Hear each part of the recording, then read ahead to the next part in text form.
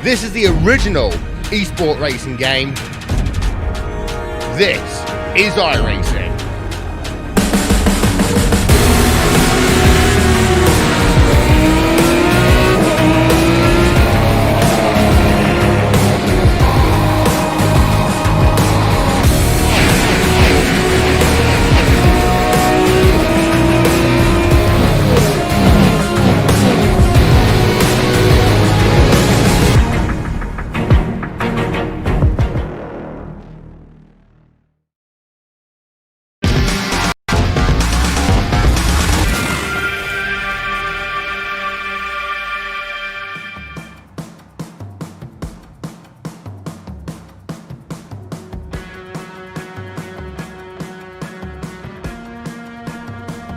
One of the world's most iconic sporting venues is all buckled up and ready to go to host round number 2 of the DGFX ClubSport Series live on the iRacing Esports Network and RacespotTV.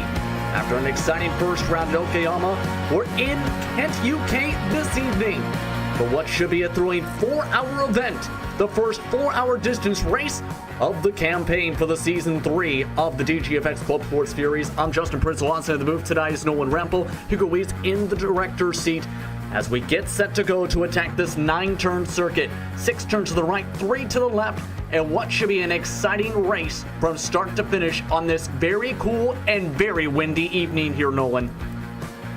Absolutely, Justin. It is, of course, a chilly day. Only 20 degrees right now is the track temperature, 19 degrees Celsius in the air. For those of you that are familiar with the iRacing service, that is very, very chilly. And me personally, I have never seen a day that has been colder than that. Calm breeze of 18 kilometers an hour, 11 miles an hour, with a humidity of 73%. Overcast skies right now as we round up the final stages of qualifying. Right now, some of the club drivers finishing up their qualifying session for the next minute or so before they take the green flag. But those who missed round number 1, a lot of crazy racing and some crazy finishes to decide some of the classes. Other drivers are trying to improve upon or build momentum from that for their first round performances. But at the moment, the Movado Sim Racing Team machines are 1-2 on top of the MX-5 standings. But what they want to talk about first, Nolan, is new tire model. First round this season that will see the new tire model for a majority of the cars in the field. Your thoughts before we take this to the grid?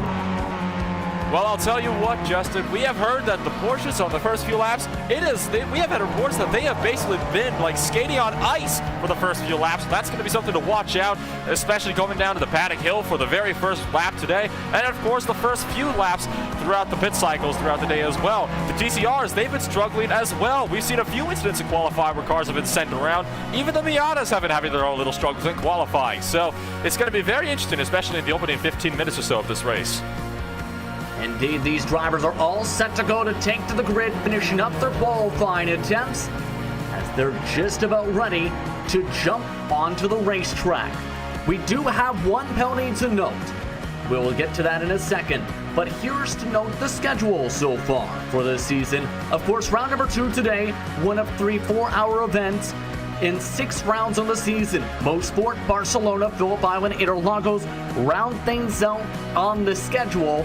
An interesting plethora of races for the ClubSport Series for season number 3. And man, oh man, some of these drivers are going to get challenged today on this smaller circuit. Absolutely. The circuit itself is going to be so incredibly tight. Not a lot of good passing zones. You got one down at the Paddock Hill bend, and in all honesty, the only other real good passing zone is up into the Hawthorne bend in the run down to turn number 5. That is, of course, the longest straight we have of the day. So, lots of exciting action, just like we saw at Okayama last week. Indeed, these drivers getting about a minute or so for one of the last drivers to be able to cross the start and finish line to finish up qualifying, but we're just about set to go. Once again, for those that missed round number 1, it was an interesting race where Hell Racers won the Miracle at Okayama in their sport class over the Gold Racing Team at the end. We were talking about that fuel strategy coming into factor at the end. In TCR, it was the Alpine Geodesic Racing Machine coming away with the checker flag over German Sim Racing CXR Project Black, and then the club side, Movado Racing 1-2.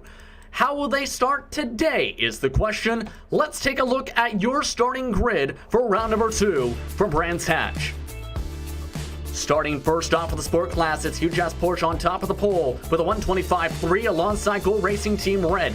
DGFX 49 Motorsports starts in third position with Helly Media in the fourth position. They are 1-2 in practice. Hell Racers, last week's round winner, starts in fifth today alongside Racecraft Esports Slide. Team Helly Media starts in seventh with the 60 machine, and Project GT is inside the eighth position. SlowRacing.com Esports' second car and German Sim Racing Green round out the top 10. Fisher Motorsport starts in 11th with Artifact Racing in the 12th position.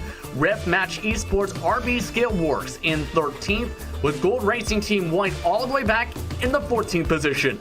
Marikai Racing starts 15th. Nav Racing slow off the pace, unfortunately for them so far. Practices 16th. Northside Racing, the leaders in the AM point standings, is in 17th with the 47 machine 49 Motorsports alongside H2 Performance SRT and SRT Esport Green, rounding out the 20 drivers today, starting for the Sport Class. Nolan, let's take a look at those TCRs.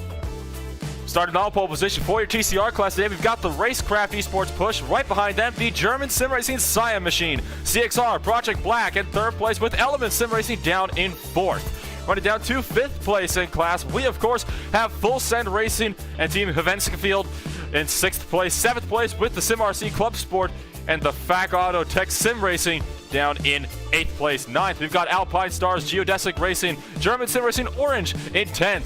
VEC Sim Racing in 11th with Gold Racing Team in 12th. 13th place, we have Team Vikings Milano. And 14th, it is Artifact Racing. SRT Esports in 15th with CXR Project Black in 16th. 17th place, continue to run down through your order. It is Graphite Racing with E-Team Brit. Graphite Racing 193 in the 19th place with AOD Racing in the 121 machine down there. Full Send Racing in 21st place. Evolve Racing Team Red in 22nd. Huge Ass Audi in the 23rd machine. And VEC Sim Racing down to that 127 machine. They have a penalty. We'll be starting from the pit lane. AOD Racing in the final spot, rounding off your 25 car TCR field. Yes, indeed. Starting from the pit lane, that 127 machine. Here's how they'll line up, though, for the club class. These are the MX-5s. Movado Sim Racing 1, 2, and 46 and 47 overall, just about 6/10 separating them in qualifying. Skyship Racing starts in the third spot. Rogers 851 Mazda in fourth. Huge Ass Mazda in the fifth spot. CXR Project Black's 299 machine starts 51st overall, along with Kellyeth Racing, World of Sim Racing Team, and Tri Racing, rounding out today's 54 entrants for this evening's action. Lots of potential racing, lots of potential passes. The pace difference from the top of the board to the bottom of the board, including the classes, just around 20 seconds. That could make traffic management very difficult today, Nolan. Oh, we saw traffic management already be difficult over at Okayama. I would expect nothing less here. This track's, of course, tighter. It's more twisty. There is not as many good passing zones. And, of course, it is bumpy. That is one thing these cars are going to have to watch out for, especially on the cold-out tires. So easy to unsettle the car through those bumps, especially down through turns, I believe it was 6 and 7. We saw qualified several incidents in both qualifying and practice here, Justin. We're also seeing the TCR cars wheel hop their way through the Paddock Hill Bend right off the get-go in qualifying for the first 2 or 3 laps. And drivers were trying to avoid the curbs at all costs, really in all the classes with the new tires. That is true, so that's something the TCRs have to watch for as well, is that wheel hop. Of course, the TCRs front wheel drive, as many people will know now. So with the TCRs, when they're wheel hopping, they've got almost no control over those cars. So it's going to be very difficult for them, especially when they're side by side down for lap number 1. Drivers are getting all set to go once more, about halfway into the green flag here. Which teams are you keeping an eye on for today's race in terms of your favorites and potential underdogs? I'm going to be keeping an eye on the Movado Sim Racing team at Okayama. They started from the back of the grid in the Miatas because they registered with the wrong numbers. They finished in a 1-2, and now they're a 1-2 and pull here today. So they are definitely going to be looking to pull off a 1-2 finish for both Movado Sim Racing cars here today. The drivers starting 1-2 at the head of the field. Huge Ass Porsche, Gold Racing Team Red. They're working their way through Clark Curb. Their green flag signal comes from flag stand number 24. They pass that green flags waiting. We're underway for the 4 hours at Brands Hatch. Sven Demo cuts his way to the top line, while Jean-Philippe Gendron tries to ride the high side. DGFX 49 Motorsports watches as Hugh just slides off into the sand. They did the same thing in qualifying right out of the pit lane. Now they're at the back of the class. Absolute disaster for Sven Demo in the huge-ass Porsche. She is going to have a lot of work ahead of him to try to work his way up. We're down here Audi class, though. They are just throttling their way down through the paddock bend, still side by side, all the way down through that 25-car field. Everybody seems to get away safe and sound. Couple drivers running a little wide, getting awfully close to that sand, but so far, as they run up into turn number 2, everybody seems to be safe and sound. A little bit of bumper banging going on, it would seem. For the most part, though, they've been clean. Meanwhile, those Mazda MX-5s are getting all set to go for their green flag, passing the flag stand. Passing on the car on the high side. The bottom side is Brandon Hawken, as we're underway for the club class. Brandon Hawken trying to pull away quickly. Pagnon trying to ride his way closer to the curves, while Tomas Hemraziak, pardon me, able to cut off Owen Watts as they go in towards Druids for their corner number 2 of the race. For the most part, other than the 1 or 2 cars off in the sand trap, a clean start for a majority of these drivers. We do have 1 car here you see currently separated from the rest of their class, but everybody else completing the first lap. So far, so good. A relatively clean start, all things considered. Of course, apart from Hugh Jass's car sliding way off into the sand, everything does seem to be clean and green as they come back up to turn number 2 for the second lap of the day. Long race ahead of these guys, though. 4 hours. No need to make any big boost positions yet. You're going to have plenty of time to get that done. Right now, these drivers, I think, wanting to get into a bit of a rhythm. There's an estimated 166 to go this time by for these Porsches. For example, the Audis, they're a little bit slower compared to them. They have an estimated 156 to go. The battle for 7th, though, starting to heat up in the class.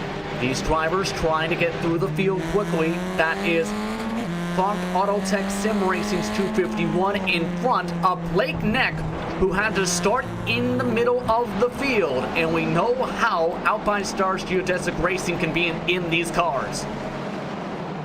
So Neck trying to look away through it, making a little bit of a look to the inside, but that's not going to work out for him. But Funk Autotech Sim Racing, they got a good run off of the corner on Steam Ledger ahead of them in Full Send Racing, but it is going to be the Alpine Stars Racing car with the draft on the way down the hill, up the hill now as they fly through turn number 5. A little bit of a door bang from the 142 to the side of the 151. That shoves him wide, and it looks like the Funk Autotech Sim Racing car has to yield to Lucas Dolzer and gives him a hit with the bumper.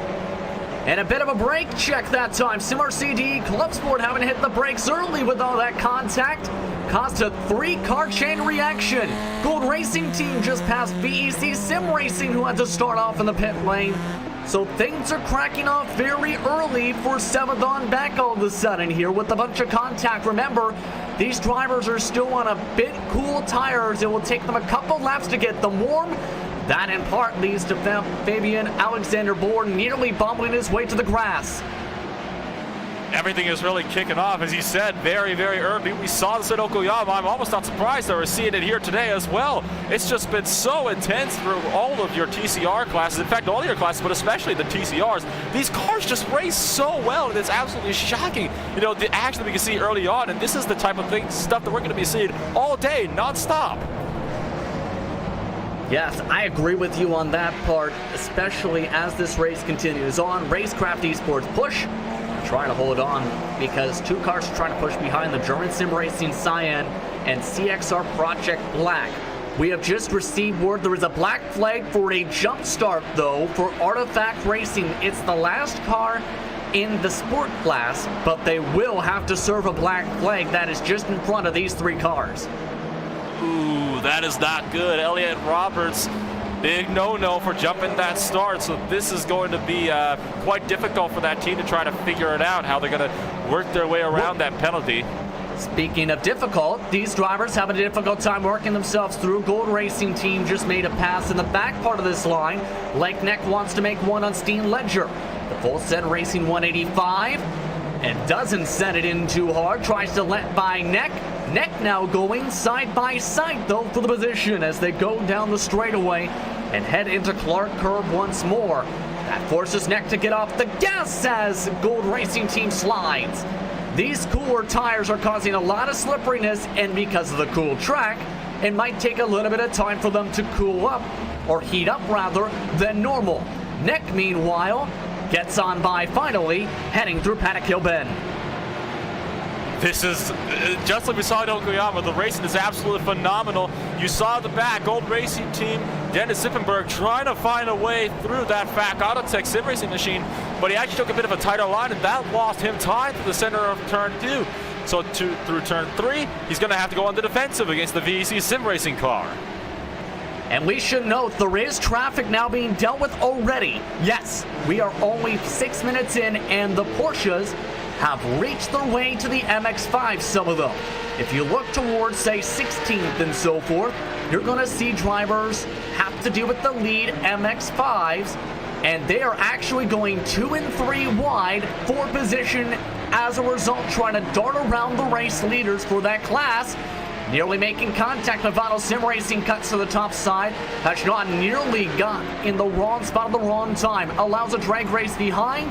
That is Victor Tanica for Racecraft Esports Slide, making a position, just barely avoiding going off in the tarp as you see more battles behind them with the 449 Motorsports machine and Gold Racing Team Red fighting. It certainly does not take long for these cars to catch the lap. Traffic does it. The Miatas, they just have such a severe speed difference. Tanaka manages to find a way through from the Racecraft Esports Slide machine. Going to try to run down the SRT Esports Green machine of James LeBlanc as they run off of turn at number 4, back up the hill towards Hawthorne. And we talked about the difficulty here. It was warned, for example, heading into Westfield Bend, the potential speed differential between the classes. That could potentially pop up. Gold Racing Team, though, had to deal with some traffic here. Your thoughts again on traffic management and what to expect for today with Brands Hatch? This is, well, let me tell you what, with the fact that they've got all these little kinks and bumps to deal with, it's going to be very interesting if the Porsches catch the Miatas or even the TCRs at the wrong spot. And then, of course, you have to mention about what happens if 2 battles in 2 different classes catch each other, or who yields to who, because nobody wants to, end a battle for position to let a lead lap car through. But if the lead lap cars are battling behind you, you potentially risk letting one of those lead lap cars lose out on the position behind them. So it's going to be very difficult for a lot of these drivers to work their way through. And I think that's part of what makes this series so entertaining. Speaking of entertaining battles, second overall on the racetrack, the sport class is now seen Howie Media now having to deal with Hell Racers. Remember, Hell Racers were very impressed with how they did. They took no tires on their final pit stop last round, and in turn were able to fight the drivers with new tires, make some passes, have a bit of fuel strategy come into play, and take home the race victory. That team just started this year, the Swedish-based organization. So, Jonas Bowden for the Swedish team. He is certainly looking strong today. Is this lead field now catching a lot of lap traffic? It looks like they're catching the back end of the TCR field now as Jonas Bowden tries to work his way through. Got 49 Motorsports held up a bit. Andy Kuhn trying to get out of the way in German Sim Racing Orange. They'll have to deal with Miata and try Racing Destroyed inside the sand trap, but they're able to pass on by that Miata. Hell Racers, though, lost about half a car length to Helly Media a bit later on the braking. Those are the Audis they have to deal with. 44, 40s. They'll also have to deal with Helly Media get on by. ALD Racing is amongst those drivers, I should rather say, with German Sim Racing Orange. Both of those drivers went off in the sand trap on lap 4. So both drivers off and into the sand trap, but it looks like they've recovered nicely. You don't see any physical damage on those cars, so the AOD Racing Machine going to continue to try to fight back against the German Sim Racing car. Of course, that battle split up thanks to those Porsches, and that's something that those Porsches have a tendency to do, is split up your battles further down. But the way the TCRs roll, they can really just reel themselves back in and start battling within a few laps' time. That slow car you see just now at the bottom right corner, that is VEC Sim Racing. Sebastian Ruthmower crashed hard into an Armco barrier nose first. He does have some damage, but is back going, does not hit. You follow along, though, with the top drivers in the Audi class at the moment. Racecraft Esports push, trying to use some of the MX-5s as a pick as Aaron Taylor tries to reel him in. Taylor just can't get underneath quite yet as they make their way towards Pilgrim's Rise, towards Druids. Bit of a faster run though for the second place car, but a bit big of a checkup. Remember, there's that damaged VEC Sim Racing car just in front of them. And there was a big bite of oversteer for Kane Halliburton for that Racing Craft Esports push machine through the first corner. It's something that these cars can tend to do, get a lot of that lift-off oversteer. It nearly bit him hard coming through the corner, but he managed to keep it under control. Now, though, this is going to be the question. How effective is that draft from Aaron D. Taylor for the CXR Project Black? Can he make something work? Because Halliburton has that VEC Sim Sports car to use as his own drafting pick. They are going to be side-by-side with that lap car going through Hawthorne. It looks like both drivers will sort it through all right. And Aaron Taylor going to be patient, wait for a better opportunity. However, all that traffic a little bit there we've seen. German Sim Racing Cyan just holding on. Looking to try and get by VEC Sim Racing now. Those two lead cars, though, have two MX-5s. Pagnon swings his way to the top side of the left-hander. Both drivers forced to check up hard. Goes to the left side. Both of those drivers this time, they get on by.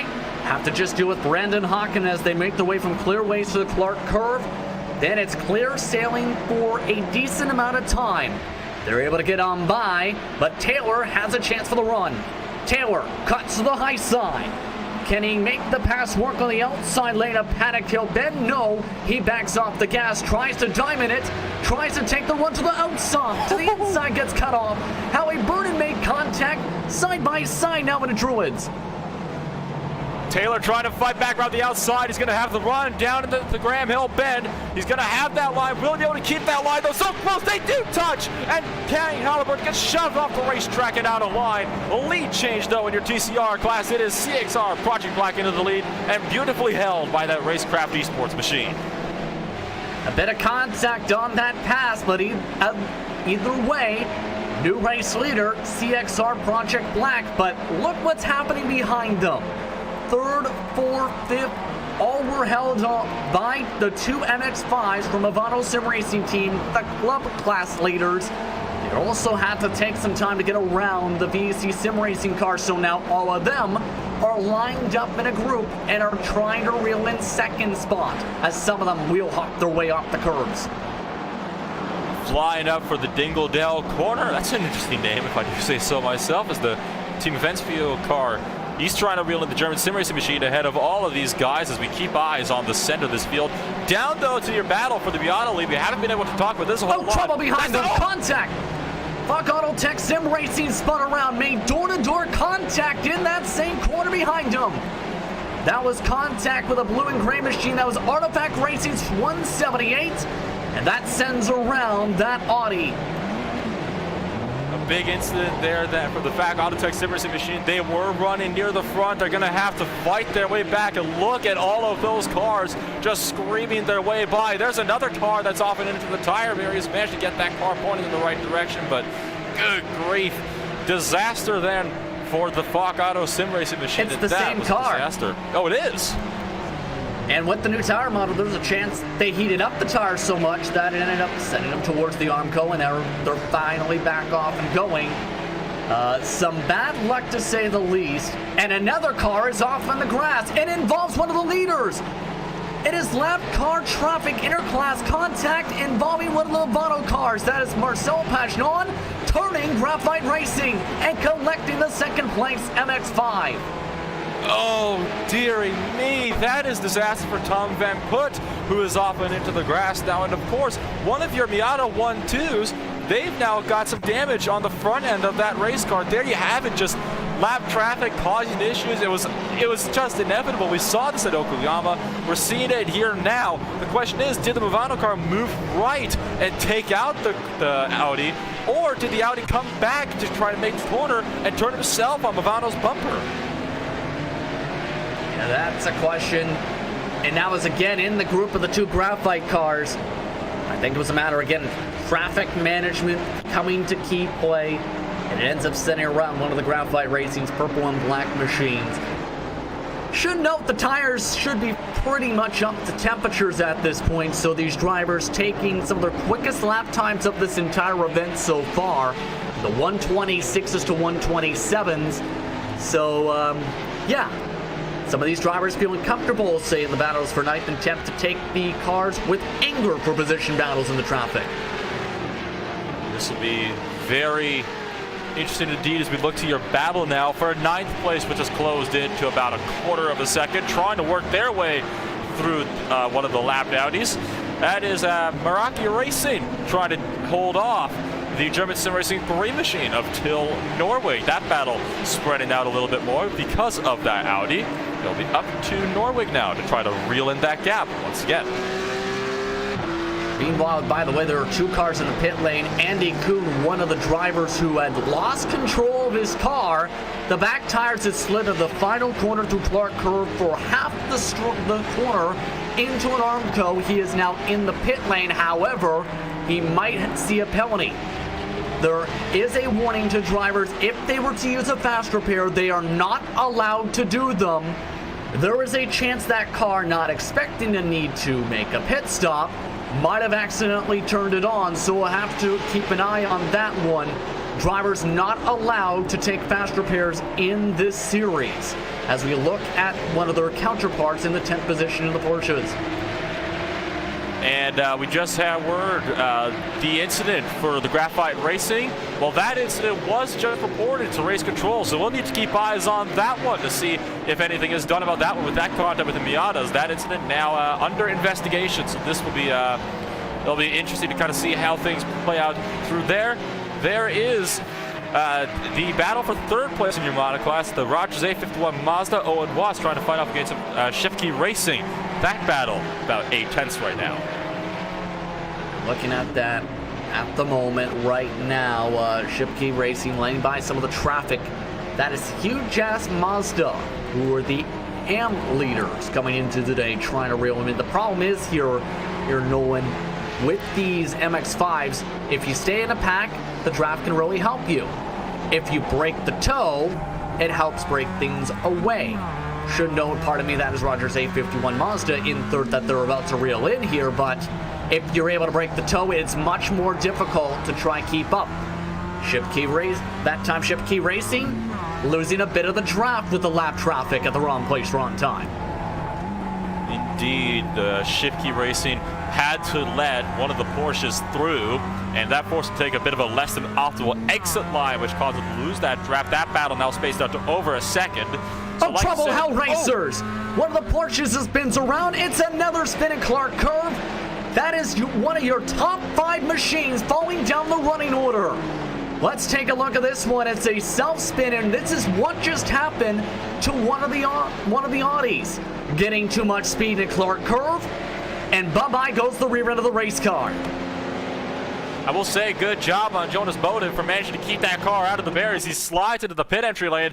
That he could have hit that pit continuator with the tire barriers, which would have just about ended their hopes of trying to compete for a top position today. One of your top 5 race cars making a mistake with the car running that little bit wider off the corner, the back end coming around. We've seen it in so many of the classes already through practice, through qualifying. We're seeing it even more in the race. And we've already seen a few cars go off in towards that section. We've seen others go off in Paddock Tail Bend. Take, for example, the huge ass Porsche, as well as one of these cars you see up here in turn bombing German sim racing.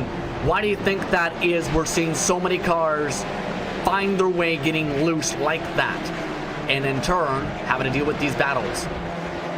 Yeah, I'd almost say it's the new tire model. You know, it came out very, very recently that these drivers have not had a whole lot of time to be able to really practice and adjust setups accordingly to the way these new cars handle. So it's just something that these drivers are going to have to get used to as the time goes on. It's going to be so hard for drivers to try to find their way through, but for now, though, all things considered, everybody seems to be doing a decent job of it. We saw a little bit of close call action already, and everybody managed to recover it just nicely, except, of course, for the ones that unfortunately did not, as we look to your battle for 2nd in the Audi class. Right now, they're still trying to reel in CXR Project Black, who has pulled a decent distance of about 4 or 5 seconds with the help of the traffic. German sim racing side had moved up that one spot in Racecraft Esports push. They still have Team Hoichingfeld, though, who are also coming up through the field with Element Sim Racing amongst the top 5 runners now in the class. And it looks like, though, Racecraft Esports push is starting to fall off in terms of the pace a little bit. And it appears we have a stop and go coming out against, I believe it's the 203. 5 minutes stop and hold for taking that fast repair I noted. So that driver will have to serve 5 minutes in the lane. Again, that's the 203. That is one of the cars who crashed early in Tri-Racing. To put that into perspective, the laps these people are running here is about, from the top of the field, is about 1:25 down to the bottom in the mid-40s. He is going to lose 2 to 3 laps of time in the pits for that stop and hold. So their race has just completely fallen apart. And I think Tri-Racing's hopes of, managing to go on a recovery drive in this race, they are all but over. Yeah, this is not going to be good for them. They were already 3 laps off the pace from the class members. They're going to be even more so now. And their driver will also have to serve a black flag in that sequence as bye-bye race car for them, trying to enter towards the pits. Instead, the brakes send them off into the sand trap, and they can't get down to the pit lane as by goes some of the race leaders for the Audis in the mix of traffic with the Porsches. So Tri-Racing having a rough round, to say the least, today on this racetrack right now as some of the traffic drives on by. Already approaching about 30 minutes into the racing action, as it's been an interesting one, to say the least, today here from Brands Hatch. It very much has, and we have had a big shunt in turn number 1 in 16th place. Steve Clace with the RevMatch Esports car has gone up and hit that wall hard at the Paddock Hill Bend after making contact with a TCR that just let him by as well. Yeah, that was that car which was just blinking, and that was actually with one of the huge-ass cars. The huge-ass Audi was the one who made contact with him by sending it too hard, and now that's how that left side damage has developed on that RM logoed machine.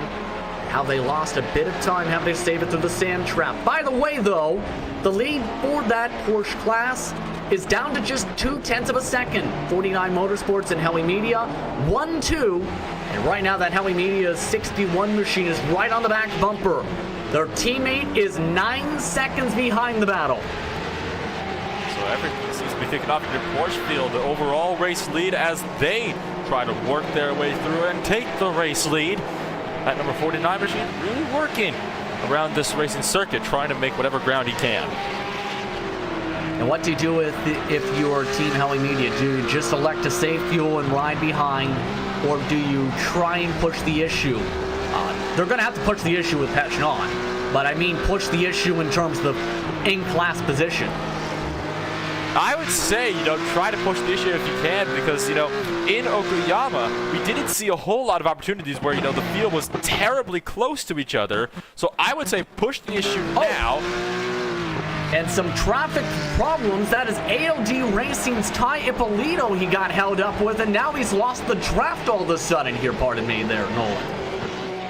Well, no worries about that one. Traffic can be traffic in a race like this. We've seen it already. And that has just bought DGFX a huge break in their fight for the lead. And I was just talking about, we haven't seen, the lead for the Porsche class too close in both this race and at Okayama. So you might want to find a way through as quick as you can. Well, it is going to be up to the Team Heli Media to try to first work their way back and then fight their way past. CXR Project Black, by the way, their MX-5, that's the 299, is off the track after calamity in Sterling's.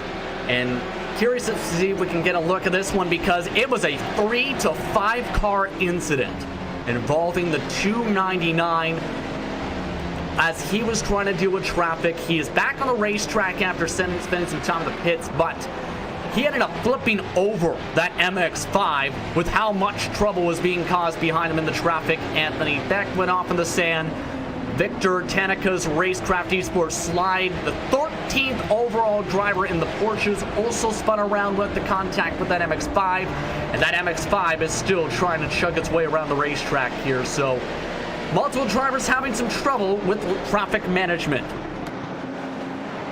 So a lot of drivers, having troubles. That is going to be a big incident to try to work their way through. But it is, of course, just so disappointing for the CXR Project Black Machine. They were looking promising.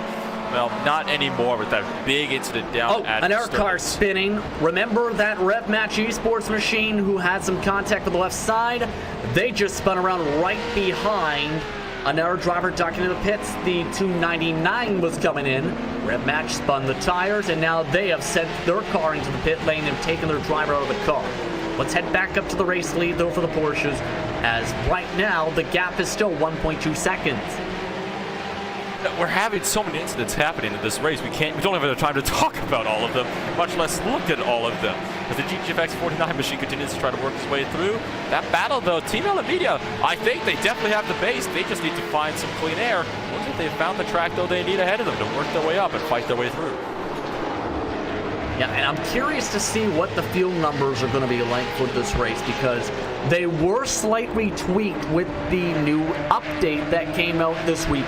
As it's week 13 on the iRacing service, normally the fuel windows about the same. The fuel limits for these drivers in their respective cars, for those that are wondering, to give you that clarification, 67% for the Porsches, 911 GT3 Cup cars, the Audis 75%, Mazda's 50%. Your thoughts on strategy for today?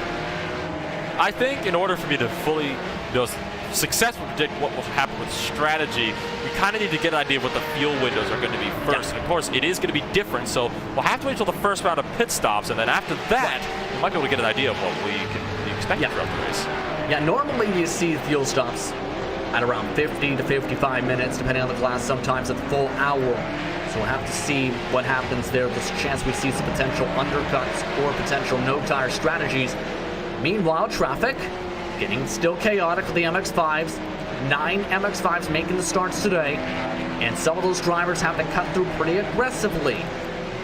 Right now, this group of drivers you're following along with are about to reel in another MX-5 and Brandon Hawkin, the class leader, at a pretty substantial pace as they go side by side, heading into Paddock Hill Bend. That is Blake Neck on the high side, trying to make a move on Nab Racing.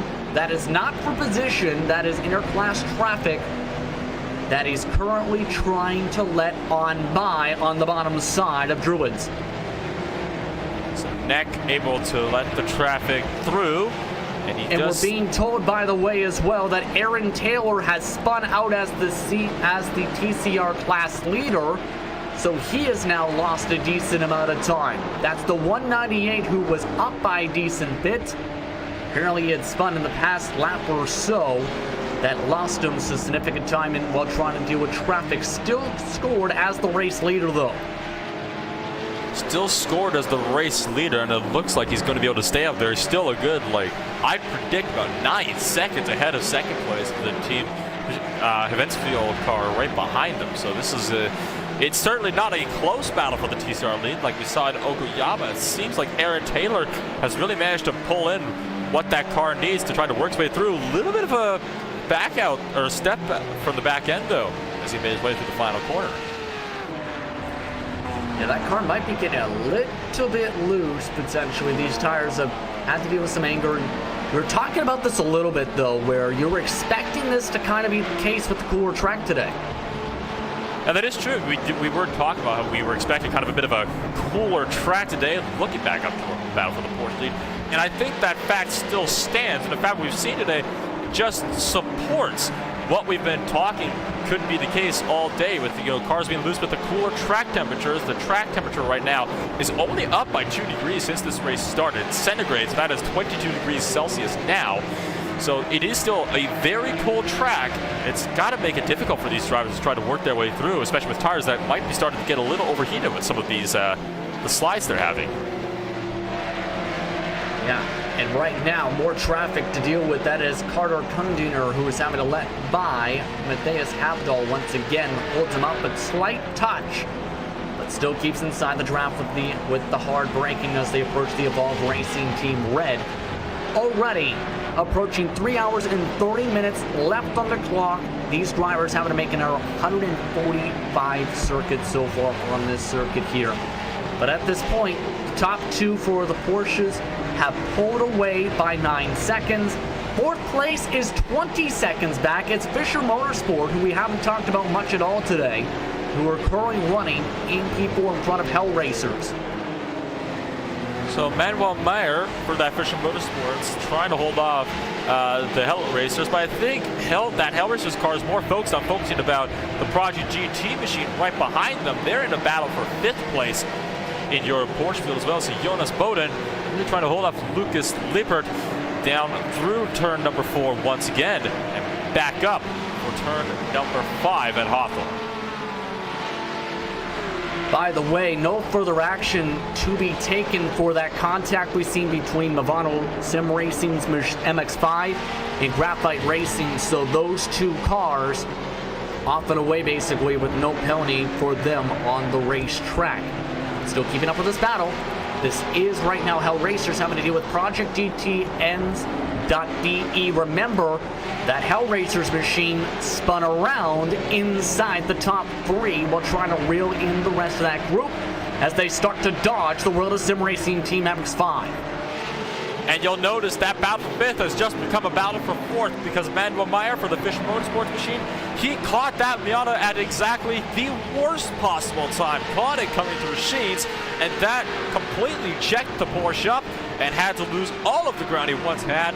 Back to Jonas Boden, who is now looking to overtake and pounce to recover back up to 4th. Now the question is, can he pounce? Mayer trying to hold on to the position as they work their way now to the Graham Hill bend towards the Cooper Straight. They'll work their way next through Surtees here. Much faster run that time for Fisher Motorsport that time. Despite the checkup of 128.3, the drivers behind them were in the 127.7s to 8s. It looks like that Fisher Motorsport machine looks a bit more comfortable off corner exit. And right now, the car being comfortable off corner exit is really what you need because it doesn't matter if you're good on entry. If you don't have a good exit speed around some of these sweepers, you're not going to be able to get anywhere. And we might have had another penalty, the 37 car, for causing a collision back on lap 14. Yes, indeed. Looks like it. And it's a black flag. It's Ben Demmel. Demmel is the one who is getting black flagged in the Porsche. So Hugh Jass's luck from the pole to going off in the sand trap on lap 1, corner 1, to recovering to the top 8 has now just gone out the window. Demmel now going to have to serve 30 seconds in the pits for that contact you mentioned on lap 14, turn 1, as we still follow along with the battle for 4th position for Fisher Motorsport, having to deal with an MX-5 right in the middle of the exit. That is Shipke moving his way up towards the top line. The Shipke Racing machine gets out of the way. This is allowed a reel-in, though, of Slow Racing Team Esports Team 2 to slowly make it a 4-car battle. So that Slow Racing team, he is going to be trying to work his way up. I think he needs one more Miata or a couple more just to make that work. Well, he's about to get that because there's a big chunk of lap traffic ahead of him, which will make this a surefire 4-car battle for 4th place. So this is about to get very interesting here. A little bit of a gap forming down the straight between turns 4 and 5. That will start to close in, though, quite rapidly as they enter through the 6 and 7 kinks. Indeed, right now they're also going to have to deal with a ton of traffic. Take a look at Wright's up in front of them. Right now they have Fucked Auto Tech Sim Racing, as well as 3 other Audis that they'll have to get on by, all in a row. They move towards the left side of the track, allowing the Porsches to go on the right side, nearly cutting up in front. Hell Racers trying to take advantage. Can they get in the right position to attack Fisher Motorsport in all of this? John Ford's Graphite Racing Machine, Condinner's ALD Racing Machine, stuck side by side in the battle for 4th overall. Mayer, though, able to cover it off and keep the spot as he gets on by the last of the traffic. That Hell Racers machine is really putting the power down now, trying to find a way through, but the lap traffic really not working for him, not really cutting them a whole lot of brakes. Movano car runs by, a little bit of a puff of smoke from one of these drivers. Jonas Boden flies past the Movano car. And that battle for fourth has breezed on through. They are 3 wide behind them, though. Trying to get our lap traffic. 2 TCRs making contact, and one of them spinning around. AOD Racing slides around, more contact. A big crash over there in turn number 4. And that's going to hurt Demo right there in the midst of all things, having to slow down. He was corrected on the penalty and was given to Shane Cameron instead. However, he still ends up getting some kind of damage to the left front of the race car. Graphite Racing keeps going. That was AOD Racing who was getting loose in all of that madness, but the rest of the drivers able to get on through after the traffic management to reel in the rest of the groupings. There are still some more traffic management, though, for the overall race lead. Once again, 49 Motorsports and Team Heli Media 1-2 at the moment. They have a ton of traffic in these next few laps or so to deal with in the battle for the lead.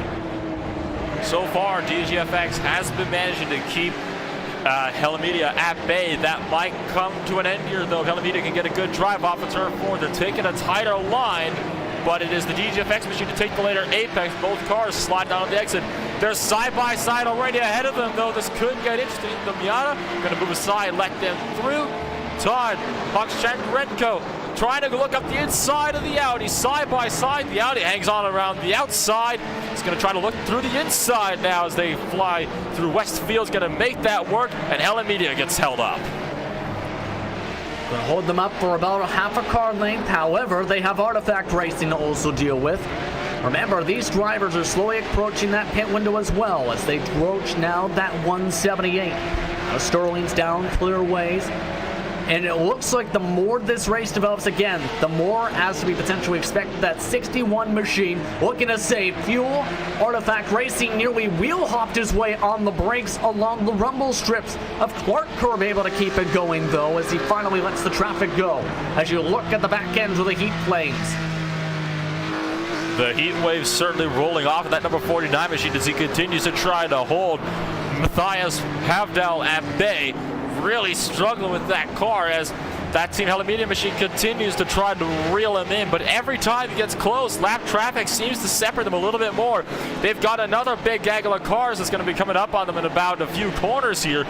So this could prove either opportune for one of these drivers. The other one, though, it could provide them with a good deal of misfortune. Same thing for the kind of the counterpoint rather, though, for Havdal. Again, it gets back to the point of why not just save fuel and then wait until before the pit window opens to make the pass, because right now this is helping him a little bit, even with some of the dirty air from the car in front. Very true. You have to remember that as well. You know, the draft can be effective with fuel saving. Not quite sure if they would try to fuel save now unless they're on a strategy that we do not know of. Remember, though, we had incidents at Okayama where people thought they had the fuel save, but then drivers had to come down for a splash and dash and ruin their fight for the race lead in their class. So I think people are trying right now to make sure that that does not happen here again, and Heli Media looks to be one of those drivers that seems to be on that type of a strategy call right now. Indeed, and right now that has allowed them to stay within the drafting range, even with all this traffic. It's been helping them. They were going to say hello to Ippolito and Co. again. Gold Racing Team is now stuck behind them as well for the time being. Gold Racing Team looking to make a move for position. And off to the grass goes 49 Motorsports, trying to pass by these cars. Rest of the drivers go off to the green AstroTurf. Havdal sees an opening, backs off the gas to allow the leader to get through the traffic as he gets shunted from behind. Dennis Ippenberg makes a bit of contact. They still keep going, though. That could have been disaster. It just about was. Those Porsches can get so incredibly twitchy. It doesn't take much to send them around. And it looks like the Heli Media machine, though, is going to be able to try to work his way through, still working through TCR traffic. That car really just hasn't had a whole lot of luck, and I'm not sure if that the DGFX machine knows that Heli Media might be trying to save fuel, because that was a very aggressive dive to the grass, trying to get around him, trying to work the lap traffic as quick as possible to try to use it as a pick. At the same time, you might have been thinking, if I don't do that, there's a chance the driver behind me makes the dive and decides this is when I want to try and take the race lead, since we are within about 15 minutes or so of the estimated pit window. Yeah, very true. Still a lot of time left in the race, but you know, you got to make the moves when you can, because when you're in the middle of lap traffic, it can be so difficult to make different moves work. And I think that's something that Matthias Havdell knows very well. He's still trying to work his way up. It seems to be that he's waiting patiently in the wings for now, trying to wait for the perfect opportunity, maybe trying to force that DGFX car into a mistake. Great point, absolutely. If you can keep up the pressure, potentially drive them to run wide, mess up a braking zone, or just leave the door open thinking there's going to be a move. Right now, they got an MX-5 though, and Owen wants to try and lap and do so. By the way, the MX-5s have an estimated 115 laps to go this time by in terms of pace, as things calm down to the rest of the classes for reference sake for now. That's the main thing for now at this point. Your class leaders, Movado Sim Racing Team 289 for the club class. TCR still sees CXR Project Black up in front over Team Quenching Belt now, who has moved their way up to second position in the TCRs. Still trying to work your way through. This is your battle. We're just keeping eyes on the Porsche battle, because they have just caught a hornet's nest of lap cars that have been constantly going 3 wide, trying to lap each other. The DGFX car going to look to the left, and that will be able to put Hella Media out of the draft as the TCR uses his pick. And both leaders in the Porsches are diving off to the pit lane. We now know our pit window about 45.5 minutes. A bit earlier, in fact. Check that on the timer, 42-ish minutes, in fact, is the fuel. A little bit earlier than we would normally expect, and both of them looking to stay attached to the hip here. It looks like Heli Media not wanting to risk losing the draft. His teammate in the 60 machine also comes in, so the top 3 drivers are in. 4th on back stayed out, though, on the circuit, it looks like. Hell Racers was able to get by Fisher Motorsport this past lap, and Fisher Motorsport seems to be falling off the cliff as you look at the battle off the pits. Some trouble for the race leader. 49 Motorsport's slower pit stop compared to the Heli Media 61. So a pit stop seems to have all gone wrong for DGFX. This is going to be big for that fight for the lead now once the rest of the cars make their stops. Runs a little wide. Remember, the tires still are a little colder right now. Still trying to work their way through. Apologies for the slight technical difficulties.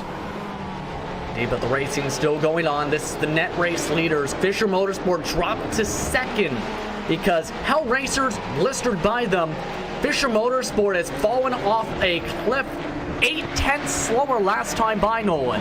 And right now they're under pressure by Lucas Lippard as well as Matt Just Murn. So this fight for currently second in class, which will no doubt go back down to 4th in class, still beginning to heat up. It's one thing we've been keeping a little bit of an eye on. Lucas Lippard, he got the better drive thanks to that Miata down through the Clark curve. And it's a big lunge from behind for the slow racing team, trying to get by as both the other drivers go down to the pits. So it looks like, again, all the drivers coming in at about 42 to 43 minutes into the racing action. Now it becomes the question, when does the Audi window open? That one estimated, again, around that 50 to 55 mark. MX-5 expected to potentially take the longest out of the drivers. Hearing, though, the reason for the longer stop for the 49 Motorsports machine, this is from one of their team managers. They got a speeding penalty, Nolan. Oh no, the speeding penalty, the dreaded speeding penalty. It's the one thing that you never want to see in the pit stop, and it just happened to be one of the things that they happened to get. Unfortunate for that team that they had to take that extra stop and hold, and they're going to have some work to do to get back into this fight, it looks like. That's very unfortunate, as they were one of the drivers and teams to beat today, and now they're all the way back in the 10th position, just in front of Fisher Motorsport at the moment of the pit stops. Right now, Team Heli Media is in net P1. 12 seconds ahead of them would be SlowRacing.com's esports second car in that lead as the pit stops continue. Just a couple other drivers yet to pit. That 76 machine is mentioned. Gold Racing Team White and NAB Racing yet to pit. The current race leader is in to the pit stalls this time, however. So so your current race leader, into the pit stalls, and this will be able to successfully tell us where your battle for the lead will sit in about a lap or so between DGFX and Hell Media, and just how far down the order they ran. For example, though, it looks like it was a 30-second stop and hold, just a rough prediction, because they were about 30 seconds apart last time by at the line. Right now, the estimated pit stop times, and this is going to be different between who takes tires and doesn't take them, Nolan, and that's going to be huge. If you don't take tires, around 23-24 seconds. The cars which are taking tires are going in the pits for 31 seconds. With that in mind, and with the potential cold tires to keep a thought of as well, where do you go in terms of strategy? Do you try and double stint the tires until the halfway point, or do you take tires every stop and try and gain the time back up on pace?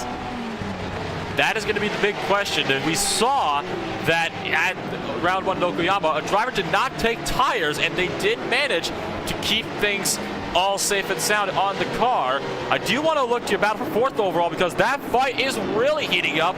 Luke Labert finally trying to make the jump around Slow Racing Team. Trying to fight for the position. Again, they just came out of the pit lane. Can they try and hold on to the position once again? Fighting hard, both of them on worn tires. Bit of a checkup for Lippert. He lets off. As the fight continues on for this 4th position, this is just behind Hell Racers and Huge Ash Porsche, who is able to keep up through the running order.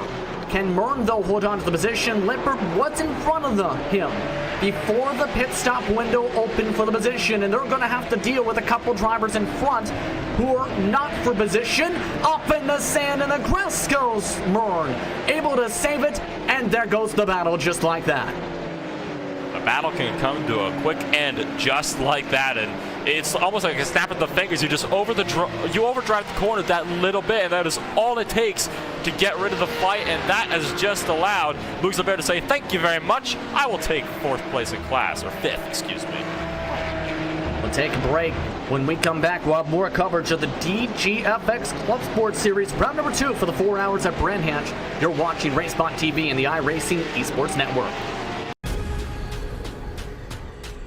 The most realistic online racing sim ever made. This is iRacing. Detailed laser scan tracks, fully dynamic real world cars, and over 50 series to choose from. 6 online world championships offering over $400,000 in annual prizes. This is the original esport racing game. This is iRacing.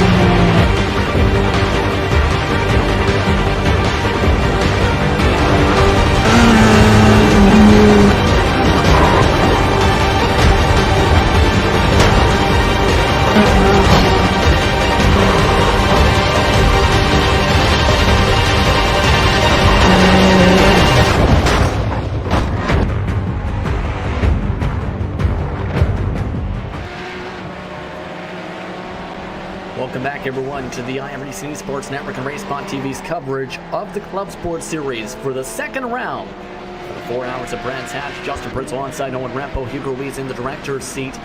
And a lot is starting to heat up on the racetrack, including second overall, because Hugh Jass has just made the pass with the help of Rogers 851 in traffic. Major amount of hold up that time has allowed Hell Racers to now battle for the third position. That is Morten Nielsen in the 60 machine, losing the spot to the Swedish Hell Racers team. And right ahead of them, you saw an Audi TCR started to pull off. That is one thing that has happened under the commercial break. We have seen our Audi field just about all come in and make their stops. So their fuel window is looking to be about 10 minutes or so greater than the Porsche class. At least that's what we're thinking at the moment. Might change as the race goes on, but for now, looks like Hell Racers' Jonas Boden successfully held off the Team Hella Media machine. So right now the estimate has moved from what was normally around 50-55 to 47-50 for a lot of the drivers. Still yet some, and a massive pileup out of Graham Hill Bend sees Mern off in the grass along with Tom Van Put for Graphite Racing. Some significant damage for those cars, which sent both of them hard into the grass and hitting one another. Oh, that's the second incident that Tom Van Put has had at that same corner, also caused by lap traffic. This time, though, it was he that sent the Porsche off. Last time, he was the car that got clipped by the Miata, and now he is the one that clipped the Porsche and sent both of them hard into the barrier. One of the hardest hits of the day, I think it's safe to say, but that has really gotta hurt that Graphite Racing machine to have two incidents in the same day. But this time, you know, you're on the giving end of things, it would seem. Yeah, it has not been a pretty day for Graphite Racing's cars, to say the least, as they still see the TCR's pit. By the way, while we were away, there was also Tri Racing who went off and spun off the nose of Project GT, ends after they lost control about 4 car lengths up the road. Then you also have on top of that the 263 MX-5 sent by Artifact Racing's 178, plus Hugh Jass Mazda spun around their TCR machine. Their Mazda rather, on the racetrack. All of that happening as things were settling down, it seemed, before drivers started to duck down. But other than that, drivers such as Northside Racing are locked in the amateur point standings at the moment, while Team Hoisenfeld continues to move up. They've already pit for tires. So drivers started to pit more and more for tires as drivers continue to try to follow their way through. Now looking to your battle for 4th place from Racecraft Esports, trying to fend off Hoisenfeld, but Hoisenfeld throws it up the inside of the 153 machine and manages to make his way through. Clean pass and a dive bomb up into the Druids corner. A good execution on the pass moves them up the spot. And once again, 45-second stop for Team Hoisenfeld's Maximilian Fritz. For Racecraft Esports, a 47-second stop. SimRC Club Sport just behind them had just a 40-second pit stop, interestingly enough. And right now these drivers are all shuffling along. Taking a look at that SimRC Sims Club Sport machine. That Audi really working the wheel in a major check. Racecraft struggling a bit now as they lose another spot. Try and go for the switchback. Side by side, making contact. And a massive bubble. Can he save it? Yes, he did. How did he do that? How do you recover something like that? I've never seen a better road course save my life apart from an LMP1 that one time. You don't do that. You do not just pull that off. Lucas Dolzer hard to the right, hard to the left, keeps it out of the grass, and now he was able to save it as that contact happened, and now he's giving a bump draft in live action. Here's another look though with a contact and the save. Put that on iRacing's top 10 highlights of the month. My goodness, that was unbelievable. That's definitely going on my highlight reel for the race. A little bit of an angry bump to the back of Race Esports car, and now Lucas Dolzer goes back through on Lucas A. Krasafi for the Racecraft Esports push machine. And you can see the pace difference. He was not given as much slack after that craziness there, so even with the heat in the tires, He looks to take those tires and drive away from the position. He is now inside the top 5 in the class, and 9 times out of 10, that car is gone. Well, they say when the TCR, the front-wheel drive car, starts to get loose, just mash the throttle and the car will sort itself out, and that seemed to be the case right there for Lucas Dolzer, who just pulled off. That's got to be the best save I have ever seen in just about any car I've ever seen on iRacing, certainly in the TCRs.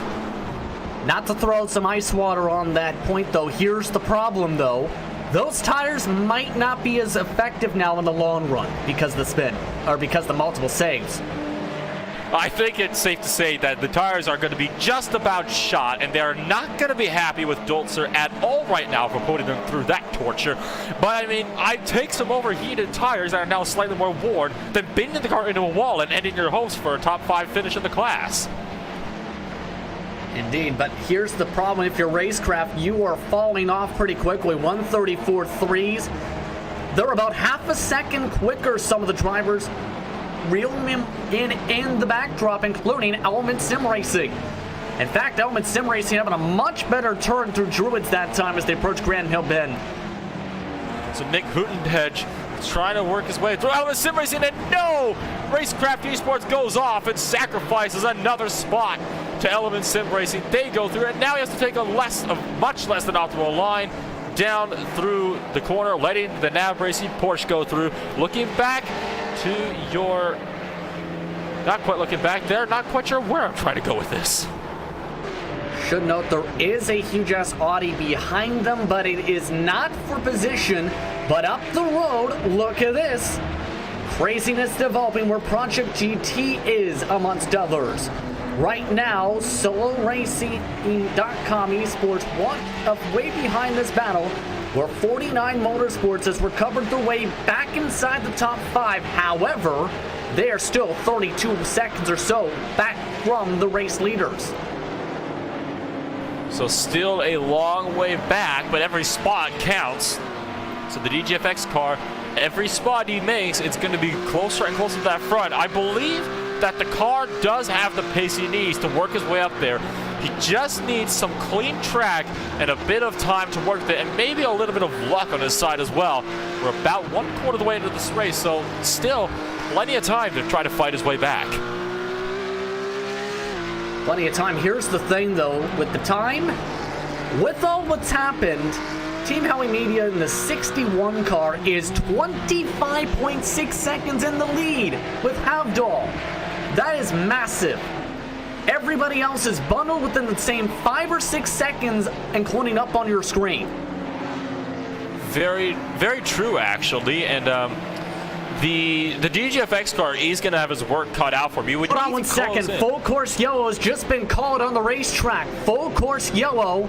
The first one of the season, and one car just crashed trying to lock up the brakes. SRT Esport Green sent it hard into the arm code trying to check up for the yellow flag. Oh, dearie me. That is embarrassing right there. That is not going to be a mistake he's going to want to make again. It might have had help. And trying to look for the exact reason for the full course yellow, but we are hearing too many unnecessary incidents is the reason they are given. Part of the contact was Graphite Racing sending this MX-5 off into the sand trap. They are right now informing the drivers, please take a step back and think in a safe manner and think of the racing situation. Use your racecraft, Nolan. I think I have to kind of agree with Race Control at this point. We've seen so many incidents already in the first hour. If it keeps on going like the way it was, we wouldn't have anybody left by the time we got to the 4-hour mark in the final lap. So it's a difficult call, but in a case like this where we still have so long to go, I do think it's a right one. So what do you do now if you're some of the team strategists, because all these drivers having to keep it at a crawl pace at around 44 miles an hour on the circuit? You got to, like they said, take the step back, let yourself kind of cool down, wait for things to settle down before they let them go green. My concern is in particular some of the fields where there's a lot of traffic still technically trying to lap each other, and your battle for, I think that's 5th place in the TCR class, which the cars are literally nose to tail, is among them. They've got 2 Miatas ahead of them that I believe are also fighting for position. Never mind, they're on different laps, but they have 2 more Miatas ahead of them. It will be interesting to see how things will play out.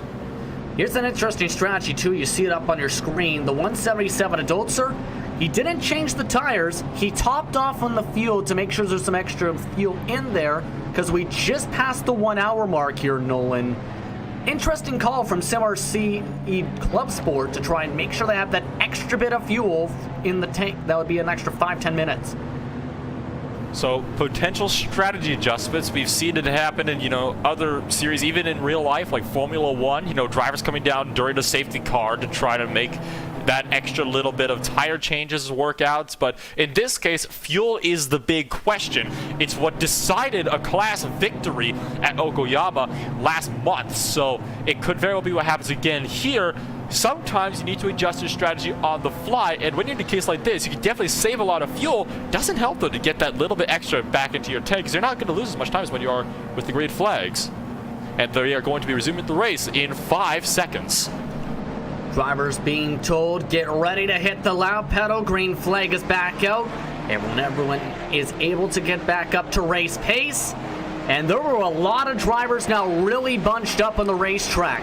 With this yellow flag on the circuit, some gaps are still big, but others are going to see carnage. Right now, your overall race leader having to deal with a ton of traffic. At least 10 drivers were bundled up together in his grouping. So the overall race leader seeming to struggle a little bit, but he's working his way through nicely in that number 6 bumper. So the Helen Media car trying to, hold on to that lead, and he's doing a good job of it so far. I do want to look back to that TCR battle between LM and Sim Racing, though, and Racecraft Esports, because they are still very close. They just got their way past a group of Miatas, and they're still just on those tail, and Racecraft Esports has just gone off again into the grass. And that Racecraft Esports machine kept it off the wall, though. We're talking about the 153 machine, the 140, that 43, also having some struggles. But that is Luca Prisafi, who was, as you can see, in the grass for about half a lap. Or half a straight, rather. I was about to question half a lap. I didn't think it was in the grass for half a lap, but yeah, half a straightaway. It's unfortunate. That was just when they went grade 2, just seconds later. They had just gotten their way past a big group of lap traffic, or particularly 2 Miatas that they had to work their way through. And now your overall race leader has caught this battle as well. So the overall race leader looking to lap them once again in his Porsche. Able to drive by Racecraft Esports push, drives to the left side. Quickly laps Neil's Holch Hedge. Again, that's the 23rd overall car. Right now, just 15 total drivers are on the lead lap in general in the overall ticker. Gap about 1 minute and 48 seconds from first to the last car on the lead lap. Battle for third, though, heating up once again. As you can see, Alpine Stars Geodesic Racing, seeing a lot of Team Hoichenfeld. We should note they did make a bit of contact, these two cars, in qualifying. They did. They paused. There was a bit of an incident for both of these two cars down in qualifying, so you wonder if maybe tempers could spark here again. It is going to be Alpine Stars to go on the defensive, forcing Hoichenfeld to the outside for Pat to go bed. Will they go side by side? They're going to try to go side by side. Hoichenfeld tried to stick the nose in. Oh, didn't work out. Trying to go for an over-under. He actually hit the nose off of Vander Linden's back end. Vander Linden tries to play defensive. Fritz tries to send the dive bomb along the curve. Curves can't do so. They'll also have Jay Steffi to deal with in that SRT Esport TCR. He goes off in the grass to let them go. Not the best of ways. But Vander Linden is thankful as they now have to deal with the VEC Sim Racing on the bottom side. Both drivers check up as they continue to fight. This is a really intense battle, and the Hoichenfeld off into the grass, losing all of that time. And going back to that point Race Control made about unnecessary incidents, we just about saw several unfold in this battle for third in class. So I think this is kind of exactly the thing they were talking about. And apparently some parts of carnage, though, just up the road they're about to see, because one car, H2 Performance SRT, and a couple others went off in the grass with contact. both the drivers went around because H2 Performance SRT spun on their own. He's able to get by right in time before these drivers get to the section, but that could have been a disaster. A 2 or 3 car incident involving the 11 machine ends up slowing some drivers. One more driver, Racecraft Esports Slide, will make his way to the pit lane in all of this.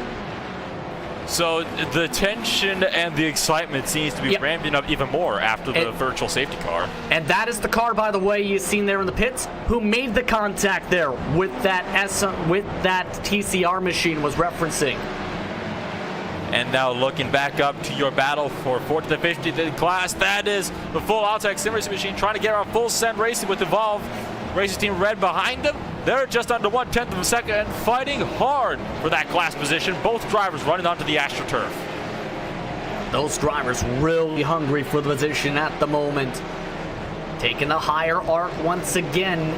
And you can tell that for the most part, even before the caution, yes, there's been some aggressiveness in the lapping of traffic, but when it comes to within your own class, we've seen some fantastic fights. We certainly have, so things are beginning to heat up. It seems in all the classes as drivers try to work their way through. Back up to your battle for 3rd place with your race leader trying to find his way through. Hella Media almost getting wiped out by an Audi as they went through one of the kinks. Now being held by Raf van der Linden with the Alpine Stars geodesic racing machine. Van der Linden trying to have some help with these lap cars. Havdahl has him get pinched behind an MX-5. Here comes Fritz. Fritz actually lifts off the gas, saves a touch of fuel, and won't make the aggressive move quite yet. So there was a chance there. Team Hoichtivo could have gone, but remember, these drivers went only about 50 minutes or so to the maximum on the fuel. And when you do the math in your head, that's going to be tight, very tight to make it to the finish by the time the final stop is in. And a caution, or sorry, a black flag, 2 black flags. Anders Christensen was black flagged a stop and go for speeding under the full course yellow. Thomas Hamburg-Jack was also black flagged for the same reason. And a 3rd driver, Ton Hokrensendo, was black flagged. A 4th, Bernd Ziabel, was black flagged as well. Everybody's getting black flagged for this. And one of those is 49 Motorsports, who remember had a speeding penalty in the pit lane. Carlos Hernandez Garcia, one of the MX-5s, that is World of Sim Racing, given a black flag. Sven Demmel for Huge Ass Porsche, that is huge, that is the 2nd overall car. Shane Cameron, black flag. A black flag for the 137. Multiple drivers have been caught speeding in all of the classes in the field. Krzyzoffi just given a black flag as well. So multiple speeding penalties under the virtual safety car. We'll see them have to come down for a stop and go. At least 9 cars right now at the moment serve penalties. Niels Hundinghedge is now black flagged. Everybody's getting black flagged. We got about a 1/6 of the field that's just been black flagged. All the exact same thing with the stop and go. A big bunch up the inside though, and more contact. Hoichenfeld gets about pinched around. That was your battle for about 2nd place, 3rd place in class. Alpine Stars geodesic racing trying to fight back. They make contact with turn number 1, trying to fight their way through lap traffic. Everything's kicking off. Oh my, I can't even keep track of everything that's going on right now. Yeah, it is getting very, very hyperventilating so far on the track. Van der Linden just got a penalty himself for stop and go. So he is going to have to serve one even with some of the contact. He will have to drop by. Fritz also got a stop and go for the safety car speeding. So both of these drivers are going to have to duck down to the pit lane and join the rest of the cluster of machines. I mean, it's almost turning the show of Oprah here. You get a black flag, you get a black flag, you all get black flags is how it's seeming to go here. Fusoy has now been black flagged for stop and go speeding. Casper de Court is black flagged for stop and go speeding. There's going to be a swarm of cars on pit road trying to serve the same penalty here in a few minutes. What do you do as a driver now? Because you're going to have a lot of drivers having to come in and out of that pit lane. Some of them might include yourself, such as Steve Clacy's and as well Boris. What do you do at this point? This is certainly getting very interesting. I don't even know what to say about all of this. There's so many drivers that have black flagged each other, and I do want to apologize to Casper DeCord. He did not get black flags. He's the one that's delivering the black flags out. Look at your overall battle, though. Artifact Racing, Tua Kim trying to work his way around the circuit now. It looks like after about 2 more have been handed out, we might see things finally settling down a bit. Even with all the cars in the pit lane, you say that? Okay, I might be wrong in that one, as Elliot Roberts now given the black flag. I think most of the field is getting ones. I think so too. It's certainly looking that way. We got about half the field now that's been given black flag penalties. I count at least 20 cars now that have been delivered this stop and go penalty for the full course yellow speeding. Yeah, majority of the field are close to it, having to come down and serve penalties. This has the chance to really shake things up. I'm speechless. One of the drivers who has yet to get one, by the way, is your overall leader, Havdahl. He's probably thinking, I'm going to gain a lot of time potentially. The gap had gone down to 14 seconds in part with that safety car. Now, he's got the chance to grow the lead since his second place competitor was amongst the drivers who originally were supposed to serve a penalty. And I just went through and counted. We have 33 drivers right now with stop and go penalties, no doubt more on the way. So that is over half the field getting black flag for the exact same thing. Stop and go speeding under the virtual safety car. The question is, where did they speed? Did they speed when the safety car was ending, get on the power too early? Did they speed when it was beginning, trying to gain that extent? Or did they just speed during it, maybe mistook the gas pedal and just pushed onto it a little too hard to keep the speed up? I don't really know at this point. I don't think I've seen anything like this. Artifact Racing, who was on this battle you're following along with, had to come in. There is one clarification from the scores tower. Demo did have his penalty removed, so make it 32 drivers out of a possible 54 who have had to serve stop and go penalties. Rest of the drivers still have their penalty sticks, so the battle for second still sees Blue Jazz 15 seconds back for the overall lead. Meanwhile, you can see the Red Mix 5 having to let by the battle for 7th spot in all of this craziness. It looks like, from the way I'm looking at things, it looks like the hammer of black flags has finally come to an end, and the craziness will die down here within a few laps with at least the penalty serving aspect of things. As I say that, now never mind, my mistake on that one, but it looks like things are going to be starting to kind of calm down a little bit, and thank goodness, because I'm not sure how many black flags they can hand out at this point. Don't jinx that, my friend. Don't jinx that. But this battle, by the way, is separated by a few tenths at the moment. Currently, you can follow along with the Gold Racing Team White Machine. They've had a very quiet day for their entire organization, don't you think? I'd say so. The Gold Racing Team car, especially the, Jeffrey Garzado, they have had a very quiet day. Whoa, and get their bumper chopped off by a TCR from the Team Vikings machine. A little bit of an angry flash with the headlights from Garzado as they run down towards turn number 1. Yeah, that car for Garzado, as he's able to save it before the wheel hop sends him off. Basically, they came in today, both of their entries in this series, the Sport and the TCR classes, in the top 5. Today, right now, they're in 6th position for the Porsche. Meanwhile, their Audi is down the running order, to say the least. And your overall race leader for the Audis has just come down. The CXR Project Black Machine is up on the jacks. So, Aaron Taylor has come in for a stop, and it looks like he will be taking tires for this one. I think he's just elected, you know what, I gotta serve this stop and go penalty, may as well try and change up the strategy to make sure I can get to the end, because now it's essentially, he still has to make a few pit stops, yes, but I think his thought is, why not? Well, here's the issue that I have with that. I think we saw this a couple of times at Okayama too.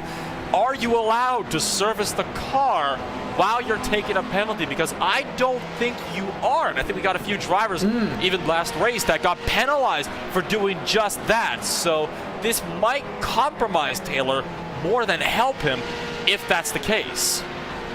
You are not allowed to receive any service to your car while serving a penalty. That is under the rules of 7.4 Section B. That might be a penalty for who was your Audi class leader. So that could absolutely be huge. If they do end up penalizing, he's still having to serve this penalty. He has stayed in the stall for a long time. He's been in the stall now for over a minute. That is going to be disastrous for his lead. He went from leading the class to being down. It appears to be about 8, down at 10th actually now in the class, approaching a minute and a half now. So it's all gone wrong for Aaron D. Taylor. What could they be doing that's causing them to stay in the stall for so long? Because surely it's not a 30-second stop and hold. Yeah, I think at this point you have to wonder if they're trying to discuss about the penalty.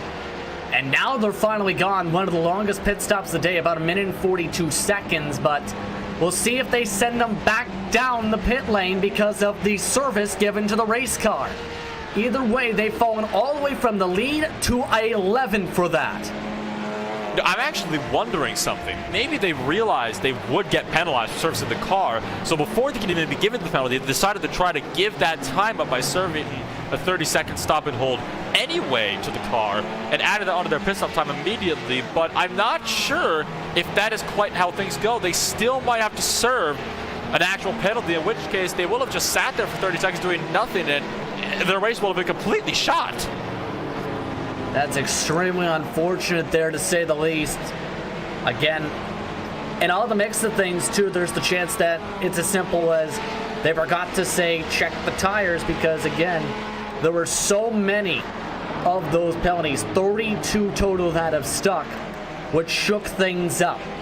By the way, I want to give a shout out again to Demo and his team real quick. And the 127.7s at the moment, second in the Porsche class, in the 37 machine.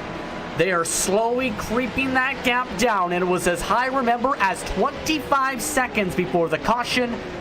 Now the gap is down to 15 seconds flat and slowly closing on the overall race lead.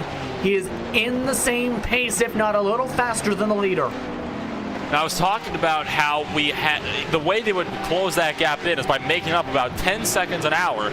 Well, he's made up 10 seconds, and it hasn't even been an hour since I've said that. So it looks like Sven Demo does have the pace to reel in the race leader. Just needs a little bit of time to make it through. Indeed, and right now just has to keep on going and pushing. And there is another black flag being potentially given. We'll give you the official details in a moment for contact that happened on lap 35, turn 5. Think back, there was a lot that happened on lap 35 in that specific turn. So we'll give you an update of who the exact car will be for that situation at the moment. So either way, German Sim Racing Scions currently in the lead for their class. 10th, though, for the Porsches. Still heating up a little bit. Heli Media, it's been a bit of a difference in the spectrum. They took tires with their second car in Nielsen and co. The fresher tires, though, aren't working because they're about to be lapped by their own teammate. And now have a bad run, have to avoid a stop. MX5, PJ Claessens moves up inside the top 10.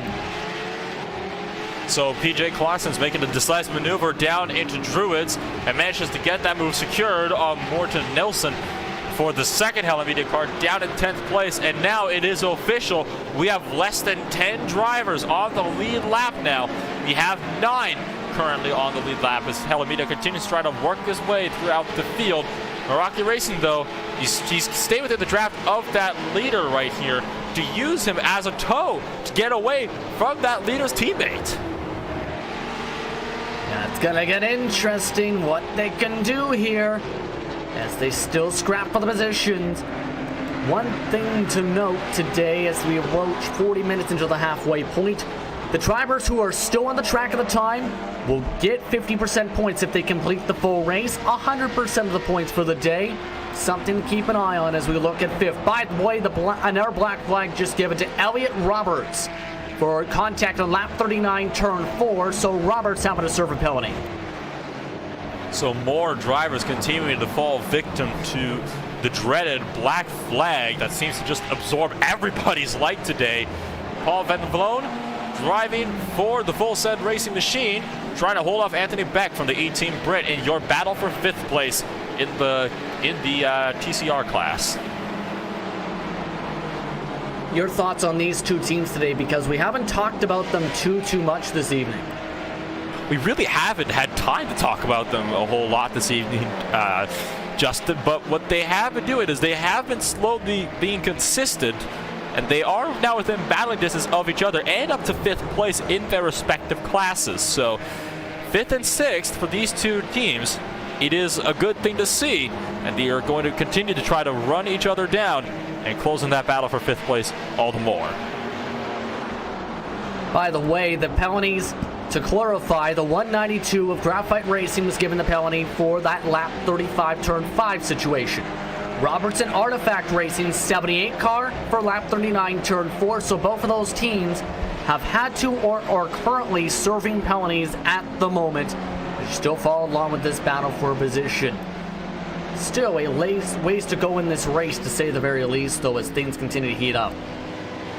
It certainly is, and going back to the E-Team Brit Machine, they are actually having a fantastic day because they're up not 1, not 2, not 3, 17, 18 spots for the E-Team Brit Machine. So they are having an absolutely a banger of a day, really, for Anthony Beck. He continues trying to work his way to make that 19 spots up from their starting position.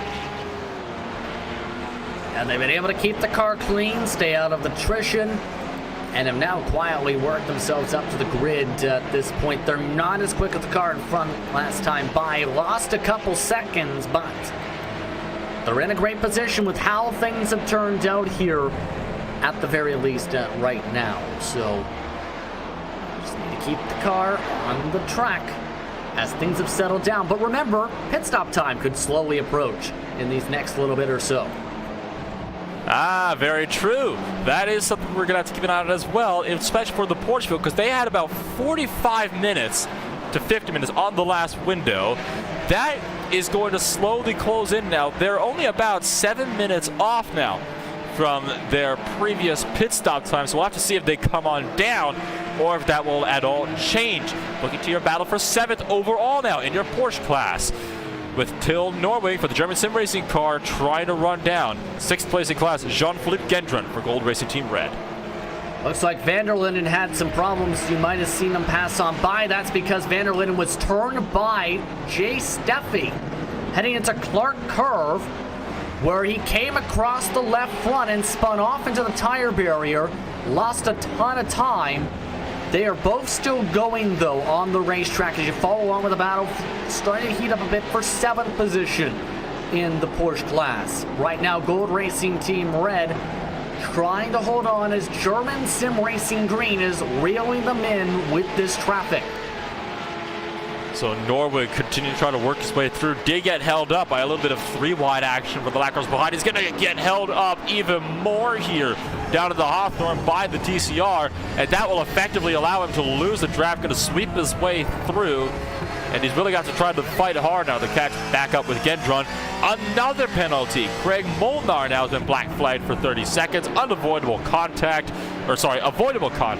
back on lap 34 again at turn 5. That penalty going, it looks like, to CXR Project Black's 199, if looking correct. For the team under investigation round of the 263 of Calliope Racing is the one getting the penalty. By the way, a pit stop for the Hugh Jass machine, changing things up a little bit here. Going a little bit earlier than we might have expected, as some of his fellow classmates come down this time by Hugo. So things are continuing to try to look up for the no worries. But as the demo tries to work its way around now, things are going to get interesting here in your Porsche class, because with Hugh Jass coming down, is this going to be one of those incidents where, big crash behind them. That was a Miata that just went hard into the barrier. What in the world happened there? That was Calliope Racing for Robbie Brown. How did you do that?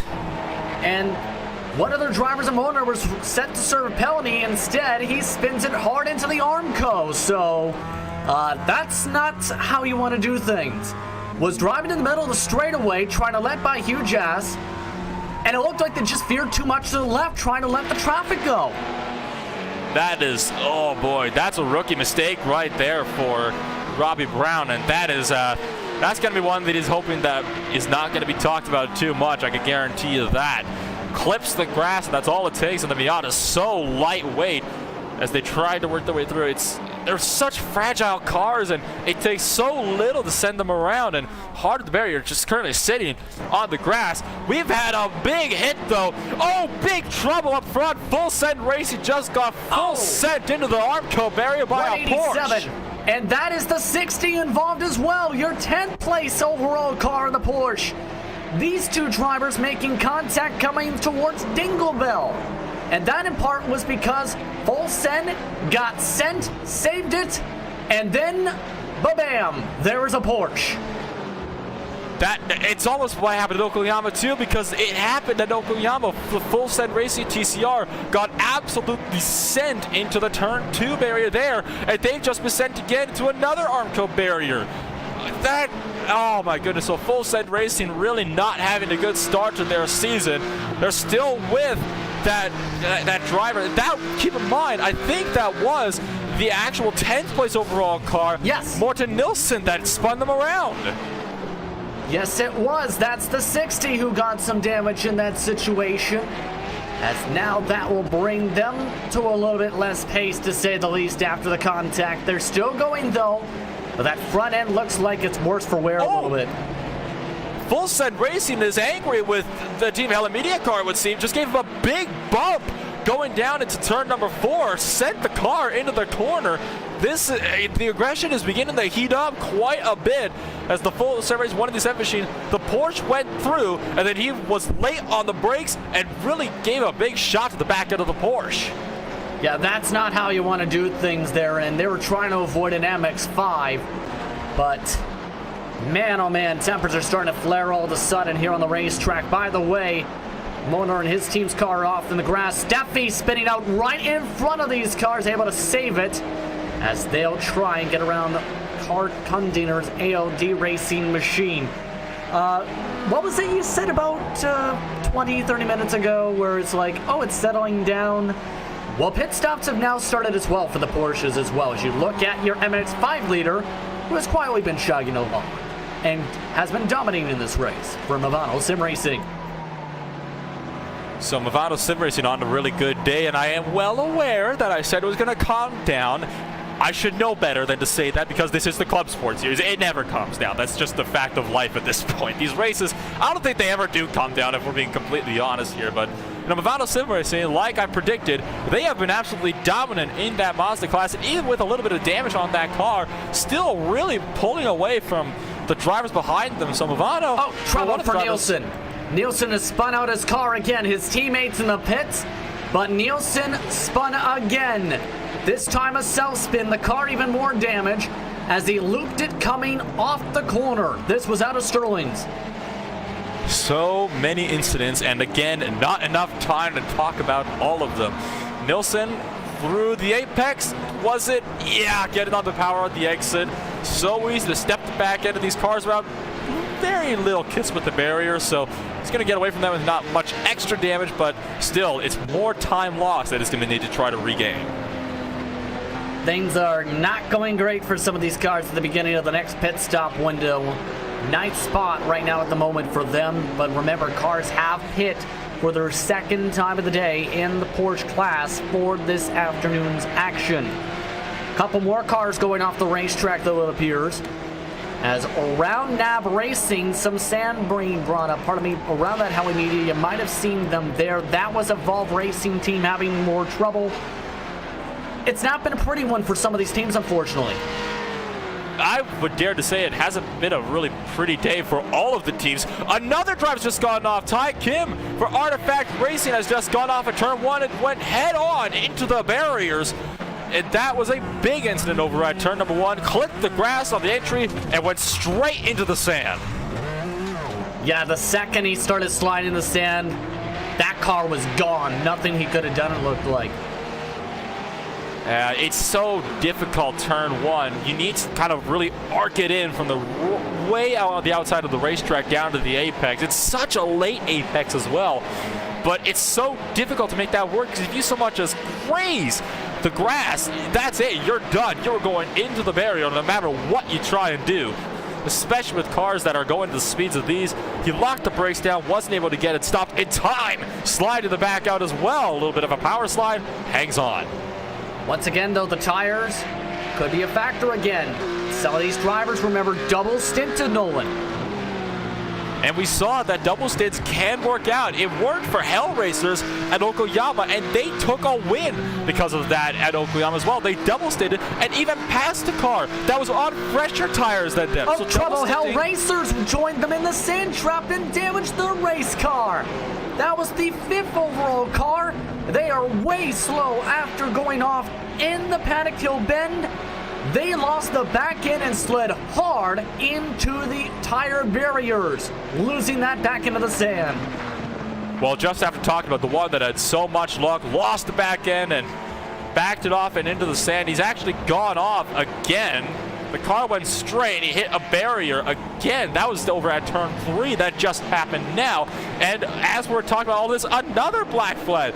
Kyle Straightshards has been black flagged for ignoring a blue flag on lap 49. That is the 170 SRT Esport machine making contact with Alpine Geostars. That was from Alpine Geodesics Racing, the penalty that was filed, it appears. But rest of the cars still in the pits, including, it looks like, a bunch of others. That 60 machine still coming out a lap down as they switch the drivers. Christensen is in for the first time. So Christensen gonna hop into the car.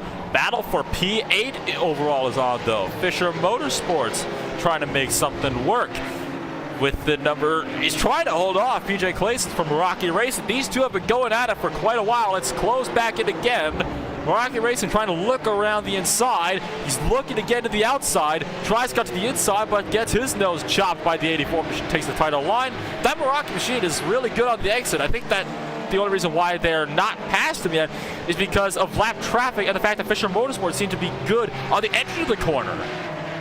They were 3 seconds quicker last time by, in fact, than Fisher Motorsport. Now it's the matter, though, of trying to make the pass. Looks like they're going to take the higher line to arc it in. Yes, indeed. Philip Russell is in front of them. Russell going to be potentially having to slow up a bit. In fact, Russell's going to slow both of them up as he tries to get to the left side of the racetrack, tries to let the blue flags go. Fisher gets held up as he goes to the high side instead. Both of these drivers in this position battle struggling to get by for the moment, finally do so. Still have 2 more cars at least, make it 4 until they get clear space. So Meraki Racing, they might have to hold back a bit, be more patient. Remember, we still have 2 hours and 26.5 minutes to go in this race. Still plenty of time to work your way through, and if you're 3 seconds a lap quicker, then there's no doubt that you are going to close it like a rocket ship no matter how much time you lose. Absolutely, and note as well, we are reaching that point knowing where drivers are being swapped in and out of the race cars. Now becomes the question, which drivers do you put in, especially if your battles such as this that are getting pretty feisty? It's a question as to kind of what is the racing scenario at the time, and I don't doubt it's going to not be the first driver change we've seen throughout the day either, because this is the first driver change happening before the halfway point. Remember, for this race, one of the Mazdas. It is Fazui. Racine Fazui, one of the top drivers in the Big C's MX-5 Challenge, now has a broken left front, and he is now really slowed down. He went off into the sand down the Cooper Straight, off the corner exit, going through the marbles. Lost the back end on the way through and overcorrected the car. So easy to do. It's almost impossible to save the Miatas when they start to go around. You really just have to lock down the brakes and hope for the best. While that was going on, though, we did have another incident. A TCR, Jay Steffi for the SRT Esports car went off. Clipped the grass with the AstroTurf on the way in. Replay now up on your screen. And looks like the car wheel hopped over the curbs and sent the car around. Now you can see just flip the sand right there with the left rear, and bye-bye race car for the 170. Loses them even more time. It's been a rough one, unfortunately, for them so far today, with a couple incidents involved in. But pit stops continue. Lots of Porsches are staggering their pit stops by a large margin, Nolan. At least 3 to 6 laps difference minimum, some of these cars in the lane, as you follow along with some of them still. I think that at this point we're beginning to see the big strategy between a lot of these teams of, cars trying to work their way through, and some, having a bit of more difficulty trying to find their way through. But it's something that these guys are going to have to get used to. Strategy can be everything in endurance races like this one. It seems to be these different strategy plays that might affect the way this race could play out come the end. Yeah, we've seen races at all various levels, Nolan, that came down to these kind of moves. We talked about it, what happened at Yokohama. Now, it's the chance to see it potentially happen in round number 2 today here. 2 hours, 23 minutes, 53 seconds, as cars continue to rumble their way around the racetrack. Meanwhile, a car had spun around Slow Racing Team Esports Team 2. They were inside the top 5 at one point. After the contact about 15, 20, 30 minutes ago, down to 13th, they spun it again. So Slow Racing Team's bad luck for today continues, and that was an overcorrection on the exit of the corner. He ran wide, the car got loose on the curbing, went left, right, left, twitch around, gets to the grass, slides around, and nearly wipes out Anders Christensen for the Helen Media Machine. Backed it into the barrier. On board with him now. And you can see, sends it in to get by the MX-5. Looks okay then. Bit of oversteer, clips the grass. Couldn't save it as it hooked hard to the right and hits the front end a little bit more on his race car. We also have an unsafe rejoin penalty now just given to Rigoli for 30 seconds hold for lap 52, turn 5. Battle though for third position in the Audis. Full Sen, Alpine Stars, Geodesic fighting hard. So Paul Van Loon trying to make something work. He just lost out on second place to Raf van der Linden, who, remember, was one of the drivers that received a stop and hold penalty for speeding on the virtual safety car. He's back up into second place in his class, so it seems like, those virtual safety cars might have balanced the field out quite a bit, with over half of them being brought in on the charge of speeding. These drivers, though, they have a Porsche trying to work their way through. It's Meraki Racing, who's right now all on his lonesome, who's trying to work their way through. There he goes by on the left side of the screen. And now you see there was Full Set Racing trying to move to the left a bit to try to catch what little draft there was. And that's a smart move indeed, to try and pull them forward, save a bit of fuel that way as well for them. The thing is, though, these drivers are 21 seconds behind the lead, at least. The battle for first and second, rather. First is 22 seconds now behind second. These cars are 13 seconds back of second spot. Van der Linden gonna lose some more time as he clips the grass that time. That seems to be a very common occurrence in these TCRs, is cars running off into the grass, and it seems to be exclusive to the TCRs, and I think there is actually a very explainable reason for this. It is the fact that the cars are front-wheel drive. They're the only front-wheel drive cars we have in the race today, and they seem to be the only ones that's struggling with, the track out and running off of the circuit. Because if you match the throttle of these cars, they will not turn. They're just going to understeer like crazy. You have to make sure you balance the throttle out with the steering inputs, or you're just not going to get anywhere. Absolutely. And that's what some of these drivers we're talking about they've been doing. Using the throttle to help rotate the car, especially off the corner in the center.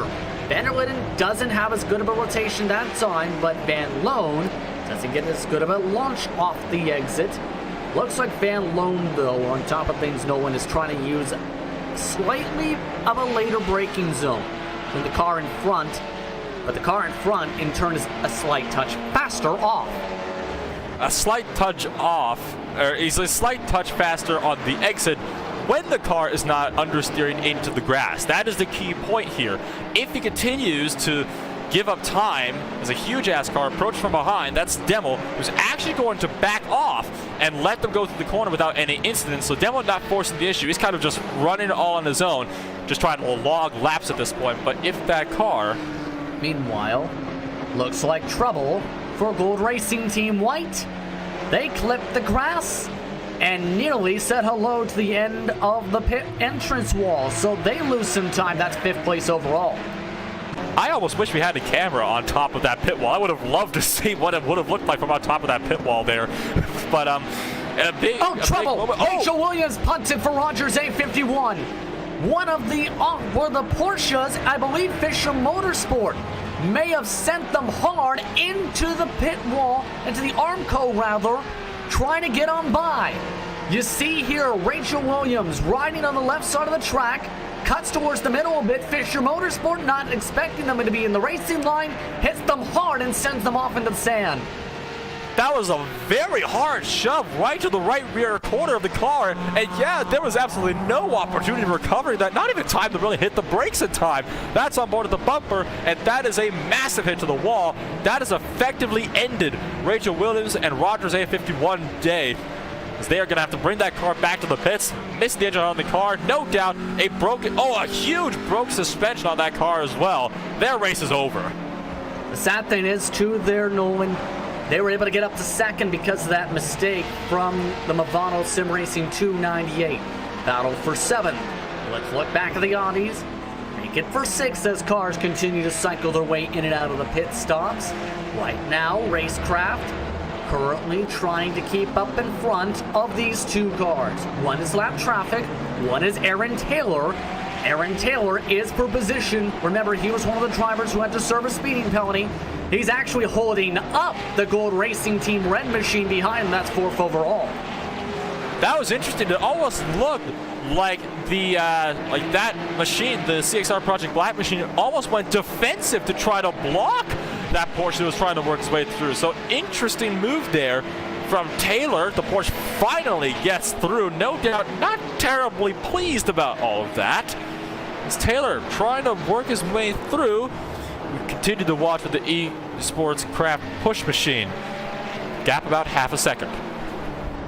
By the way, Paul Bergoli, we mentioned the penalty to him. It's that 187 they just got by as well as they continue to fight for this position. Separated by a few tenths at this point. And it's been getting feisty in the mid-pack so far. Everyone trying to get every single point they can get today here, Nolan. It's been feisty since the start of the race. It's been feisty for nearly 2 hours already. That hasn't changed at all. Like we said, the action does not stop in the Club Sport Series. It would seem as it's just non-stop passing and spinning left, right, front, and center. Taylor has the draft, closes the gap to about 3/10 into turn number 1. It is going to be Racecraft Esports. They get held by Miata, jumps over the curbs, wheel hops into the outside, goes by the outside of the Miata. They're 3 wide getting around him, and Taylor throws it up the inside into turn 2. Taylor waited for the mistake. He got a bit of it with the help of traffic. Taylor moves up another spot. So Taylor, who at one point was one of the top drivers in the class, has now moved up to 20th overall. Next car up will be Team Vikings, who is way up the track. We've seen so many incidents of DCRs getting into the... Oh no! Taylor just ran wide off the track, and that allowed Krisafi to close in on Racecraft Esports. They're big on the defense now, as they're going to be going side by side down into Hawthorne. Krisafi trying to look around the outside. Can he have the speed? He does not. And CXR Project Black hangs on to fight another day. Trying to hold on Taylor at the moment. Keeps it out of the grass this time. Track getting a bit more narrow. That's one of the main things we haven't discussed too much. Very narrow track surface here at Brands Hatch. About maybe 2.5 lanes wide. Taylor trying to use every single one of those inches of those lanes to hold on. Falling still in the draft is Krisafi. Just can't get the run quite yet as he approaches the next passing zone, Paddock Hill Bend, at the end of the front stretch. And the track really widens out a lot in the run down to turn 1. You can really go 3 wide, perhaps even 4 wide if you are brave enough.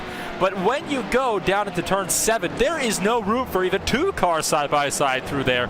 If you compare this track to the likes of, say, Silverstone, I would dare to say that that track at Silverstone at some points is nearly twice as wide down the Hanger Straight as it is here. You might want to look backwards, though, especially in the back mirror, see what's at the top of the picture. That is a string of Porsches that were amongst the lead cars who've had attrition though today under penalties. 49 Motorsports' 47 machine. Hell Racers, Team Hoicheveld and Audis closing in. Hell Media's closing in the 60 machine. It's about to get very busy for the position as there goes Gold Racing Team White's Garzado going by from the left on one car to the right on another. This is going to help the battle behind.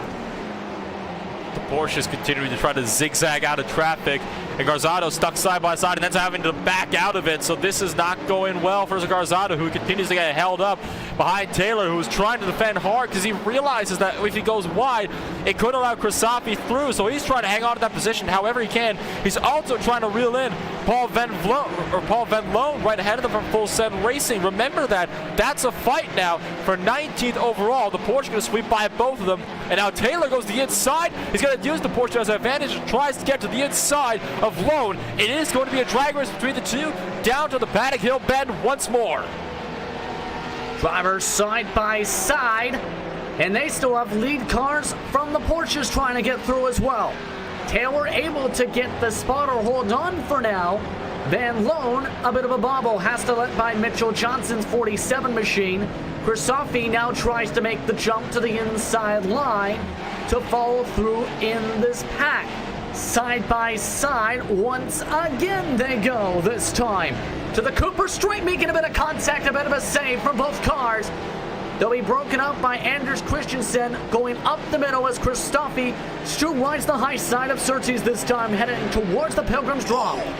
More contact. Paul Van Loon making contact with Kristofi now as they drag race down the straight. While this is going on, before they no doubt end themselves 3 wide, again we go with the Porsche trying to get around them. We have had our first disqualification of the day. The 170 SRT Esport TCR car has just been kicked out of the race for exceeding 9 infraction points in today's race. More near trouble behind them and more contact with Glatzel in the Husenfeld car trying to work around Paul Van Loon behind them.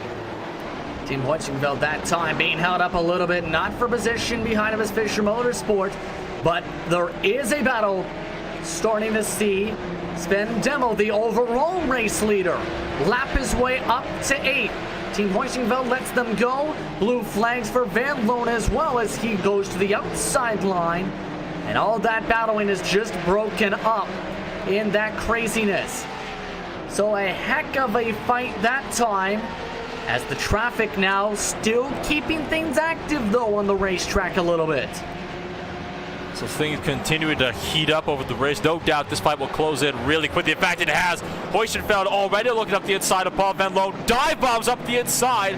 Lowe trying to go for the switchback, but Glatzel manages to cover.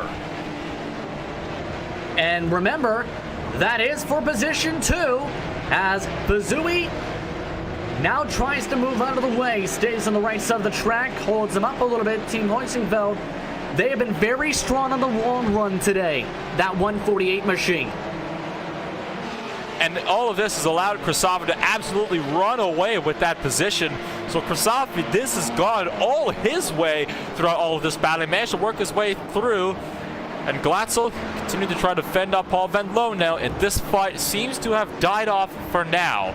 Looking back though, again, disqualification for SRT Esports TCR for exceeding the infraction points limit. So unfortunate end to SRT Esports' second race of the season. Should note Lucas Dolzer is in the pit lane now for SimRC ClubSport. They were the leaders for the Audis, so they are now in. So something going on with that 177. Now in there for 1 minute and 6 seconds. They are in a situation where they might need to go for the driver swap. They have Patrick Young, Rudolf Nagel, and Maximilian Schroeder in that pit garage paddock waiting along for this action. The question is, will they change the driver? No, Dolzer comes out of the pit lane. A lengthy stop that time. A long one of more than 1 minute and 10 seconds this time, Nolan. So an interesting call then from the SimRC boys, and Lucas Dolzer stays in the car and goes out.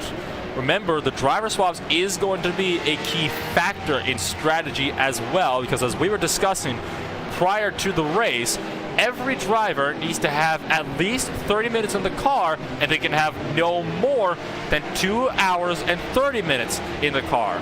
we are approaching the 2-hour mark now. So if you have a 3-man team, you are going to need to start looking into that, making sure that your one driver does not overstay his welcome, according to the race officials in the driver's seat.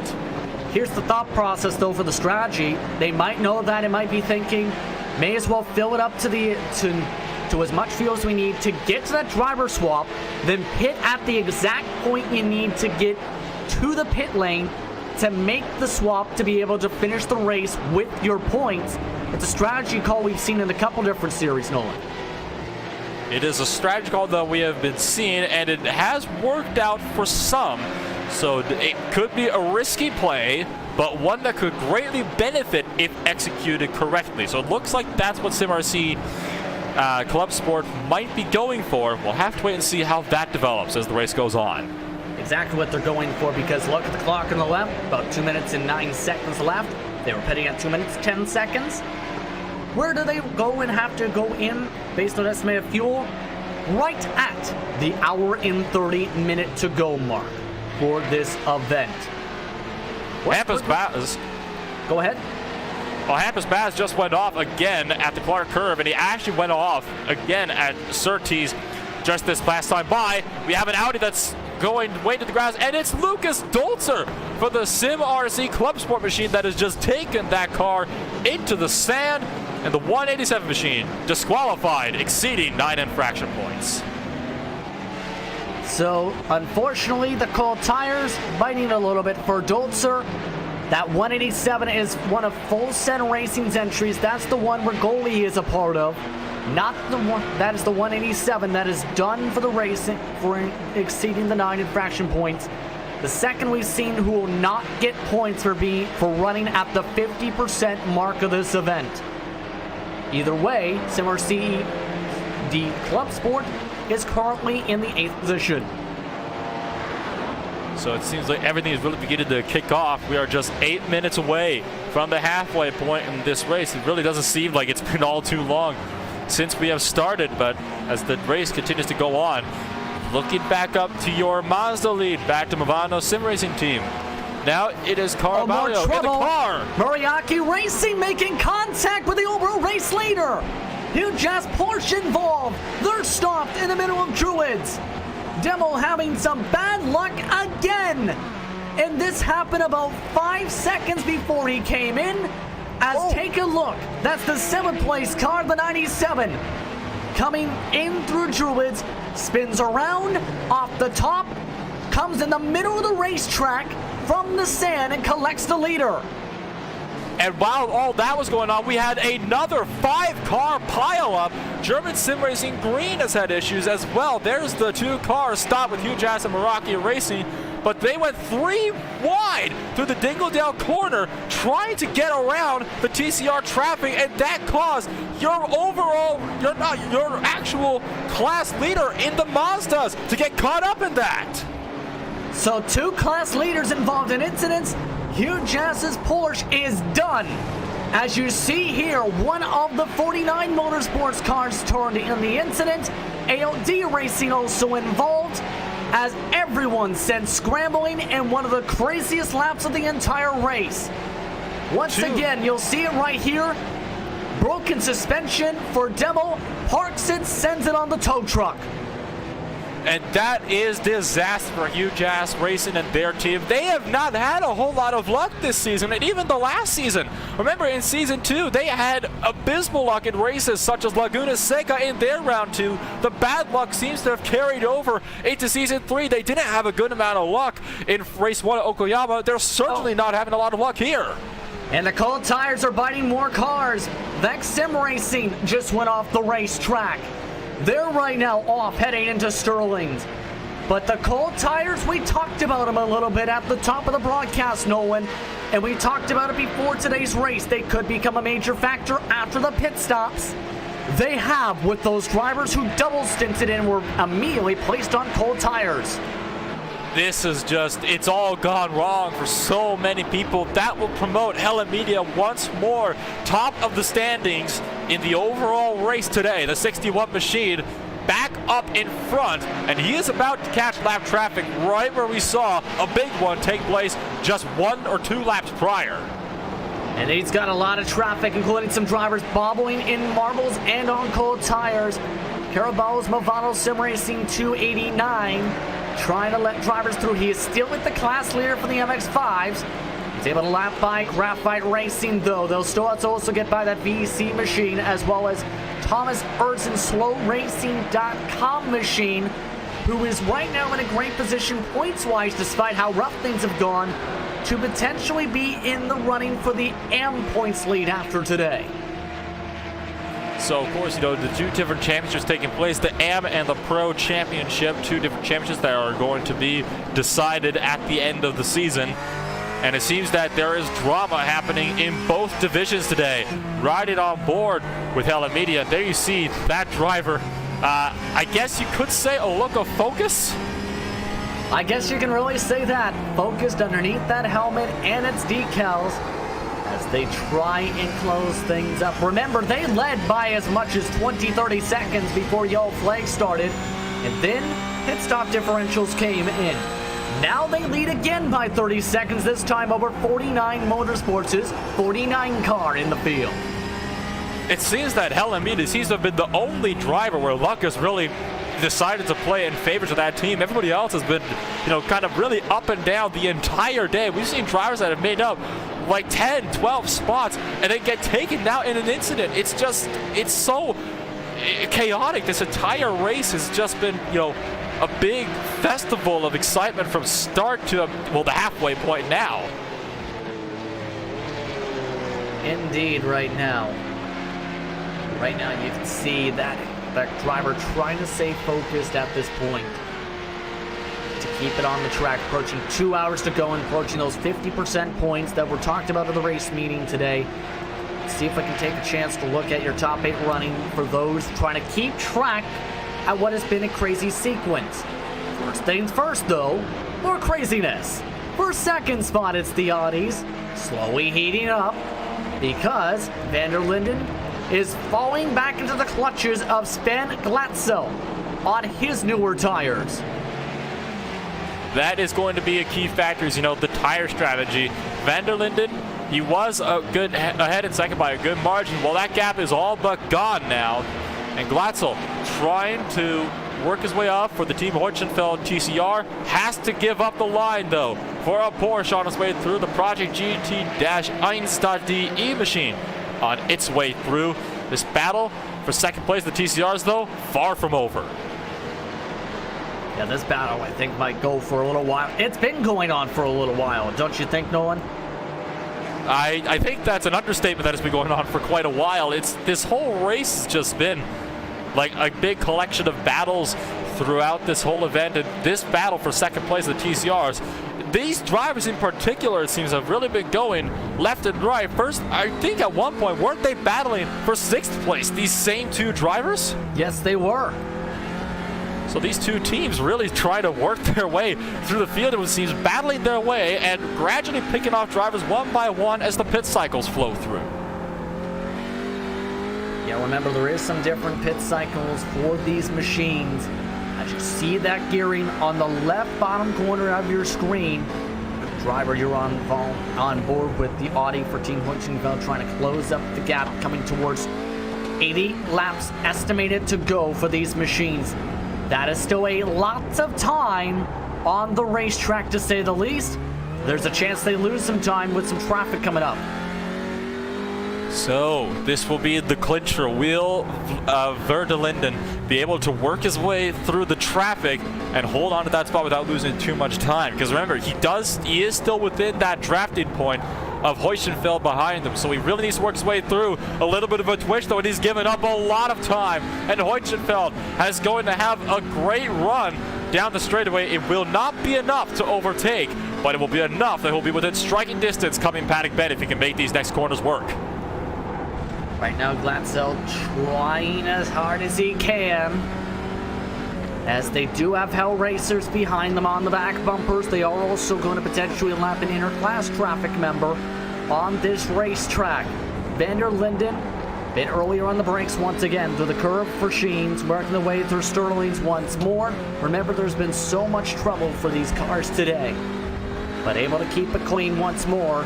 as Hell Racers breaks up the battle, cuts from the left, cuts to the right as you see on board. Porsche zigzagging left and right, and Hoichenfeld might have played that perfectly because Van der Linden got stuck on the outside. They're going to be side by side, and it looks like Hoichenfeld forced right into the grass by the pit straight, but he is going to be up on the inside. They make contact. It's big contact, and now Van der Linden goes into the tires. And another battle for one of the podium spots sees a car set off into the sand, and this was a heck of a fight right until there. He had to come up eventually, though, to make the corner. Van der Linden was trying to pinch him out. He was trying to force him to maybe back out, scare him out of the spot, but it just didn't work.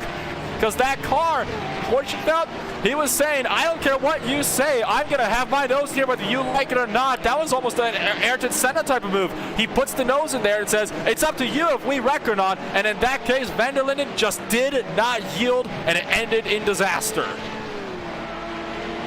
And Van der Linden still is able to stay inside the top 3 despite all of that. But it's still a ways behind now where he originally wanted to be, to say the very least, with Glatzel now at least 2 corners ahead. Able to avoid damage though in all of that, thankfully for that team.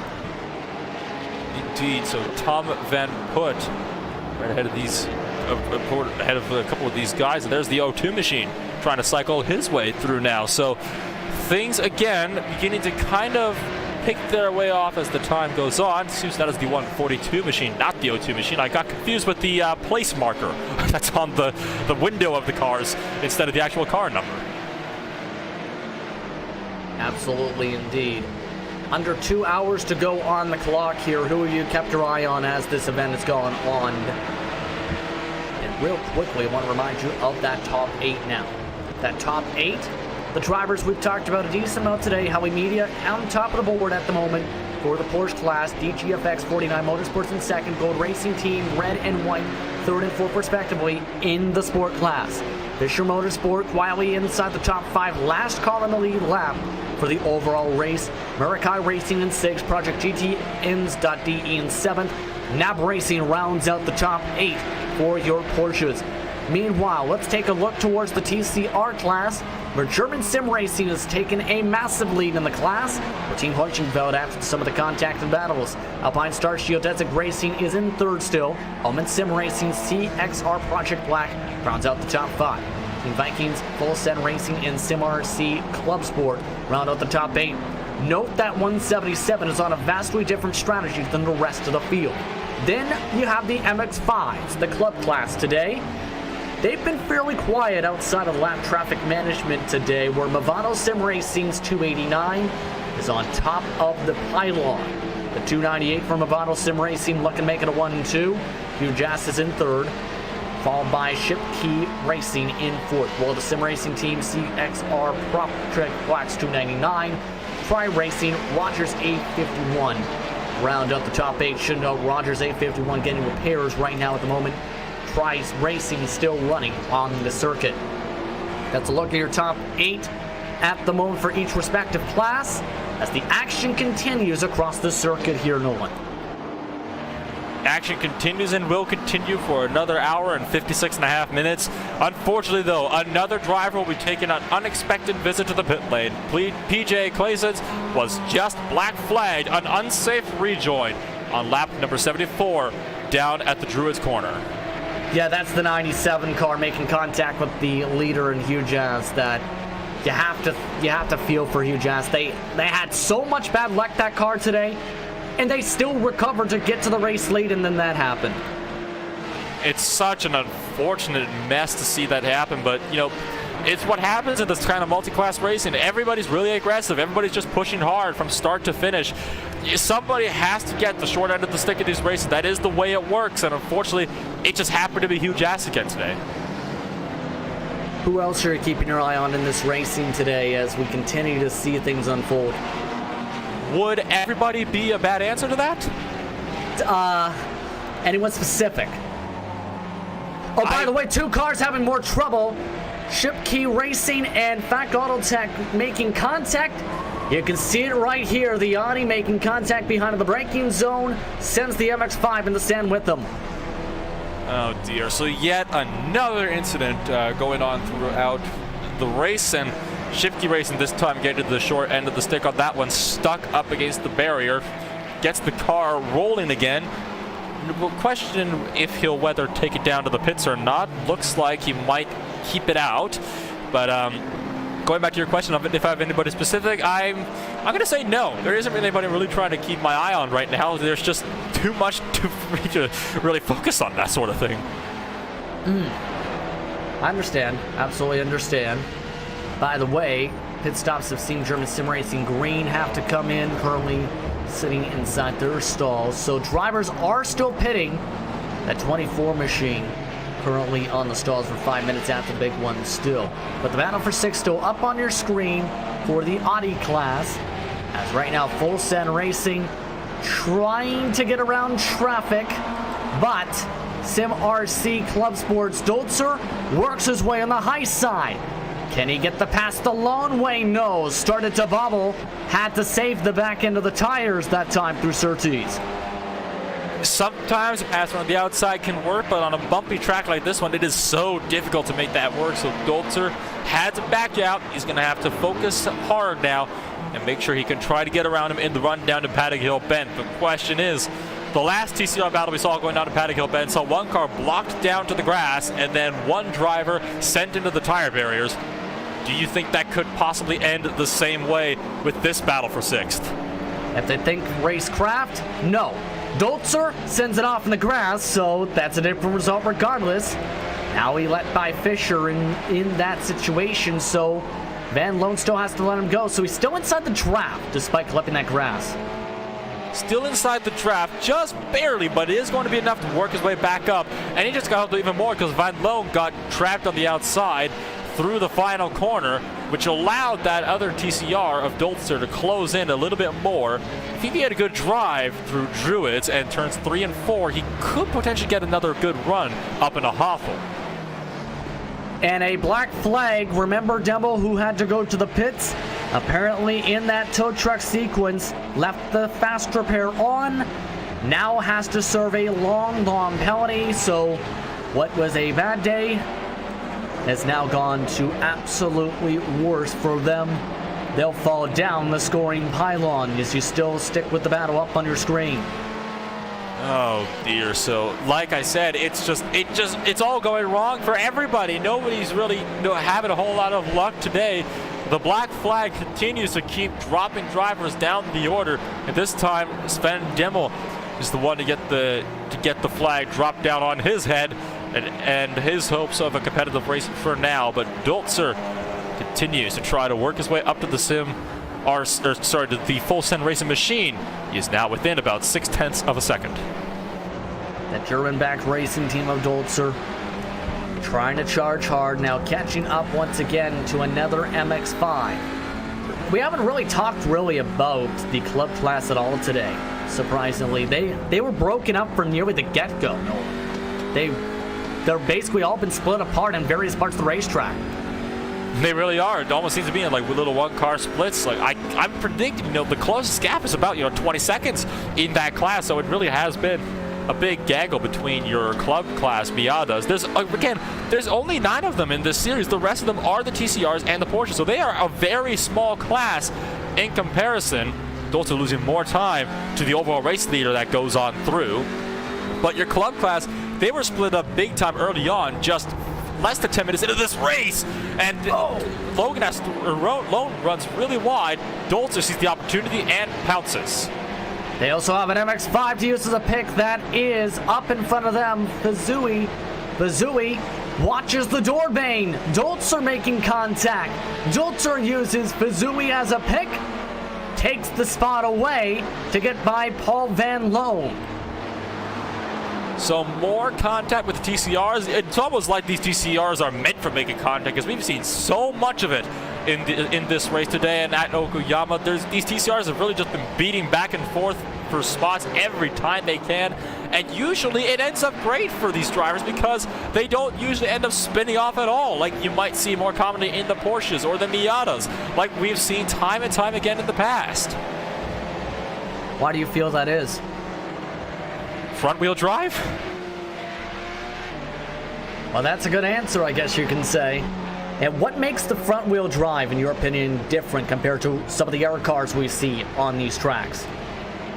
I think the fact that you have to drive them so differently because you can't mash the throttle coming off of these corners, because if you do, that's what sends them into the grass. So these have to be a lot more tender on the gas pedal. Keep it at about half throttle or even less than that until the car is in a straight line. Then you can send it all out through the corners. I think that's why these cars, they just drive so differently and so uniquely. And that's why I said it in Yokohama, and I'll say it again here, putting the GCRs into the series was probably one of the best moves they could have taken. Absolutely. It's been an entertaining race for those drivers today as we look back towards some more entertaining racing for the Porsche. Porsches continue to fight along. Let's go to a Race Spot fan immersion and follow along with this fight you see up on your screen for 9th position overall on the racetrack. Watch RacespotTV and the iRacing Esports Network for the DGFX Club Sport Series.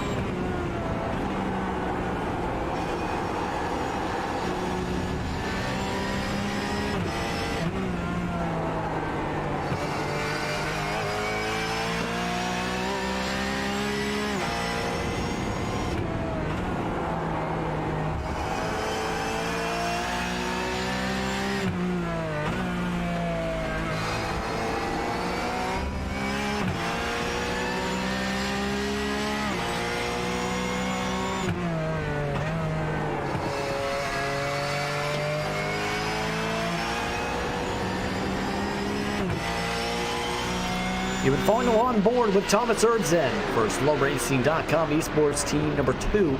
Just Prince alongside Nolan Rempel, Hugo Wason, Director, CTO on RacespotTV and the iRacing Esports Network for round number 2 of the Club Sport Series, 4 hours of Brands Hatch.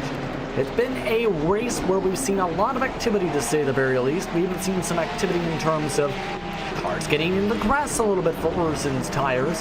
However, he has stayed within range of the fight with Mitchell Johnson. Another fight, also taking place inside the traffic, involves some of the TCR machines.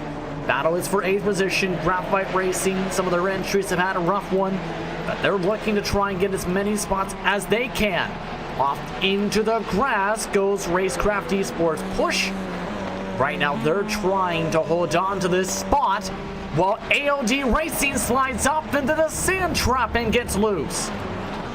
Carter Cundian are able to save it in the backdrop as you still stick with the battle as Racecraft tries to use the outside to get around some MX-5s. Trying to use the outside lane. Worked out for him for now. Did manage to get around that outside, but Cundinger, like you said, having a bit of a moment, going around the outside again to get around more MX-5 cars. This battle still within a second.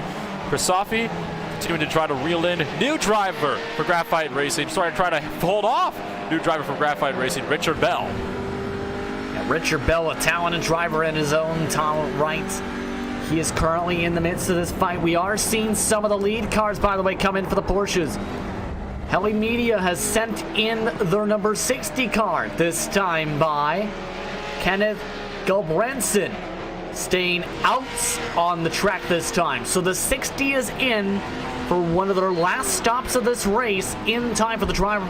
They have already made the driver swap, I believe, today. Yes, indeed. They already have made a couple driver swaps in that car. So Helen Media trying to look around the lap car now. That is your overall race leader who is continuing to dominate this race. Runs a little bit deep, coming towards the exit, but manages to keep it going straight and does not run off into the grass. Down to turn number 3. Still has quite a few TCRs and Miatas up ahead to work through. Now, some of the Porsche battles continuing, though, because 49 Motorsports, that's the 47 car. For reference sake, there are 49 cars still inside the top 3, but Mitchell Johnson's still behind the wheel with the 47. What do you think that GSRC logoed car is thinking about? That's the white, black, and pink machine. He's probably thinking of defending all he can right now, because we are, of course, in the final half of this race, slowly counting down the minutes towards the end. So that is what Mitchell Johnson is going to be thinking right now. Well, no, he's thinking pit stop. He just ducked down to the lane for a scheduled stop, so it looks like he might be coming for the driver swap. He has ran from the start, and this is where we might see a ton of drivers duck down, actually, as the overrun is stalled by a little bit, because at the 90-minute mark, if you haven't made a driver swap, you will be potentially at risk of a penalty. And we saw that a couple of times in the last season as well, drivers not making that swap in time and facing penalties, some of which even carried on into the following round. So that is something that drivers need to make sure they get right, crucially, as more Porsches coming down onto the lane. And Jared Joel just jumped into the car for the first time today, just in time. Right now that car is inside the top 10. As you see them back on the pit lane, but it's going to be the question, when do the rest of the drivers come in? Mind you, that overall race leader and Gulbranson came in about 30-40 minutes ago on their previous caution, on their previous stint rather. So they did come in on the previous stint, and now it will be Jared Joel to run out of the pits and try to pick up some more spots for that DGFX number 49 machine. That car has had so much bad luck throughout this race. He is down to 11th right now overall. Do you reckon that car could maybe try to fight up, maybe take up another spot? There's a chance right now, especially since there's a pit cycle at the moment. Gold Racing Team White, they want their driver swap. A couple others are also in. Movado Sim Racing has put in their MX-5 to the pit lane. SlowRacing.com is in the pits as well. German Sim Racing Green also inside the stalls. So the pit window is wide open for a majority of the field as we approach that 90-minute mark. And this is going to get to where we watch guys like Lukas Stolzer, who are on that very different strategy on the fuel. The fuel might be the key here. Was the key at the first race? It could be the key here again. It would not surprise me if it was the key here again. Ertz in for slow racing. He's back out on course now. Looking down the Dolzer in the RacespotTV ClubSport TCR. Ty Polito having some more trouble off in the grass again, and Clark Curb as he tried to make his way towards the pit lane. I mean, let's talk really again on what you would describe in terms of how the drivers adjusted the track as it's rubbered up. The sun has started peeking its way through the clouds all throughout the race.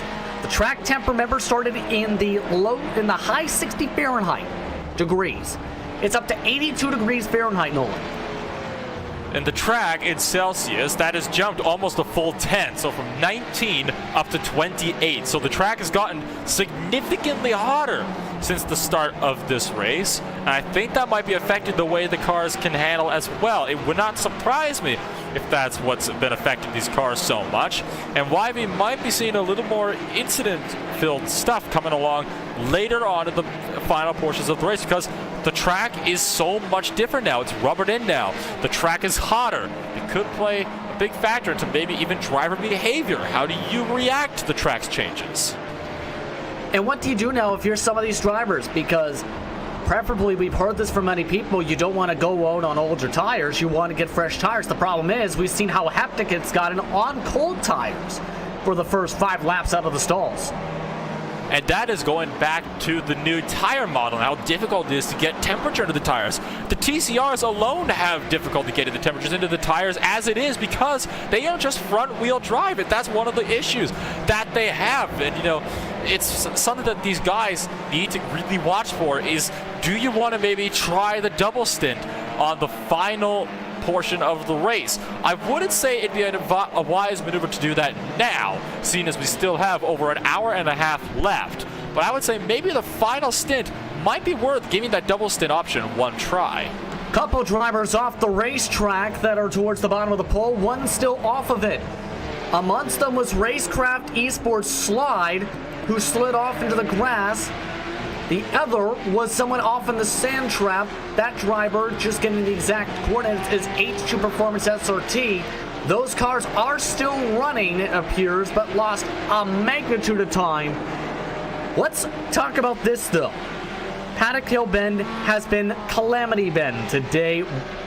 Why do you think that is? The curbs or the bumps, or what do you think is the factor in all of that for the struggles for the entire field, regardless of class today?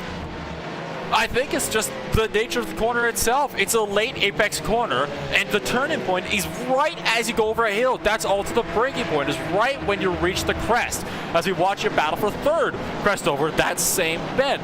It's such a difficult corner to do. You can oversteer so easily on the entry, and then you can understeer so easily on the exit. It is a crucial corner to get right, and it's one of the most difficult corners you could probably face on the surface, I dare to say, is the Paddock Hill Bend. Indeed, and look at this battle now forming up for third as well. We've seen them just run through that corner just about a moment ago. Now they're running back towards the Pilgrims Drop, towards Hawthorne Bend, before they reach the Derek Mincher Straight. And this is another good one where if you don't hit things right, especially after Derek Mincher Straight, you will potentially bang your way off into the sand.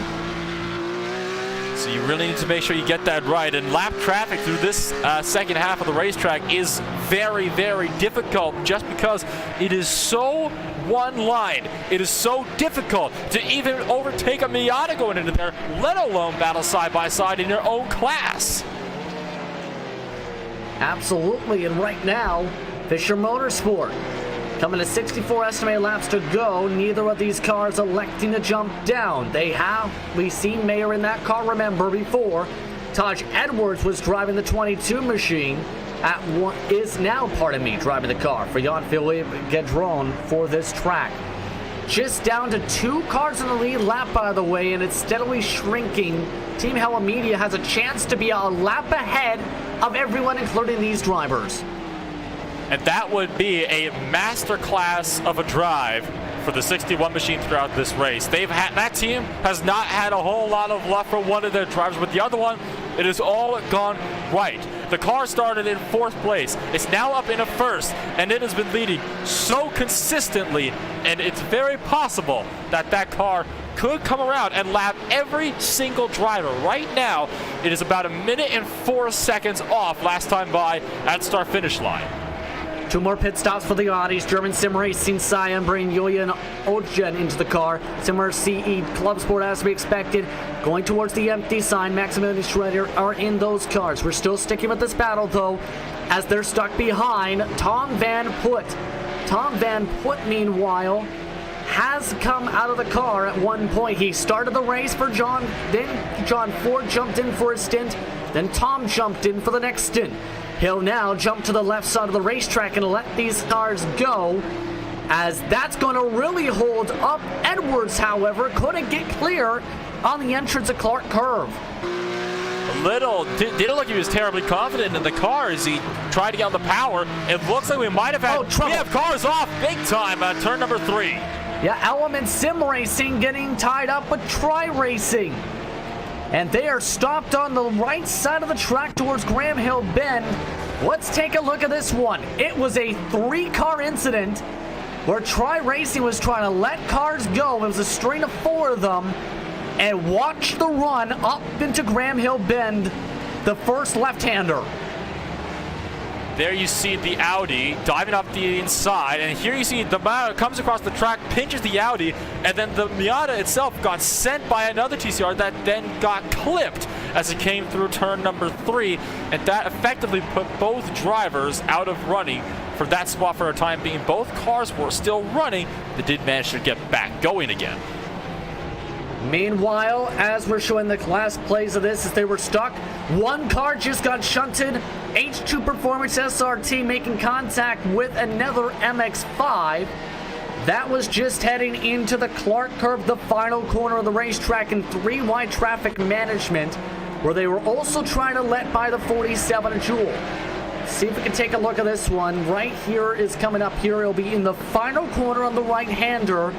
Lap Cars tries to stay low, and instead, 3 wide, sees a car off into the sand into the tires.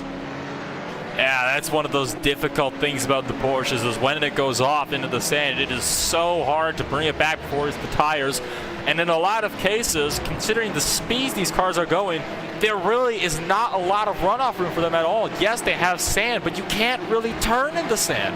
And that is the problem, especially for the TCRs. The cars just go straight.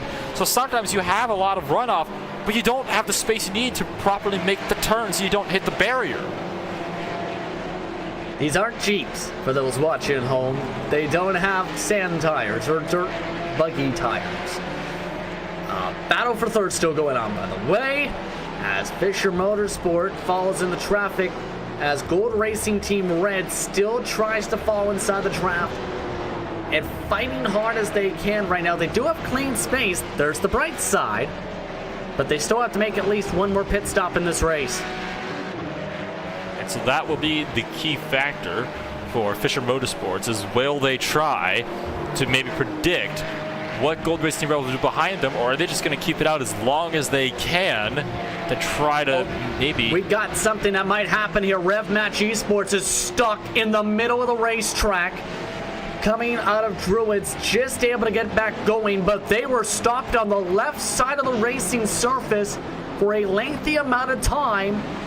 Take a look at this one. That's Team Heuschenfeld, and they just lose the back end, avoid any contact, but man, that took them a while to find a hole because they were stopped right there for a few seconds. And that's one of the difficult factors about racing in a field like this. It is difficult to find a way through because you've got 3 different classes battling amongst themselves. You don't want to come up on track and impede them because you could get penalized for an unsafe rejoin. Another car going off. It is AOD Racing. Robert Hayes has overshot turn number 3. And all of a sudden, we just seen a lot of those pit stops, right? So the cold tires, I think, are coming back in, Nolan. Well, we've talked about it so many times, it's going to be a talking point for a while yet in this race.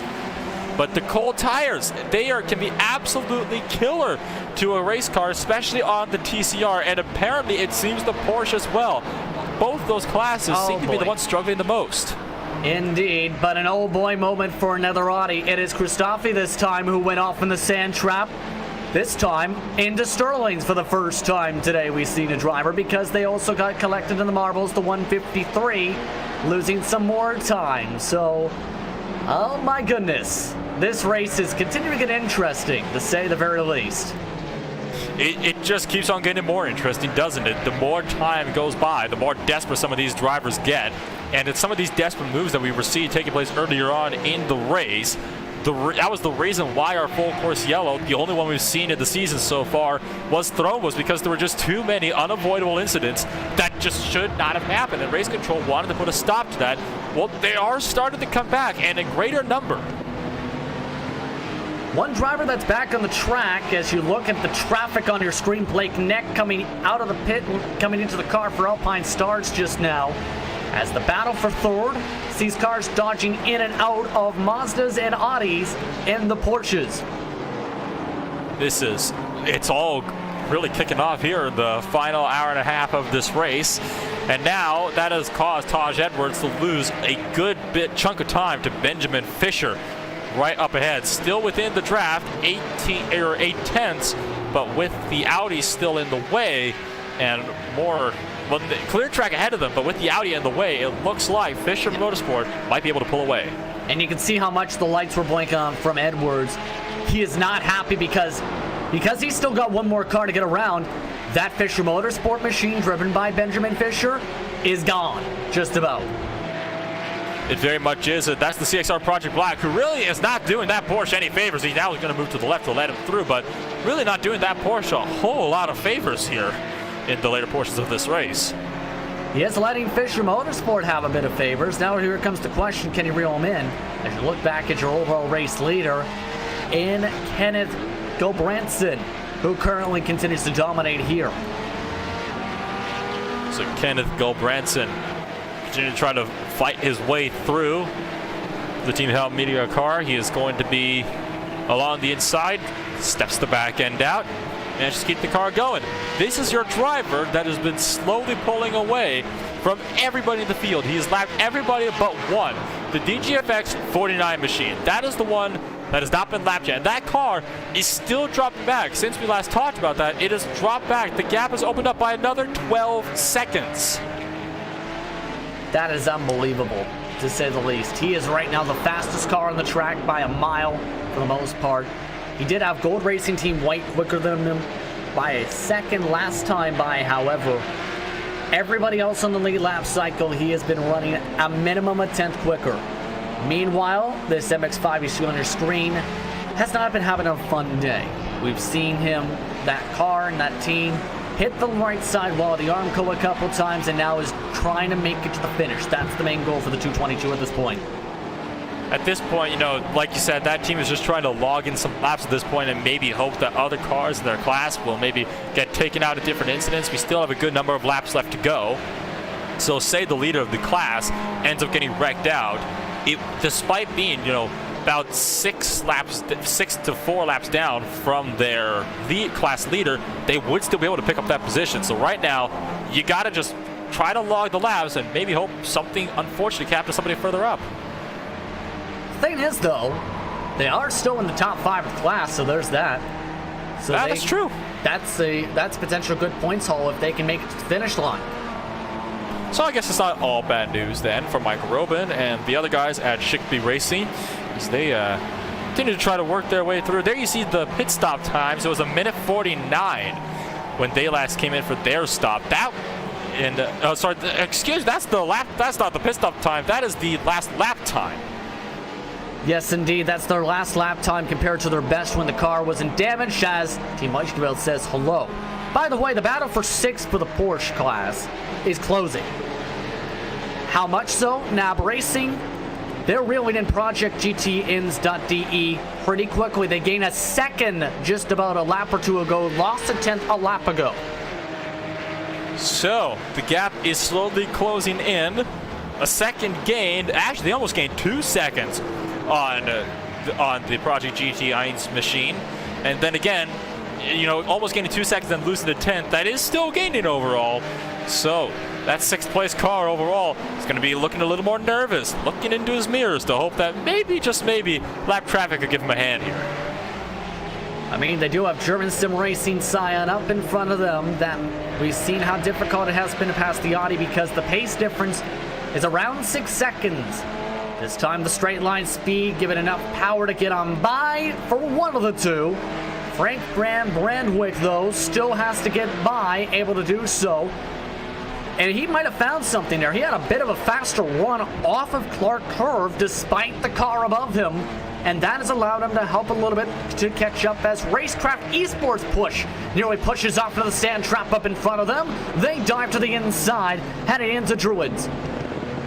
Oh, and it's a touch, and a big touch at that. Frank Van Brandwick tried to get around Racecraft Esports as well and ended up giving him a big shove to the door. That's caused him to lose a good chunk of time now to Brad Zabel up ahead of them. And he's not going to be quite happy there, trying to get by some lap traffic. Now loses some time, at least 5-6 car lengths to Bernd Zabel up in front for the 6th spot. And now it's going to take some more work again to reel him back in to try and get back within the draft. It is still possible. If you can gain the 2nd and 8/10ths a lap, you're definitely going to catch them in no time flat. He has to work his way around the VEC Sim Racing car that's had a few issues. Gets through him with no problems. And now, Zabel, once again, being held up by lap traffic. This time, it is Steen Ledger in the Full Send Racing TCR ahead of them. Right now, that machine still picking up some speed. The 129.2 last time by a 128 flat for Van Brandwick. Now, Steen Ledger accidentally holds up the spot. He moves back on the high side once again, lets by traffic. Van Brandwick tries to send the stamp. Can he make it stick to the envelope? Yes, he does.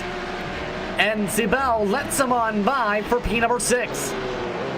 I think that was kind of a nice little present that Zabel gave Brandwick right there. Didn't try to fight it too hard. Didn't try to, jump down to cover it, because I think it was a little obvious to him that that car was going to catch and get by him no matter what. So didn't try to tear both cars up, and both cars are off and away. And as you can see, now Braza, they've already pulled a significant gap over that car. I don't think there's any way that Zabel can catch back up from that. And before people ask, those tires are on the same tires, so to speak, on double stints rather, but, and this is the main thing with the new tire model, we've talked about it a lot with the cold tire side. One of the main things as well is, if you abuse your tires too much, you will burn the goodie out of them, so to speak, where you'll end up struggling on the long run. So it not only emphasizes tire heating, it emphasizes tire saving to make sure you can perform for this stage of a race. And that's something that I think a lot of drivers were doing early on. They were just completely burning it in, and it's completely, fascinating the way all of this is working out as Nav Racing continuing to try to work his way through traffic. But tire spending and tire saving, I guess you could say, both two very important factors of racing, and now we're starting to see tire saving come into play a lot more here in the final stages of the race, especially for the cars that are on double stints. Indeed. As Nav Racing pulls away from the spot, let's quickly take a glance back to third if we can for the Porsche, because right now they are stuck in traffic. It was down to where the red boxes popped up within a second until they reached Blake Neck and Philip Russell. Those two drivers have helped separate the gap again, but they're starting to get very loosey-goosey. So perhaps having burned, like you said, the goodie out of the tire. That seems to be maybe what Fisher Motorsport is having to struggle with, trying to work through the TCR field, doing a very good job of it for now. And these third place guys, they are actually catching on lap traffic interclass. They are going to catch lap traffic within their own class just a short while here. Could that potentially play into how Taj Edwards can reel in Benjamin Fisher? Some good questions indeed, but they still have to get around 18 Brit, who are still having their decent day. However, they are down to the middle of the pack instead of towards the front of the pack like they were about an hour and a half ago when we last checked in. Ben Warren, where will he go to let Edwards go? But the more Edwards gets stuck behind him, the more that Fisher Motorsport runs away. But again, we've seen Edwards is more comfortable in the long run right now, better at the tire saving at this point of this race. And so that seems to be the case with the tire saving being done for now. The question is, how long will the tire saving last for? Because you can't, surely you don't want to tire save all the way to the end. You're just going to lose out so much time. You got to start pushing at some point to make sure that you can maintain your gap. That might be what some of these drivers are thinking. Save now, push in the final half hour or so of the race. Yeah, that might exactly be the strategy there. Here, indeed. But remember, to Scuba, we've seen some drivers sliding. H2 Performance SRT just went off into the sand trap, and their day continues to go a bit down. One of the MX-5s, and that is Shipkey Racing, nearly gives them a shunt again by accident.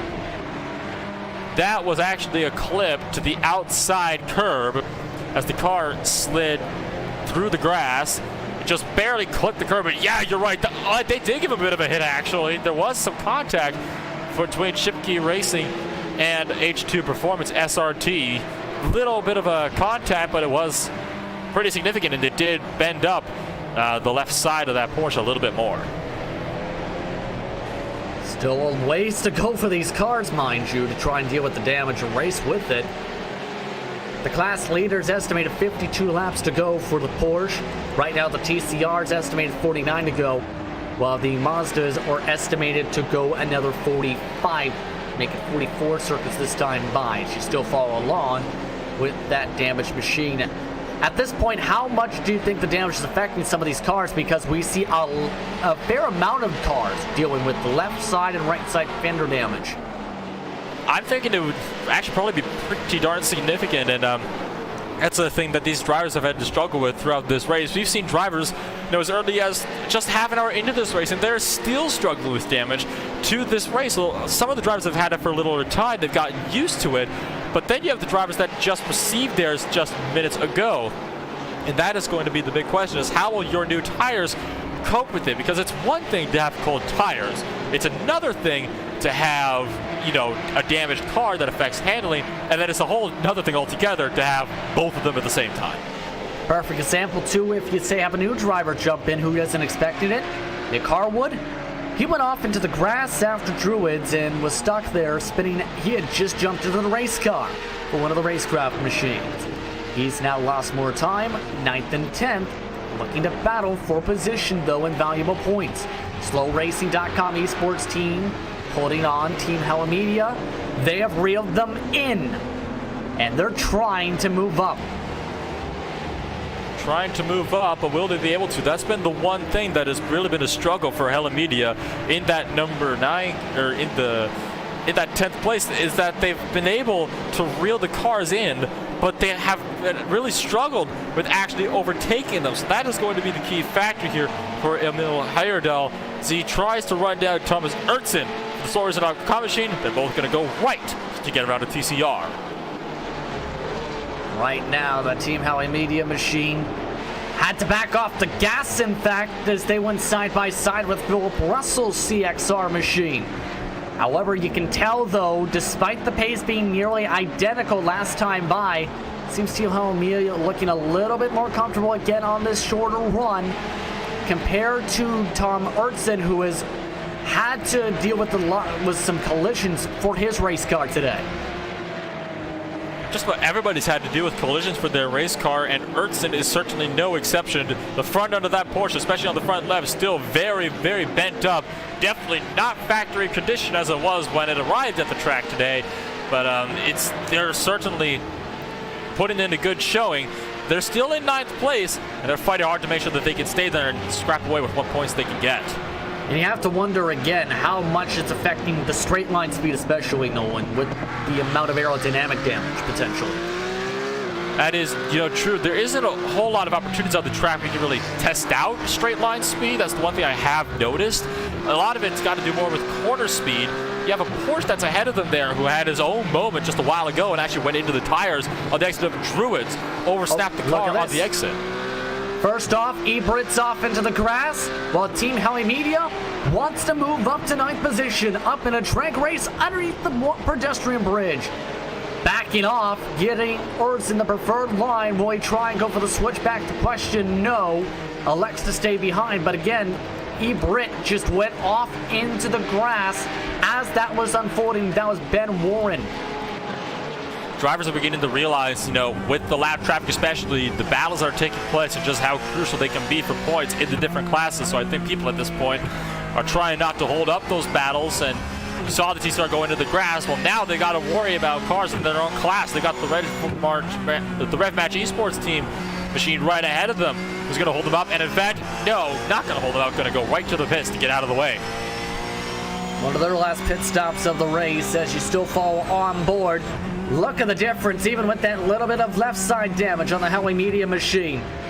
Had to deal with a bit of a bubble that time with some of the wheel hop, as last time picked up a 10th as the lights start blinking.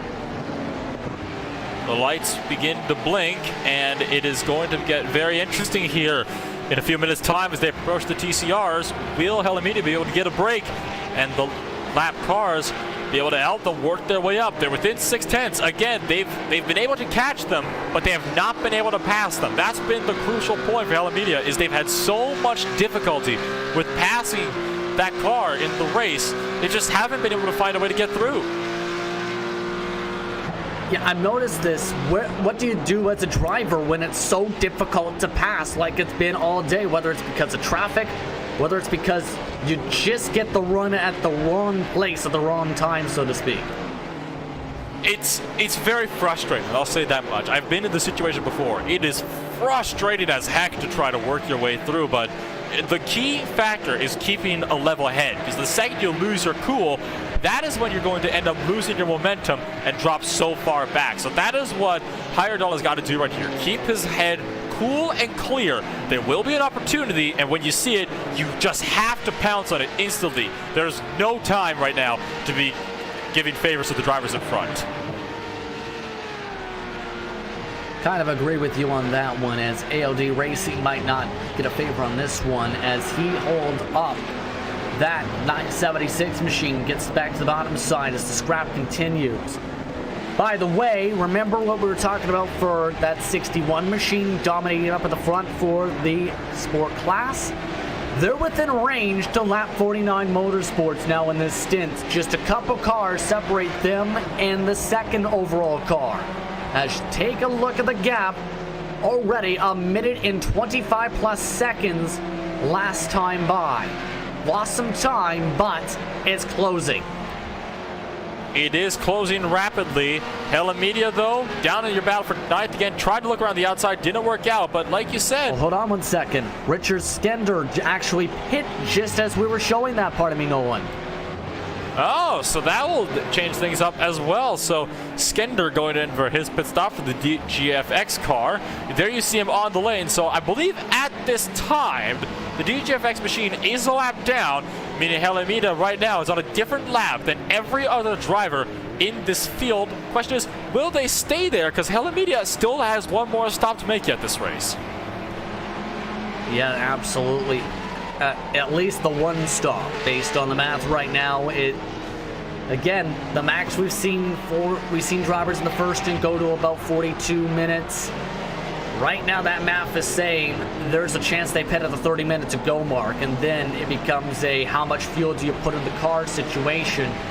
They elected to go for the double stint before that final potential pit stop on the racetrack.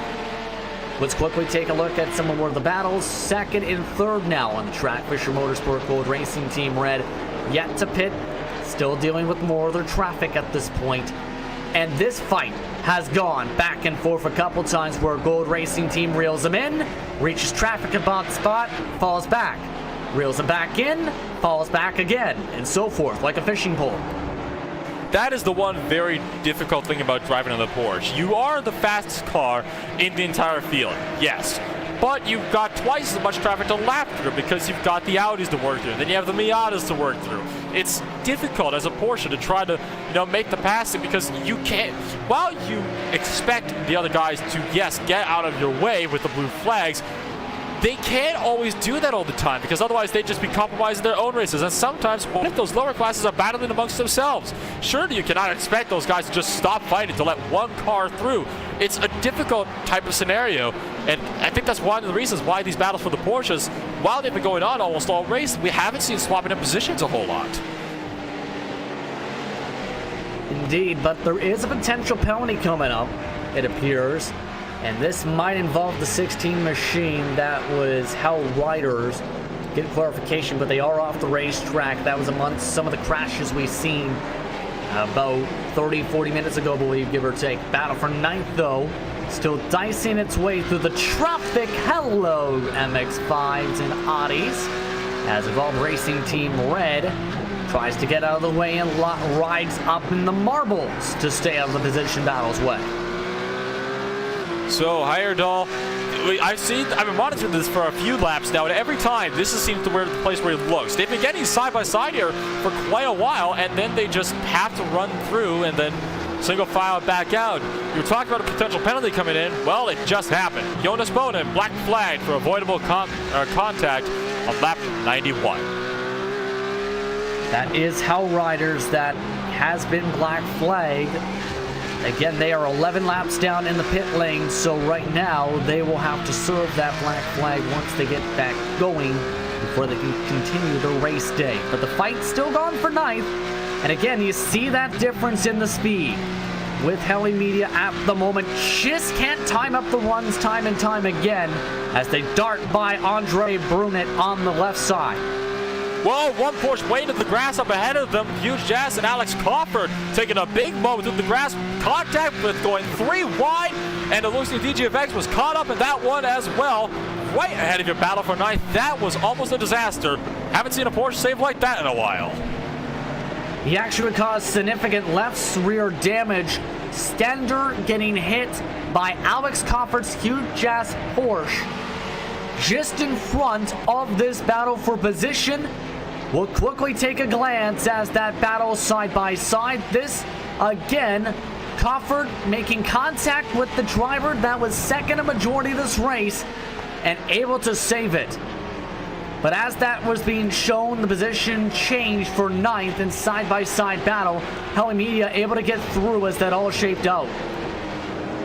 So Heli Media finally through and into 9th, and now Thomas Ertzen for the slow racing machine trying to fight back. Look to the inside, and it didn't quite work out. Staying with your replay to show you the pass for 9th. Going back to live pictures, it would seem as yes, we have it. Cars still trying to work their way through the battle, still on. They have a car not for position. It is a driver lapping them, breaking this battle up for now.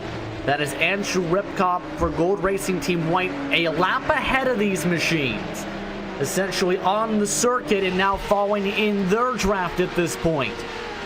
Right now, these times in the minute 29s for the Porsche class at the moment.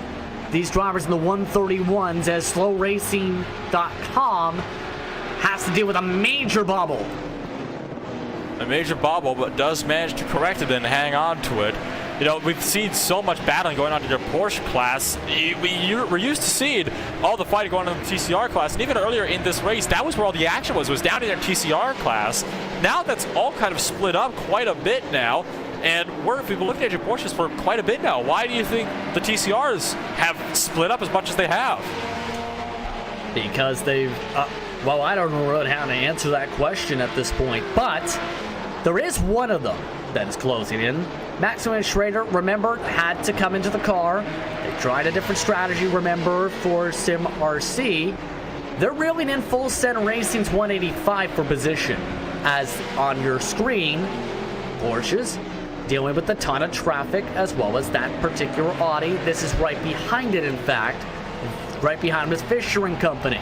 Joel also at the moment trying to get on by as there goes the Fisher Motorsport machine.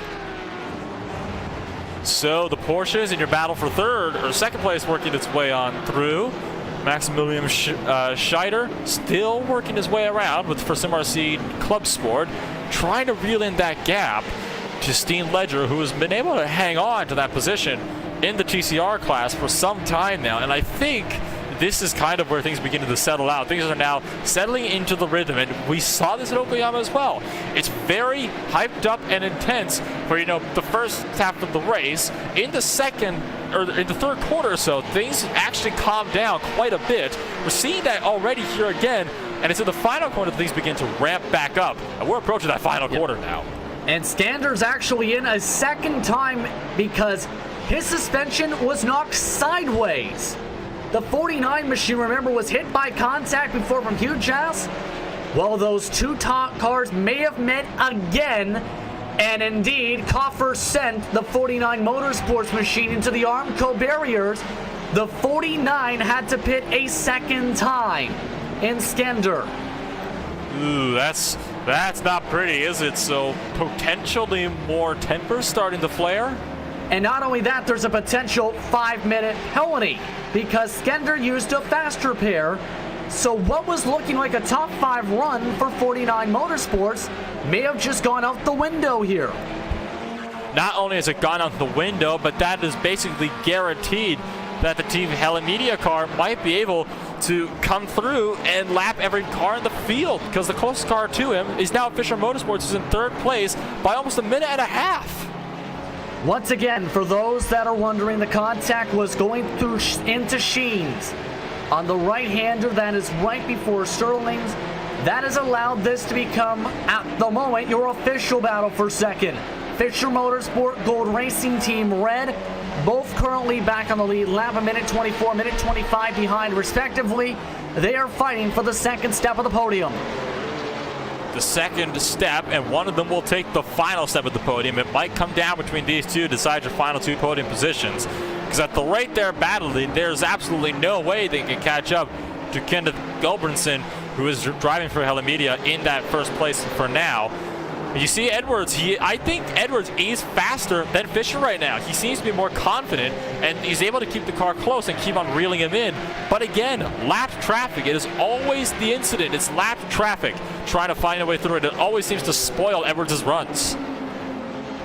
Yeah, it seems like Edwards, every time he's got a chance to dive in, it's either at the end of the straightaway at the wrong part, or it's right when they have to reach somebody. They're about to reach two more cars, for example.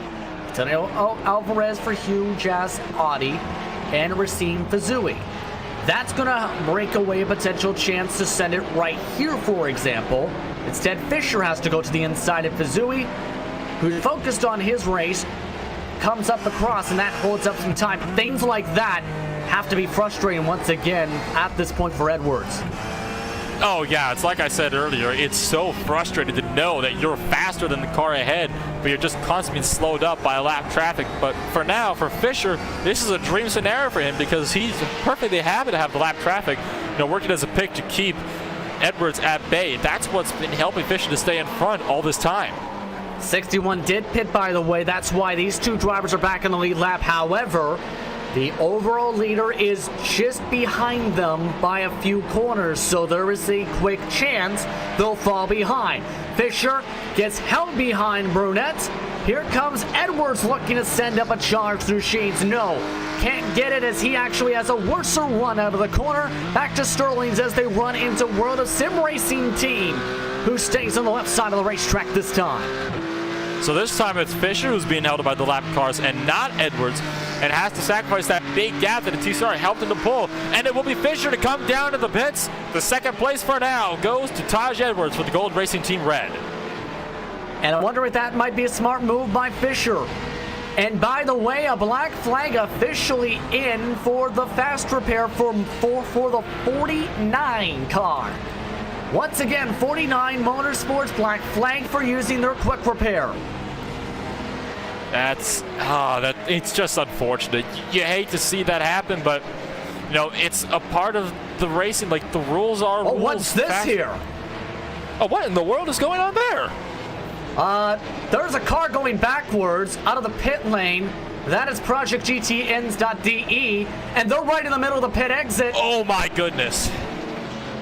So Lucas Lippard having some problems. He went backwards. It looks like he spun the tires out of the pit lane.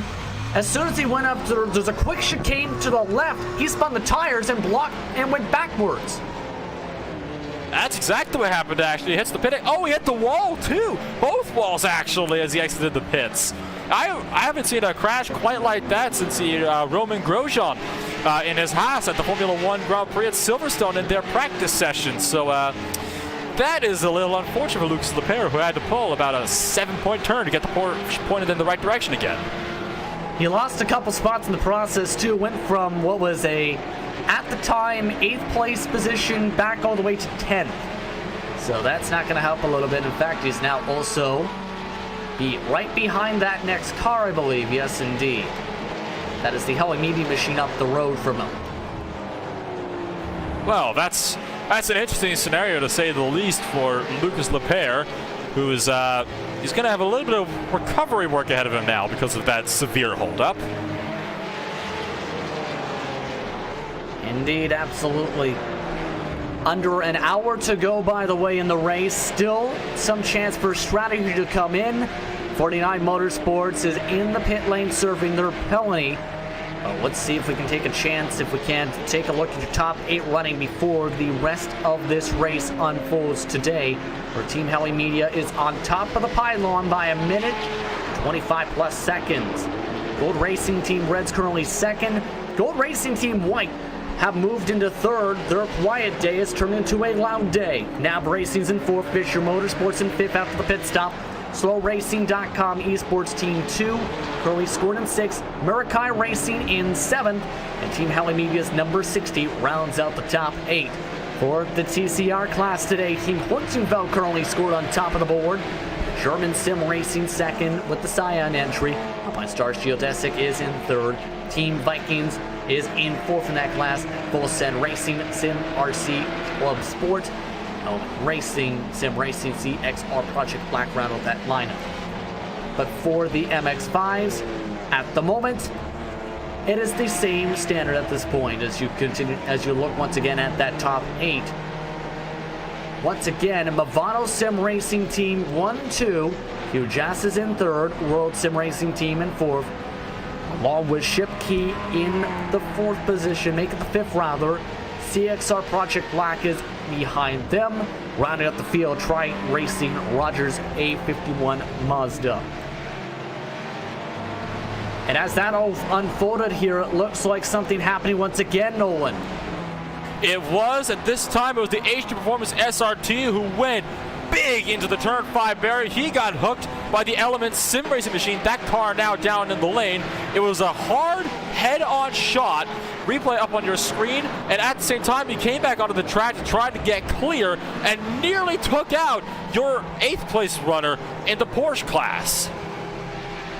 What do you think was going on there to trigger all of that, really? Because it looked like did he think it was just about clear?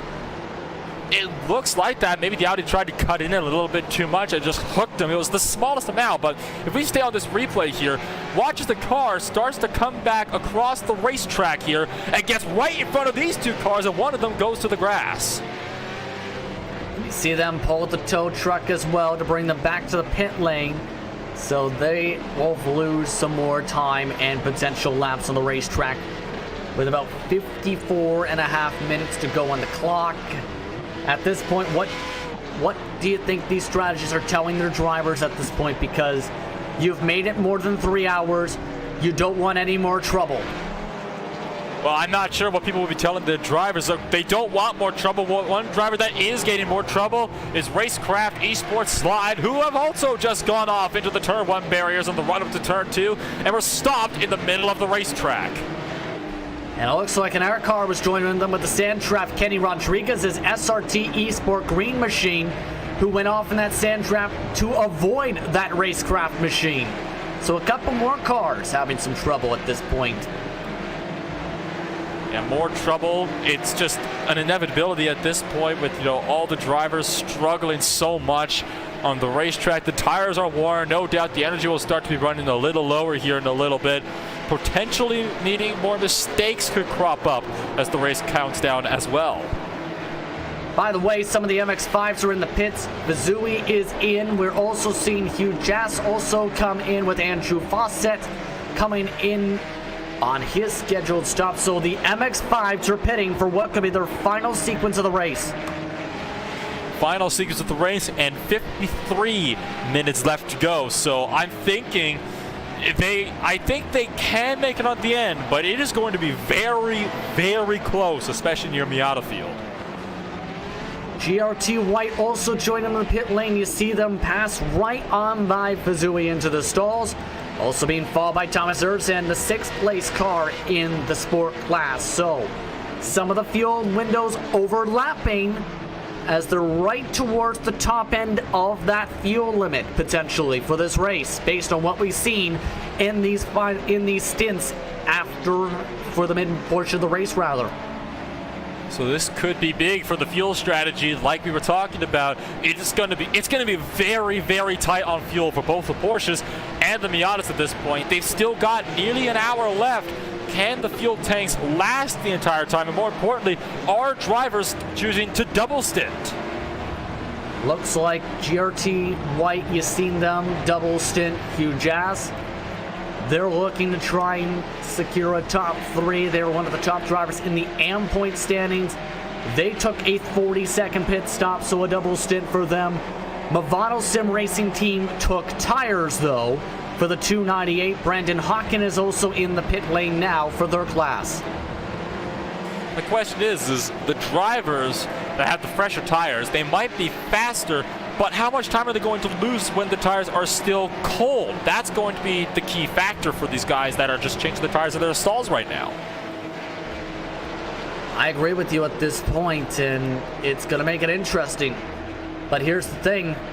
You have to wonder if some of these drivers might think to go and push hard. And right now it looks like Fazui just trying to keep it nice and calm and safe. Not push too hard, braking a little early, because here's how it is on cold tires, for those who might be wondering. It's a bit of a floaty feel, sometimes a bit of an oversteer, in fact. Some drivers describe it as an understeer. The brakes are actually drifting the car into the corner, and while they're cold tires and not how you want to enter a corner, they're helping it rotate. That slidiness will go away as the tire heat picks up inside the rubber for these cars. Speaking of cars, 2 are fighting for 11th. And Richard Skender getting caught up in the DJFX 49 machine right behind them as well. Fighting side by side though for 11th place in the TCR class. It'll be A-Team Bread. Continues their dominant pace as they continue to try to push their way up. Back Autotech Sim Racing drops down another spot. Here comes a Porsche working his way through one of the kinks. Right now, still dealing with some of the traffic. Again, it's been a lot of attrition with some of these cars in this grouping. Warren still trying to hold the position. Meanwhile, Sven Brooks working his way away from the marbles.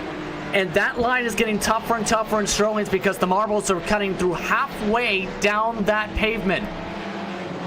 And the marbles can be absolutely killer to your race, and you really need to be careful of that. Make sure they don't wash up into the marbles. And when the marbles cover so much of the track, it can be difficult for drivers to work their way through. You see it, Fact Autotech Sim Racing continue to try to look for ways through, and in fact, E.T. Brent runs wide up the corner. That will allow that machine through. Fact Autotech Sim Racing up into the braking zone. He's going to get that spot done. He's going to make sure to cover. E.T. Brent, Ben Warren, not able to go for the over-under. Yeah, Warren looked like had to deal with a bit of that wheel hopping we talked about a little bit again, and that pushed him to where he had to get off the gas. And now he has to get off the gas to let by Rev Match Esports. Both of them do, in fact. This might allow a chance for him to dive back in. Warren not able to get the run quite yet, no. So the battle still keeps up for now with 49 minutes to go on the clock. They're coming to 31 estimated laps to go as more traffic says hello. And Warren, he was looking to maybe let the SRT Esports green car through, but the Porsche decided, I'm going to wait, because again, this is a battle for position right here, and I think that Porsche realizes that and is trying to ensure that, it doesn't disrupt said battle, because this is, the points can be so crucial when there's so few races in this season like there is here. And now you can see AOD Racing beginning to hold up the Fact Autotech Sim Racing machine. This is going to get a little bit dicey here. This is interclass traffic. Can Robert Hayes get out to the side? He gets to the left side.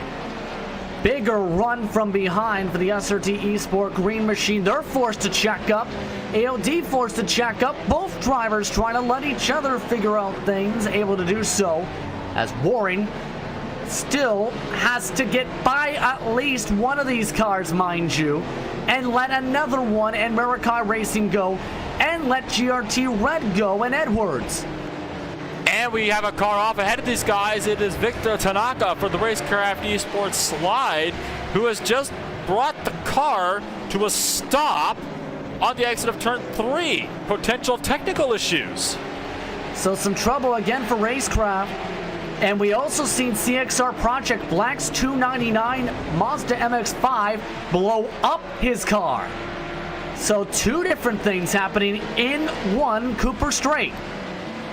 It's been a while since I've seen a car just full on let go here on the surface. So that's, especially for the road course stuff, there you see the puff of smoke, already the car letting go. There you see the Porsche just moving behind them, but that 299 machine, I think their day is finally over for good.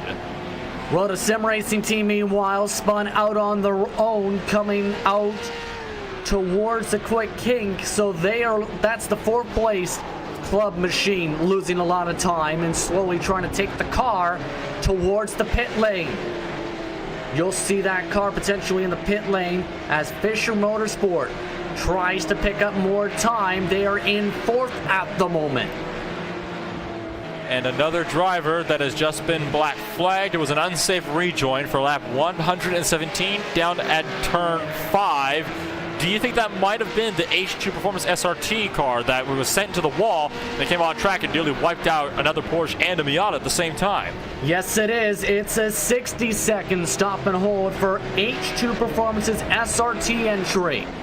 So that car will have to serve a penalty. But the reason we were looking at Fisher Motorsport, as you look at the car, still dealing with some damage, mind you, Nolan.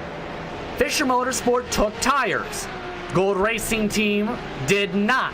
They double stinted. So there's the chance Fisher Motorsport can try and jump them on the fresher rubber in the 127s. Well, he's running out of time to do it. I'll give him that. He's got about 45 minutes left. That's not a lot of time considering how much we've already burned through already today. He's got a little ways to go yet, so he's got about not 6 to 10 seconds, about 12 to 15 seconds to make up. So a good bit behind still. Beginning to wonder if he's really going to be able to work his way through. And for those wondering, why take the tires? You drop 2 positions. They switched the drivers before, in the pit stop rather, to bring Mayer back in. He was the man, remember, who started this race. You don't want to start your driver swap with someone dealing with completely different tires than they may be used to. He will, however, have to deal with interclass traffic because the battle for 7th and 8th is right up the road, with Heli Media trying to pull away from Project GT in that 86 machine. Lucas Lepere has really been on the back end of that machine of Heli Media. Really has not been letting him go at all. He's caught him, not been able to pass him. He had a good run coming through the penultimate corner, but then through the final corner, again, more lap traffic. And now lap traffic is playing into it again. Now Lepere is right up on the back bumper as they approach a TCR through a corner. Could he potentially make a look here and get around him for the spot? It's gonna get interesting. And our penalty, by the way, just handed out to the 199 CXR Project Black machine as this is all unfolding. That is another 60-second for unsafe driving. As these drivers try and keep it safe inside the traffic. Again, points are on the line in this position battle. Points are on the line, and that'll be the key factor as to how this could play out. It's always a more intense battle when you're duking it out for points. There's a Mazda that just got towed back to the pits, though, stopped on the racetrack. Did not catch which Mazda is, but Team Hoistingfeld did pit this past time by. So drivers are still coming in for the pit stops. By the way, it appears it might have been Robin that might have gone off the track without a front end. looks, if I had to guess, it was probably one of those moments where you oversteer the car, the exit of the corner, and slam it head on into the barrier. We've seen it so many times already today in the Miatas. I would have been surprised if that's what happened there. Indeed, but still, talk us through what you do if you are right now that 8th place car to make this move, because the pace is very near identical at this point for these two machines. It seems, in fact, that Project GT machine was about a 10th faster last time as they deal with the cold tire Team Hoitingveld car. I would say the way you work with it now is don't try to pass just going into the next corner. Think of where you want to get the pass done, where would be the optimal place to get it done, and then set yourself up so you're in an optimal position to do so. You got to kind of do a little bit of predicting, a little bit of time math in your head with, cars ahead and whatnot. But if you can do it right, you could find a way to get through. I think that's what Lepere needs to do right now. He keeps on trying to look to overtake it wherever he can. I think that might be the reason why he hasn't gone through. Sometimes you need to work to set the car up to get past. You mean like set it up for multiple laps to try and position yourself to make the move instead of trying, think big picture. Exactly, is what you're basically saying as cars pit still. Exactly, that's exactly what I'm saying. Indeed. The 60 machine, though, had to take the high side with that car pitting. However, the 86 has to deal with Ledwick coming out of the pits. Remember, Ledwick did take some tires for the Audi. Hard-charging cars make their way by the huge-ass Mazda. And now they have one more car to get through before they get some breathing room for just a little bit. Yes, indeed, the 60 gets through first. Oh, and Lepere nearly giving a shove to the 172. And that has effectively ruined the run that Lepere had on Heyerdahl, who's continued to try to work their way through. And that clean air will not stay clear for long. More TCRs and even interclass lapping going on ahead of them. And this is going to keep it more and more difficult for these race cars to try and fight. Fight indeed. Remember, 4th place Fisher Motorsport still needs to get through as well, who are right now lapping 0.3 a lap quicker than these two. So, it'll be a question of who can get through it first. Can Lepere use the lap traffic to break the toe? Whoa, he has to back out. He tried to look up the inside. The DCR, though, cut him off. So, Lepere having to back out. Both cars going to go to the right side of the track, and the TCR slots in the gap, and Lepere will not get through this time. That is Patrick Young saying hello to our RacespotTV cameras. Fisher Motorsport will also follow on through behind the car you're on board with. Once again, riding on board with Lepere, and the 86 machine nearly sends it hard. Had to crank the wheel a bit on the downhill as the suspension slammed down. Trying to take a higher line once more to try and get through Druids. Now the only lap cars ahead of these guys are in their own class. So hopefully that means they will be able to keep it on the track with some clean air for a good little while yet. This would be Lepere's opportune moment to reel him in with the draft and then maybe pounce going into paddock. If I was Lepere right now, that's what I would try to do. Don't try to pass up in a Hawthorne. Set him up and get the run off of the final corner into turn 1. I agree with you on that one for sure. By the way, some of the Audis are pitting this time by. We've seen some of the drivers come in. And we also joined by another Mazda and World Sim Racing team still yet to get some repairs done. You see a lot of the drivers, you see there are at least 4 Audis making scheduled stops. VC Sim Racing, Huge S Audi coming out of the pits amongst those drivers. So the Audis coming down for their final stop of the day. This will guaranteed be their final stop of the day. The question is, can the Porsches and the Miatas still last on fuel? The first pit window for both of them was just under an hour. And, well, we had just under an hour left when they went. So it is still going to be very, very close. Remember, some of the estimates, maybe around the 40 to 30-minute mark for some of the teams. We're at that mark for drivers, including such as these cars. We'll have to see when they elect to try and dive down. And now becomes the question, too, if you do need to pit, how much do you put in? Because you don't want to make the mistake you talked about last round. you also want to make sure you don't overfuel the car and lose valuable seconds on the pit lane. Oh, and Lepere way to the grass. What in the world happened there? Looks like maybe got onto the curb and didn't get off of the curb before he hit the grass. Well, that has effectively ruined Lepere's run. He had to give up a position on the track. So the fourth place in class, Manuel Mayer, Fisher Motorsport, who just worked his way through. And that has brought that battle for 7th to a very abrupt end. It might move up into a battle for another spot, though, because a technical issue for GRT Red means Edwards is off the track. He did have some technical issues during one of his teammates' first stint in the race. He has one at the worst possible time, where it will be very difficult to recover time.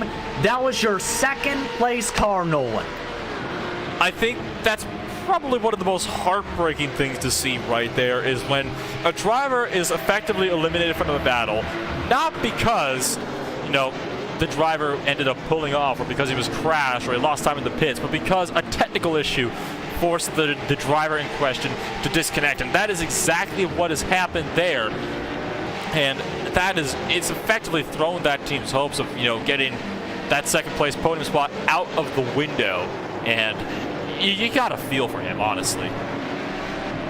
I mean, I agree with you on that one, but the point I was trying to make there is the 86, they've kept themselves in the window for this position battle because they've been able to hook up with Mayer's draft. So what was looking like, you mentioned, not a good run to the corner, potentially out of position to make a battle, they're in the battle again. In the battle, and certainly there to stay, as that's what they're hoping for at least. Side by side up front, though, TCRs and Porsches all trying to lap each other, all trying to figure each other out in a little sort of harmony, you could say. Lepere through the TCR with no further issues. I do like what Lepere's doing here. He's actually using that lead lap Porsche of Mayer as a bit of a tow to catch back up to Heyerdahl in the Hellen Media car. It's a very genius strategy if you really think about it. I was about to say that is, think exactly the strategy. Save some fuel off them, have them pull you back up to the car in front, and hope that you can maybe get back into the range, because there is still the chance of one more pit stop for the race cars at this point. So again, the car in the middle is the third place overall machine in Mayer. Rest the two drivers sandwich that are basically the bread of that sandwich are the drivers fighting for position for those just watching.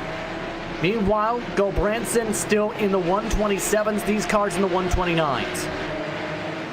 Still in the 129s, and likely, since they double stated, probably not going to work their way up there. More out is on the lane, the VEC SimSport car included. And one thing I would like to mention as well, with the other Hellen Media car, who's in first place, every car in this field is one lap down. That is astounding for this entire organization. They looked like they had the pace coming into today. They were at the top of the practice board. Both of their cars were 1-2. Now they're showing that pace. They've been showing this pace since the drop of the green flag. Absolutely have, and that is what they really want to see, is every car lap down, because it's basically guaranteed them a win. I think probably the only way that car can possibly lose now is through some freak accident, maybe whether it be a lap car or a driver error, but a crash that would take the car out of the race. Because if that car even spun out minorly, like twice in the same lap, he'd still be in first. Yeah, indeed. But don't want to jinx that, because we have seen situations where drivers have to scramble, figure out what to do. Third place, meanwhile, going on for the TCRs. Blake Neck, we haven't even talked about Neck too much lately. He's holding on. He was the driver points leader entering today, but tied for it after the first round. He's holding off Sven Glatzel, who's trying to reel him in. 132.6 last time for the Team Hoinkenveld. 133.1 for Geodesic. That's about a half a second gap just about that Hoistenfeld managed to reel in Neck. And I think Neck, really big step out of the back end, and now he's on the defensive. They are side by side with a huge ass Porsche coming up behind them. Glatzel trying to go for the over-under. Neck overdrives the corner a little bit. They are still going to be side by side. Glatzel looking up the inside. This is for the second podium spot. And it will be Glatzel to go through, and Neck drops back to third in class.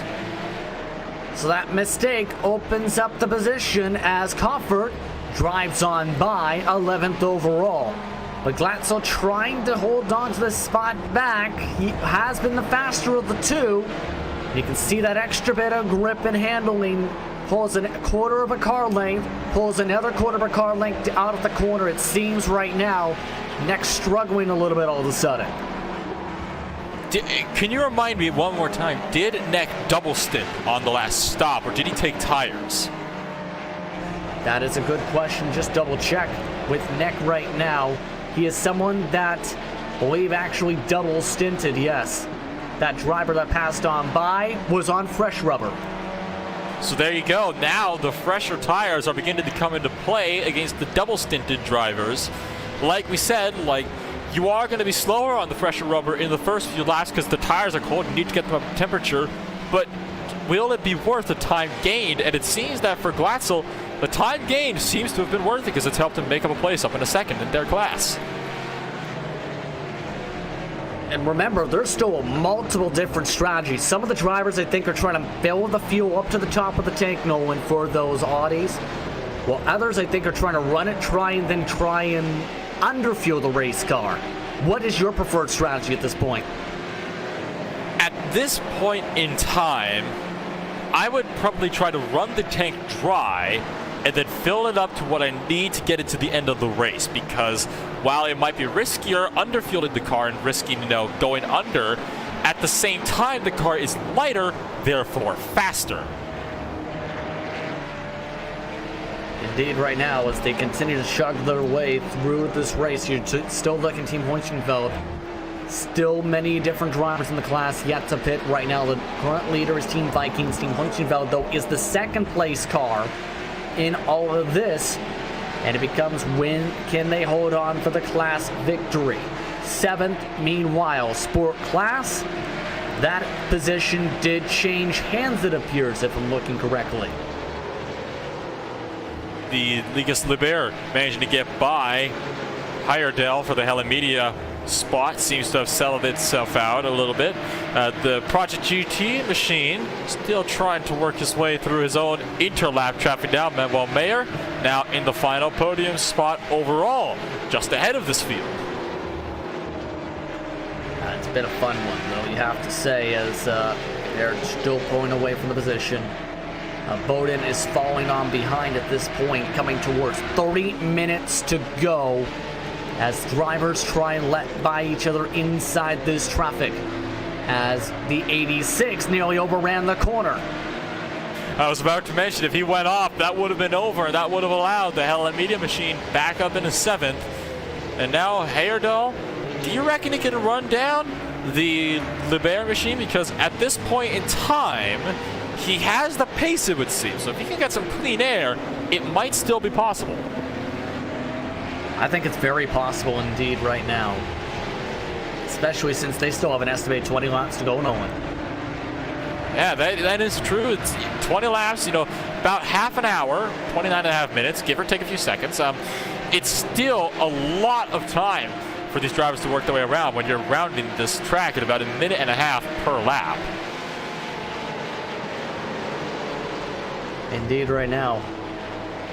Still closing stages of this event. What has been an interesting one so far, but man, have to say it's been an exciting start to the season overall.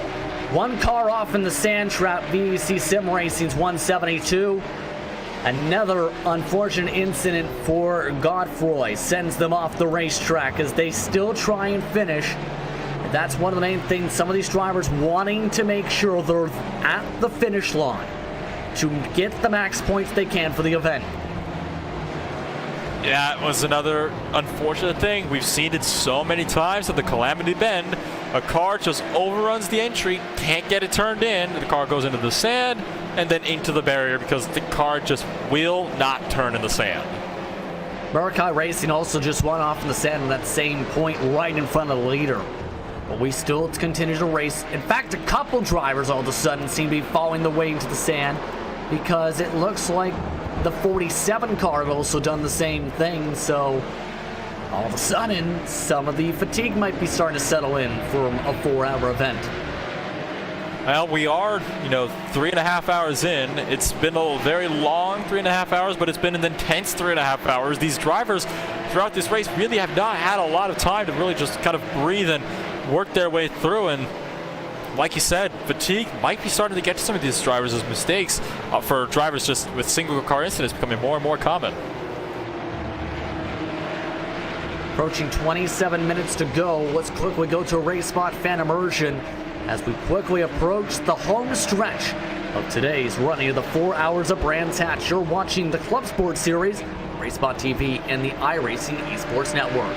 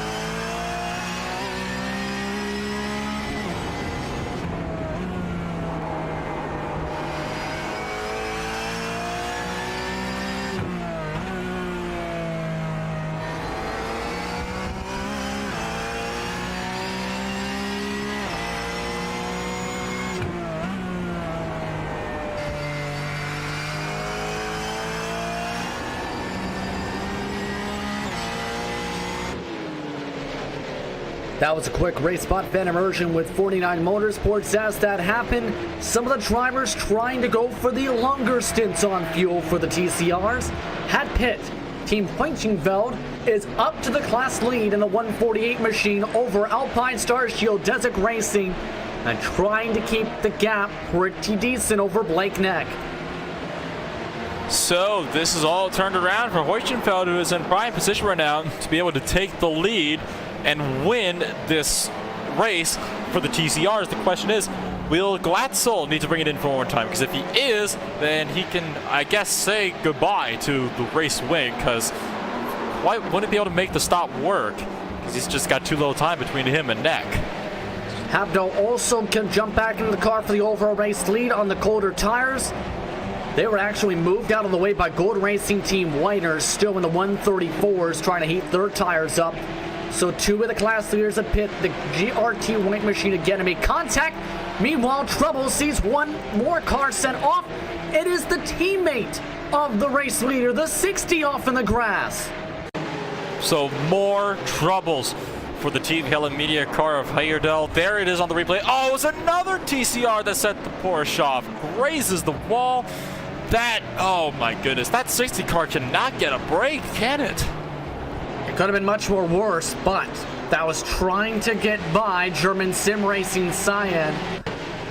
And it looked like that 135 actually got later on the brakes than the faster class. It's a very interesting scenario, isn't it? The car goes through and turned in and just hooked him. It's, I don't know what to say about that. And indeed, it's going to get interesting with a lot of the cars now is the thing. And we were talking about this. Cold tires equals potential calamity. Cold tires are factoring in some of these as some of the drivers still, for the most part, might have to pit. Fisher Motorsport, GRT, White might be in the window to have to come in. Have to wait and see when they decide to come down. They have an estimated 15 laps or so to go. Well, that has allowed Lucas Lebert to go through and now into 6th place overall for the Project GT machine. So they are in prime position right now to try to take the win. You can see that car right behind your overall race leader.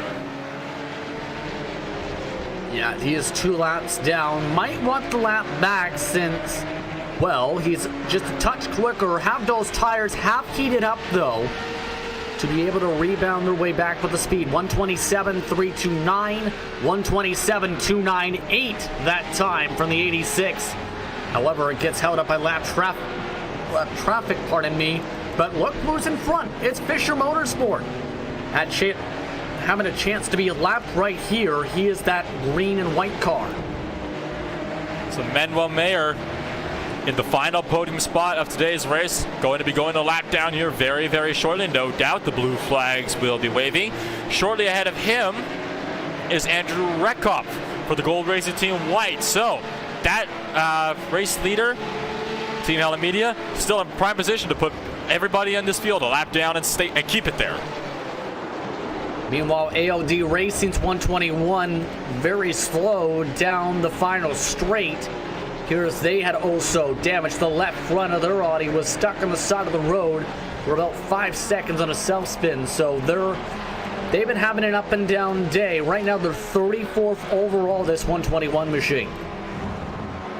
Yeah, a lot of these drivers have having up and down moments all day, and that car is obviously no exception. He's still struggling so much. This race has proven, this race has proven to be very trying on, all parties involved.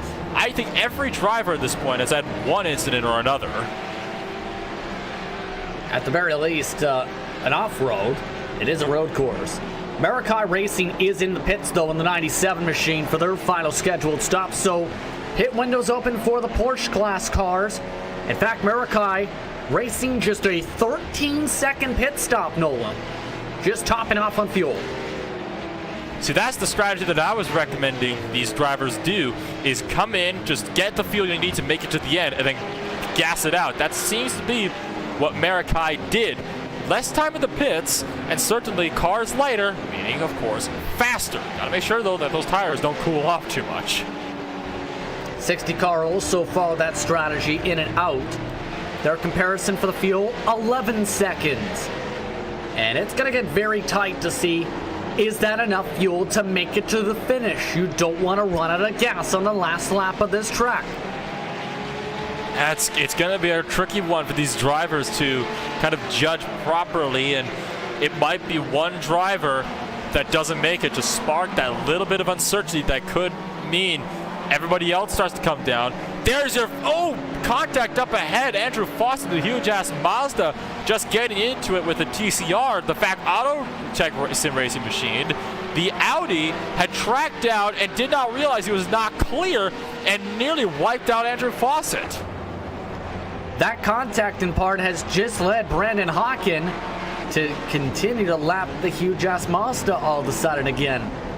Let's talk quickly about Movado Sim Racing. We haven't talked much about that team today since they pulled away with the 1-2 very quickly. Brandon Hawken and that 289 machine has been leading for 3.5 hours plus straight. And it's been a very different race. Usually you see a train of MX-5s for about the first stint.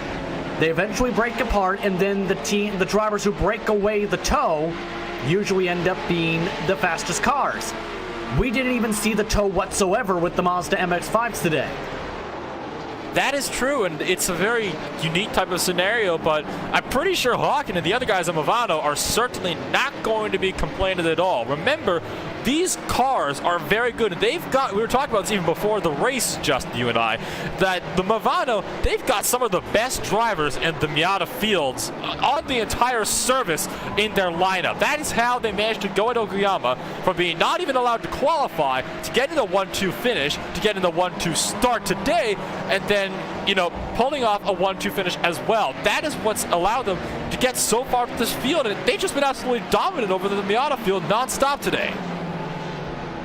Yeah, they have just blistered the field. Their teammate in Fuzui did just pit, as he is now coming out of the pit lane. In fact, it might actually be lapped this time by, since Racine is coming out of those pit stalls.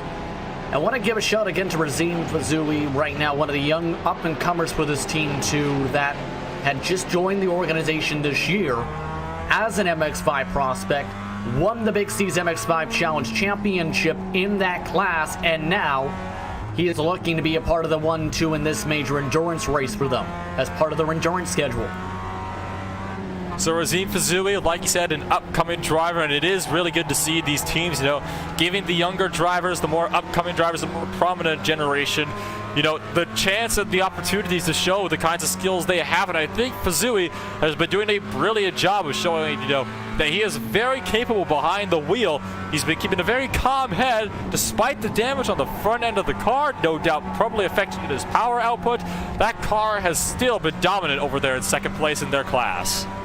Yeah, this is actually the calmest I think I've seen him in the race car in an event this season throughout 2019, because if you remember back to the iRacing fails back in the early months of this year, his car was the one who went off and used the grass as a ramp, trying to fake out somebody on the pit road entry at Road America, and then making contact with a fellow lead lap car in the battle. That was a battle for the lead at the time in that series I was referring to. Again, he is the second Mazda. Fisher Motorsport, meanwhile, is in the pits, Nolan. So Manuel Mayer down into the lane. He's passing 10 seconds for the stop, so this is a good, it's going to be a fuel-only stop, but it's only 10.7 seconds. So Manuel Mayer, really short time in his stall for the Porsches. Like you were saying, though, with Razim Fazui, yes, he is very calm in the car. The calmest he's been in a long time.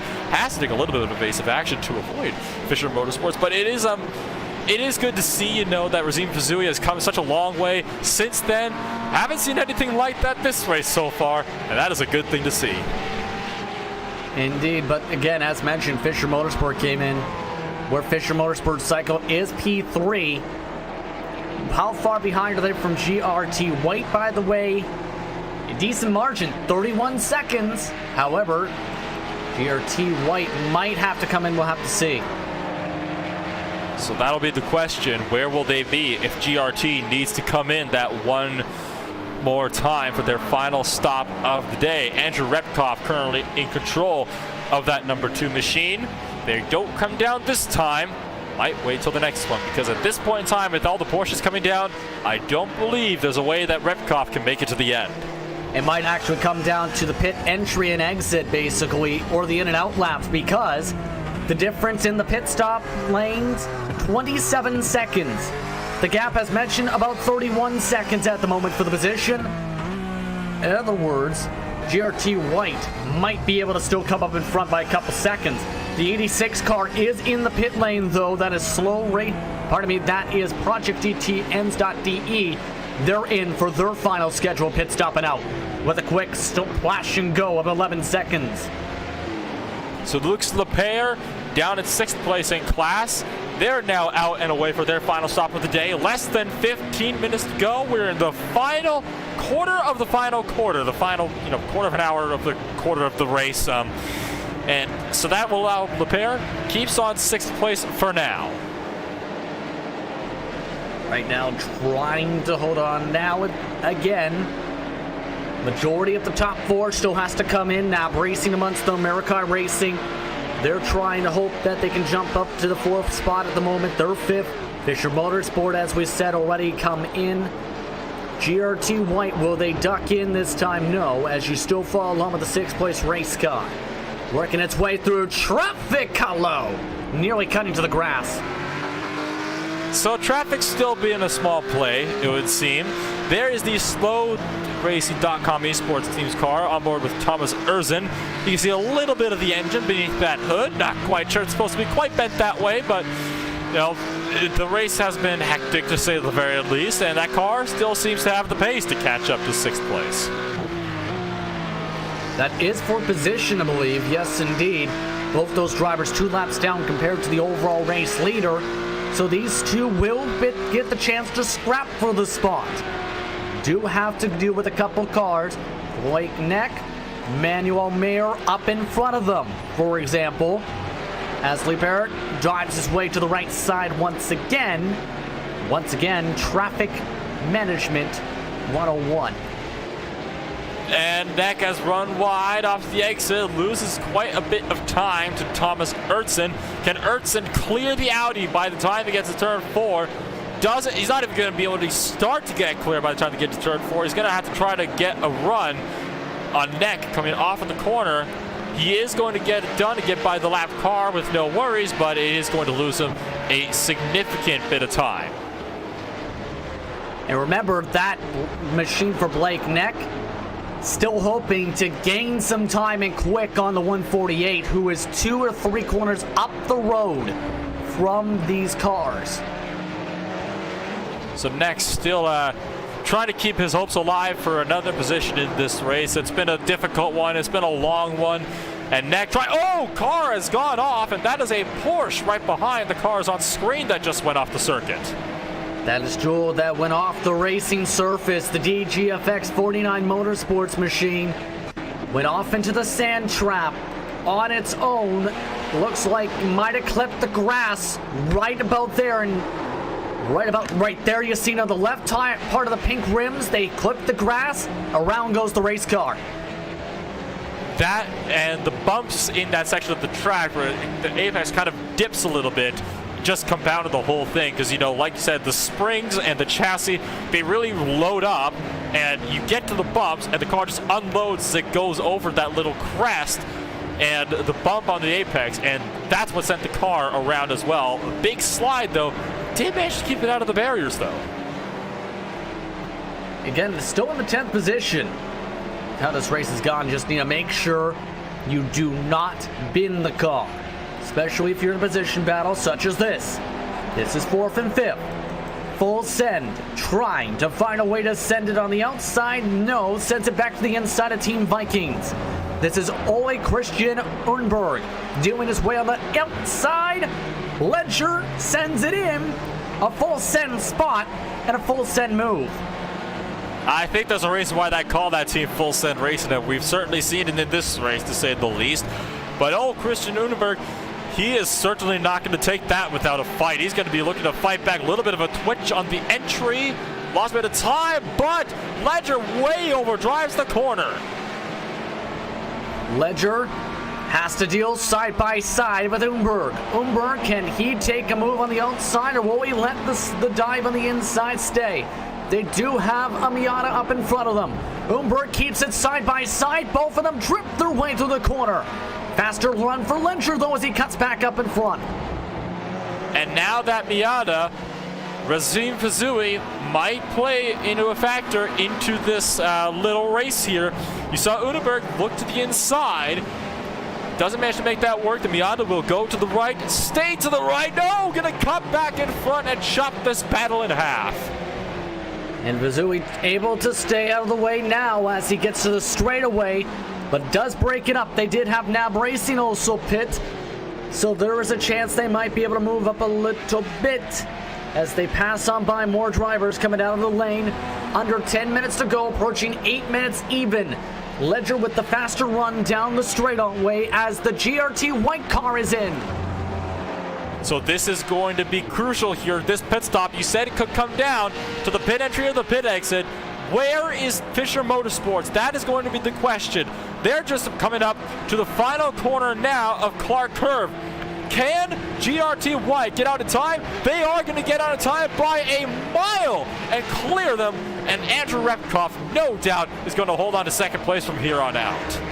Second shortest pit stop of the race, 9.8 seconds in the stall. Topping off on fuel, Nab Racing took 8 seconds. Overall, 2 seconds picked up on the lane. They gap them now by 7 seconds for second. So, second place seems to have been settled into the hands of Andrew Repkoff, who seemed to have been he made a good call to stay out, it would seem, went as late as he could, and he had to put less fuel in the car to make it to the end of the race. A little splash and dash, and they're on their way. Now the question will be, can the Miatas make it to the end? Well, majority of the Miatas, remember, have already come in to pit for the fuel cycles. So they look pretty secure. Remember, they've been able to have the longest fuel mileage up this entire race. Those Miatas only having 4.5 estimated laps to go, while these Porsche machines have to work their way for 6 more laps. So it's not done yet. All I can say, it's not done yet for these drivers. They still have to make it around the track until then. Absolutely not. It's far from over. Still, a lot can happen in 6.5 minutes. The battle is still on for P4 in the TCR class. Unenberg has begun to reel the gap back into Ledger, who's beginning to look once more in his mirrors. This is where Ledger needs to watch here. He keeps on overdriving Surtees here. It's going to be crucial for him to try to get that right. He tries, almost misses the apex though. Ledger not as good of a run out of the corner, still holds on to the spot. Not enough of a run for Unenberg, even with the slipstream. They do have 2 cars behind them closing. 49 Motorsports' 49 car, Huge Haas, both behind. Could potentially break things up if they reach the wrong spot for these cars. That is a battle for position, creeping up between these now Audi battles. And it looks like Full Send Racing forces a check from Cofford. And this is the tricky part, is when you have 2 lead lap battles in 2 different classes catch each other at exactly the worst possible times with less than 10 minutes to go. Coming up to 5 minutes to go now. It looks like Unenberg is going to try to get the tow from Skender to try to catch Ledger. Both cars go through, but both battles have been severely broken from all the lapping that just took place. Yeah, they went from nearly on each other's bumpers to separate by about 4 or 5 car lengths. They do have another Miata. One of the Mavanos, again, they'll say hello to again in this race. I think we've seen the Mavanos pass by one of these classmates once every few seconds, it seems, today.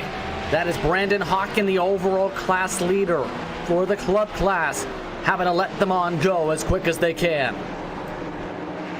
So Unenberg going to be the one to try to get the small tow from the Miata, going to work his way through. There's another driver behind them. Jonas Boden making a decisive throw up the middle in the Porsche to get through. It's going to get by Ledger as well. So Ledger is not going to get held up by the Porsche this time. I'm pretty sure much to Unenberg's disappointment. Yeah, meanwhile, we just seen an unscheduled stop potentially for Jewel. He is now in the pit lane in a 47. That's the 10th place car. So there's the chance that he falls back into the clutches of that air battle for position potentially if it's something longer. No damage on that race car. Look back though for 5th overall. Murakami Racing looking to hold on to a top 5 in the 97. But the 86 of Project GTNs.de wants to make a move. They also have Fisher Motorsport up in front of them. They also have multiple lap cars to deal with as they try and make their way around the track towards the checkered. Well, at this point, you can't think long run anymore because there is no long run anymore. We're less than 5 minutes from the checkered flag. It is crunch time now, and Lucas Lebert knows it, and he's desperately trying to find a way through. Can he get by is the question. Looks a little bit faster right now, the Murakami Racing with the tow. But they do have, again, the choo-choo train of traffic. Both of them keep it out of the sand. Murakami Racing's Tom Metherell works his way on the bottom side. Fisher Motorsport passes one car. Lepere dives his way, has for the position. Can he hold on? Goes for the squeeze. Yes, He's got it. Punches him out of the line and off with the circuit, and that will allow Lepere into the position. The 86 machine is through, but no doubt the fight is not over. 5th place, still trying to fight back. After that squeeze, what do you think it's gonna be like for the attempt to pass back now? If you're Murakami Racing, if you can make it as they make contact, in fact, with CXR Project Black. And a touring car runs wide off of the corner, and that is it's tight, and it is getting spicy here in the final minutes of this race. That number 97 machine still desperate to try to find a way through. He's trying to gain up some time. There's side-by-side traffic in front of them. In fact, weaving. MX-5 staying to the left. Audi staying to the right. Audi not able to move, forces 3 wide. There goes the 97, just inside drafting range of Lepere, but the problem is that machine up in front of them has hooked up with Mayer as they try and find a way around Rev Match Esports. Still struggling in that 97 machine. I don't think they have the pace right now. They're just getting held up way too much by, inter-class lapping. And the fact that it just seems that 86 car is just overall better on the pace. A furious flash of the headlights from the 97 trying to find a way through. I don't think he'll be able to get there in time, though. He's saying, I've got a chance to earn more points. That time loses the back end. Might have been his last hope coming towards the white flag as these drivers try and finish things out on the circuit. Still trying to finish things off. There is your race leader taking the white flag. The final lap is underway here at Brands Hatch. And don't forget, your battle for 4th in the TCR class is still underway. They are still almost nose to tail. For Havdahl, it's been a dominating race to say the very least. Him and his team pulled away by as much as 30 seconds in the first stint before a safety car seen them lose the lead at one point to Huge-Ass Motorsports. However, after they got involved with attrition, they fell behind, and that 61 machine has led a vast majority of the day, at least 2 to 2.5 hours of the racing action. Just half a racetrack to go as they make their way down the backstretch, down the Pilgrim's Drop. Just a few corners left to go to negotiate. Just got to work his way through one more time, and victory will be Hellemedia's. The number 61 car through the final few corners, and it is going to be, it's no doubt going to be a victory if he can just keep it under control, and it will be a masterclass of a win with lapping the entire field. Pure domination today in the sport class. Havdahl coming towards the final set of corners through Clark Curve. Sees the checker flag wave. He'll win the 4 hours of Brands Hatch for the season 3 race of the DGF's Club Sport as the crash happens.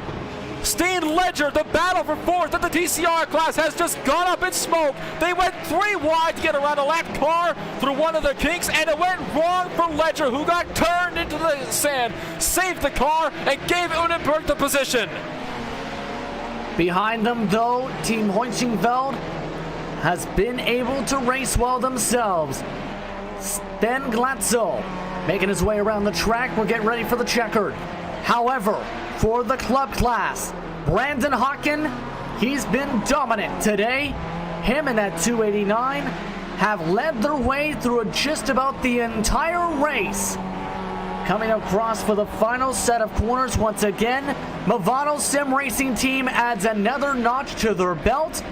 They'll take the checker flag as they come out of the final corner and will celebrate at Brands Hatch. A dominating run from Movado Sim Racing Team, a 1-2 in the club class.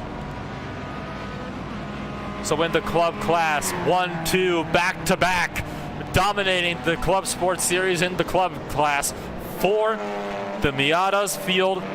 Movado Sim Sport is definitely the one, and here comes the final car in the Hoistfeld class. It will be Sven Glatzel to take victory for the TCRs today. That class seen so many comers and goers, and so many different strategies, but in the end, Team Hoistfeld taking the victory. Here is that contact you were referring to, though, for that position as we take a look. Break us down this battle here, Nolan. So you can see this was a big fight for position. Probably got to look it back a little bit more. It happened on the final lap. So here you can see it was in the final half of the lap. But you'll watch here as the cars continue to close more and more. The crash itself happened over at the Westfield Bend. That's where the crash took place. One car goes off the line there, completely off the circuit. It was the full send machine. And that car in front of this train, that is actually a lapped car that was holding this whole field up. Still following along as they check up. That is through Surtees, and then there's the long straight. And you can see they've already been getting feisty. Cars clipping the grass. Already a bit of a bump draft, trying to find a way around is the team, what appears to be one of the Team Vikings cars. And then this is right around where you're referring to, Nolan. There you can see the one TCR goes off. They go 3 wide, comes back on, and here it ends in disaster. The full set car gets shoved off the track, and both him and the lap car go off, and that handed Unenberg an easy 4th place, but no doubt well deserved for daring to go 3 wide in such a one-line place of the track. That is currently unofficially for 3rd at the moment, but some stellar battles today. Some stellar domination from Team Heli Media in the sport class today. They take the unofficial victory by a full lap over GRT White. Fisher Motorsport rounds out the top 3 on the podium. Nab Racing, Project GTNs.de rounds out the top 5. Murakai Racing in 6th. Team Heli Media 60 car in 7th, with Gold Racing Team Red in 8th. Rounding out the drivers who finished the race in the class, SlowRacing.com esports team to a 9th. Round at the top 10, here just Porsche with the DGFX 49 machines 11th and 12th, Nolan. And it was Hell Racers to finish it off at 13th. Rev Match Esports down in 14th. Racecraft Esports Slide had to settle for 15th. SRT Esports Green down at 16th. The H2 Performance SRT, after so much hardship, had to settle for 17th. German Sim Racing Green down at 18th. Artifact Racing in 19th, with the Northside Racing down in 20th. Interesting run for the sport class today. We also had some interesting battles in that TCR class. Take a look at your top 10 results unofficially. Team Hoistfeld on top of the pylon, or top Alpine Geodesic Racing, Alpine Star Geodesic Racing rather, followed by Team Vikings and Full Center Racing. German Sim Racing Cyan rounds out the top 5 with CXR Project Black, Racecraft Esports Push, Element Sim Racing, along with the Sim RC Club Sport. They tried a very different strategy, Nolan, did not work out for them. They finished just in front of E-Team Brit at the checker flag. And it was FAC Autotech to round it off in 11th. Huge Ass and their Audi team made up 18 spots to finish 12th in class. 13th place was for Graphite Racing. Evolve team in 14th. VEC Sim Racing 15th. Graphite Racing 16th. VEC Sim Racing, the 127 machine, down in 17th. AOD Racing in the 121 for 18th. CXR Project Black in 19th, with AOD Racing and another one of their cars in the 122 down in 20th. Here's a look at the club results. Once again, Movado goes 1-2 today. The difference between their 2 cars, though, 26 seconds. Hujas Mazda finished 2 laps down. They lapped their 3rd place competitor twice today. That rounds out your top 3 with World of Sim Racing Team Alon with Shipkey Racing in the top 5. CXR Project Black finished 6th. Try Racing, Rogers A51 Mazda, and Kellyanne Racing round out the Mazdas. It was an entertaining race today, to say the very least, here at Brands Hatch. Your quick thoughts, Nolan? It was non-stop action from start right down to the finish, just as we've seen at Okoyama and every single race so far in Season 2 of the Club Sport Series as well. Once again, the series never fails to provide a good show, and they really delivered again here today. Next round for the Club Sport Series takes us to Canada, as everyone gets ready for 2.4 hours of throwing action on January the 11th at Canadian Tire Motorsports Park. Be sure to tune in on RacespotTV and the iRacing Sports Network.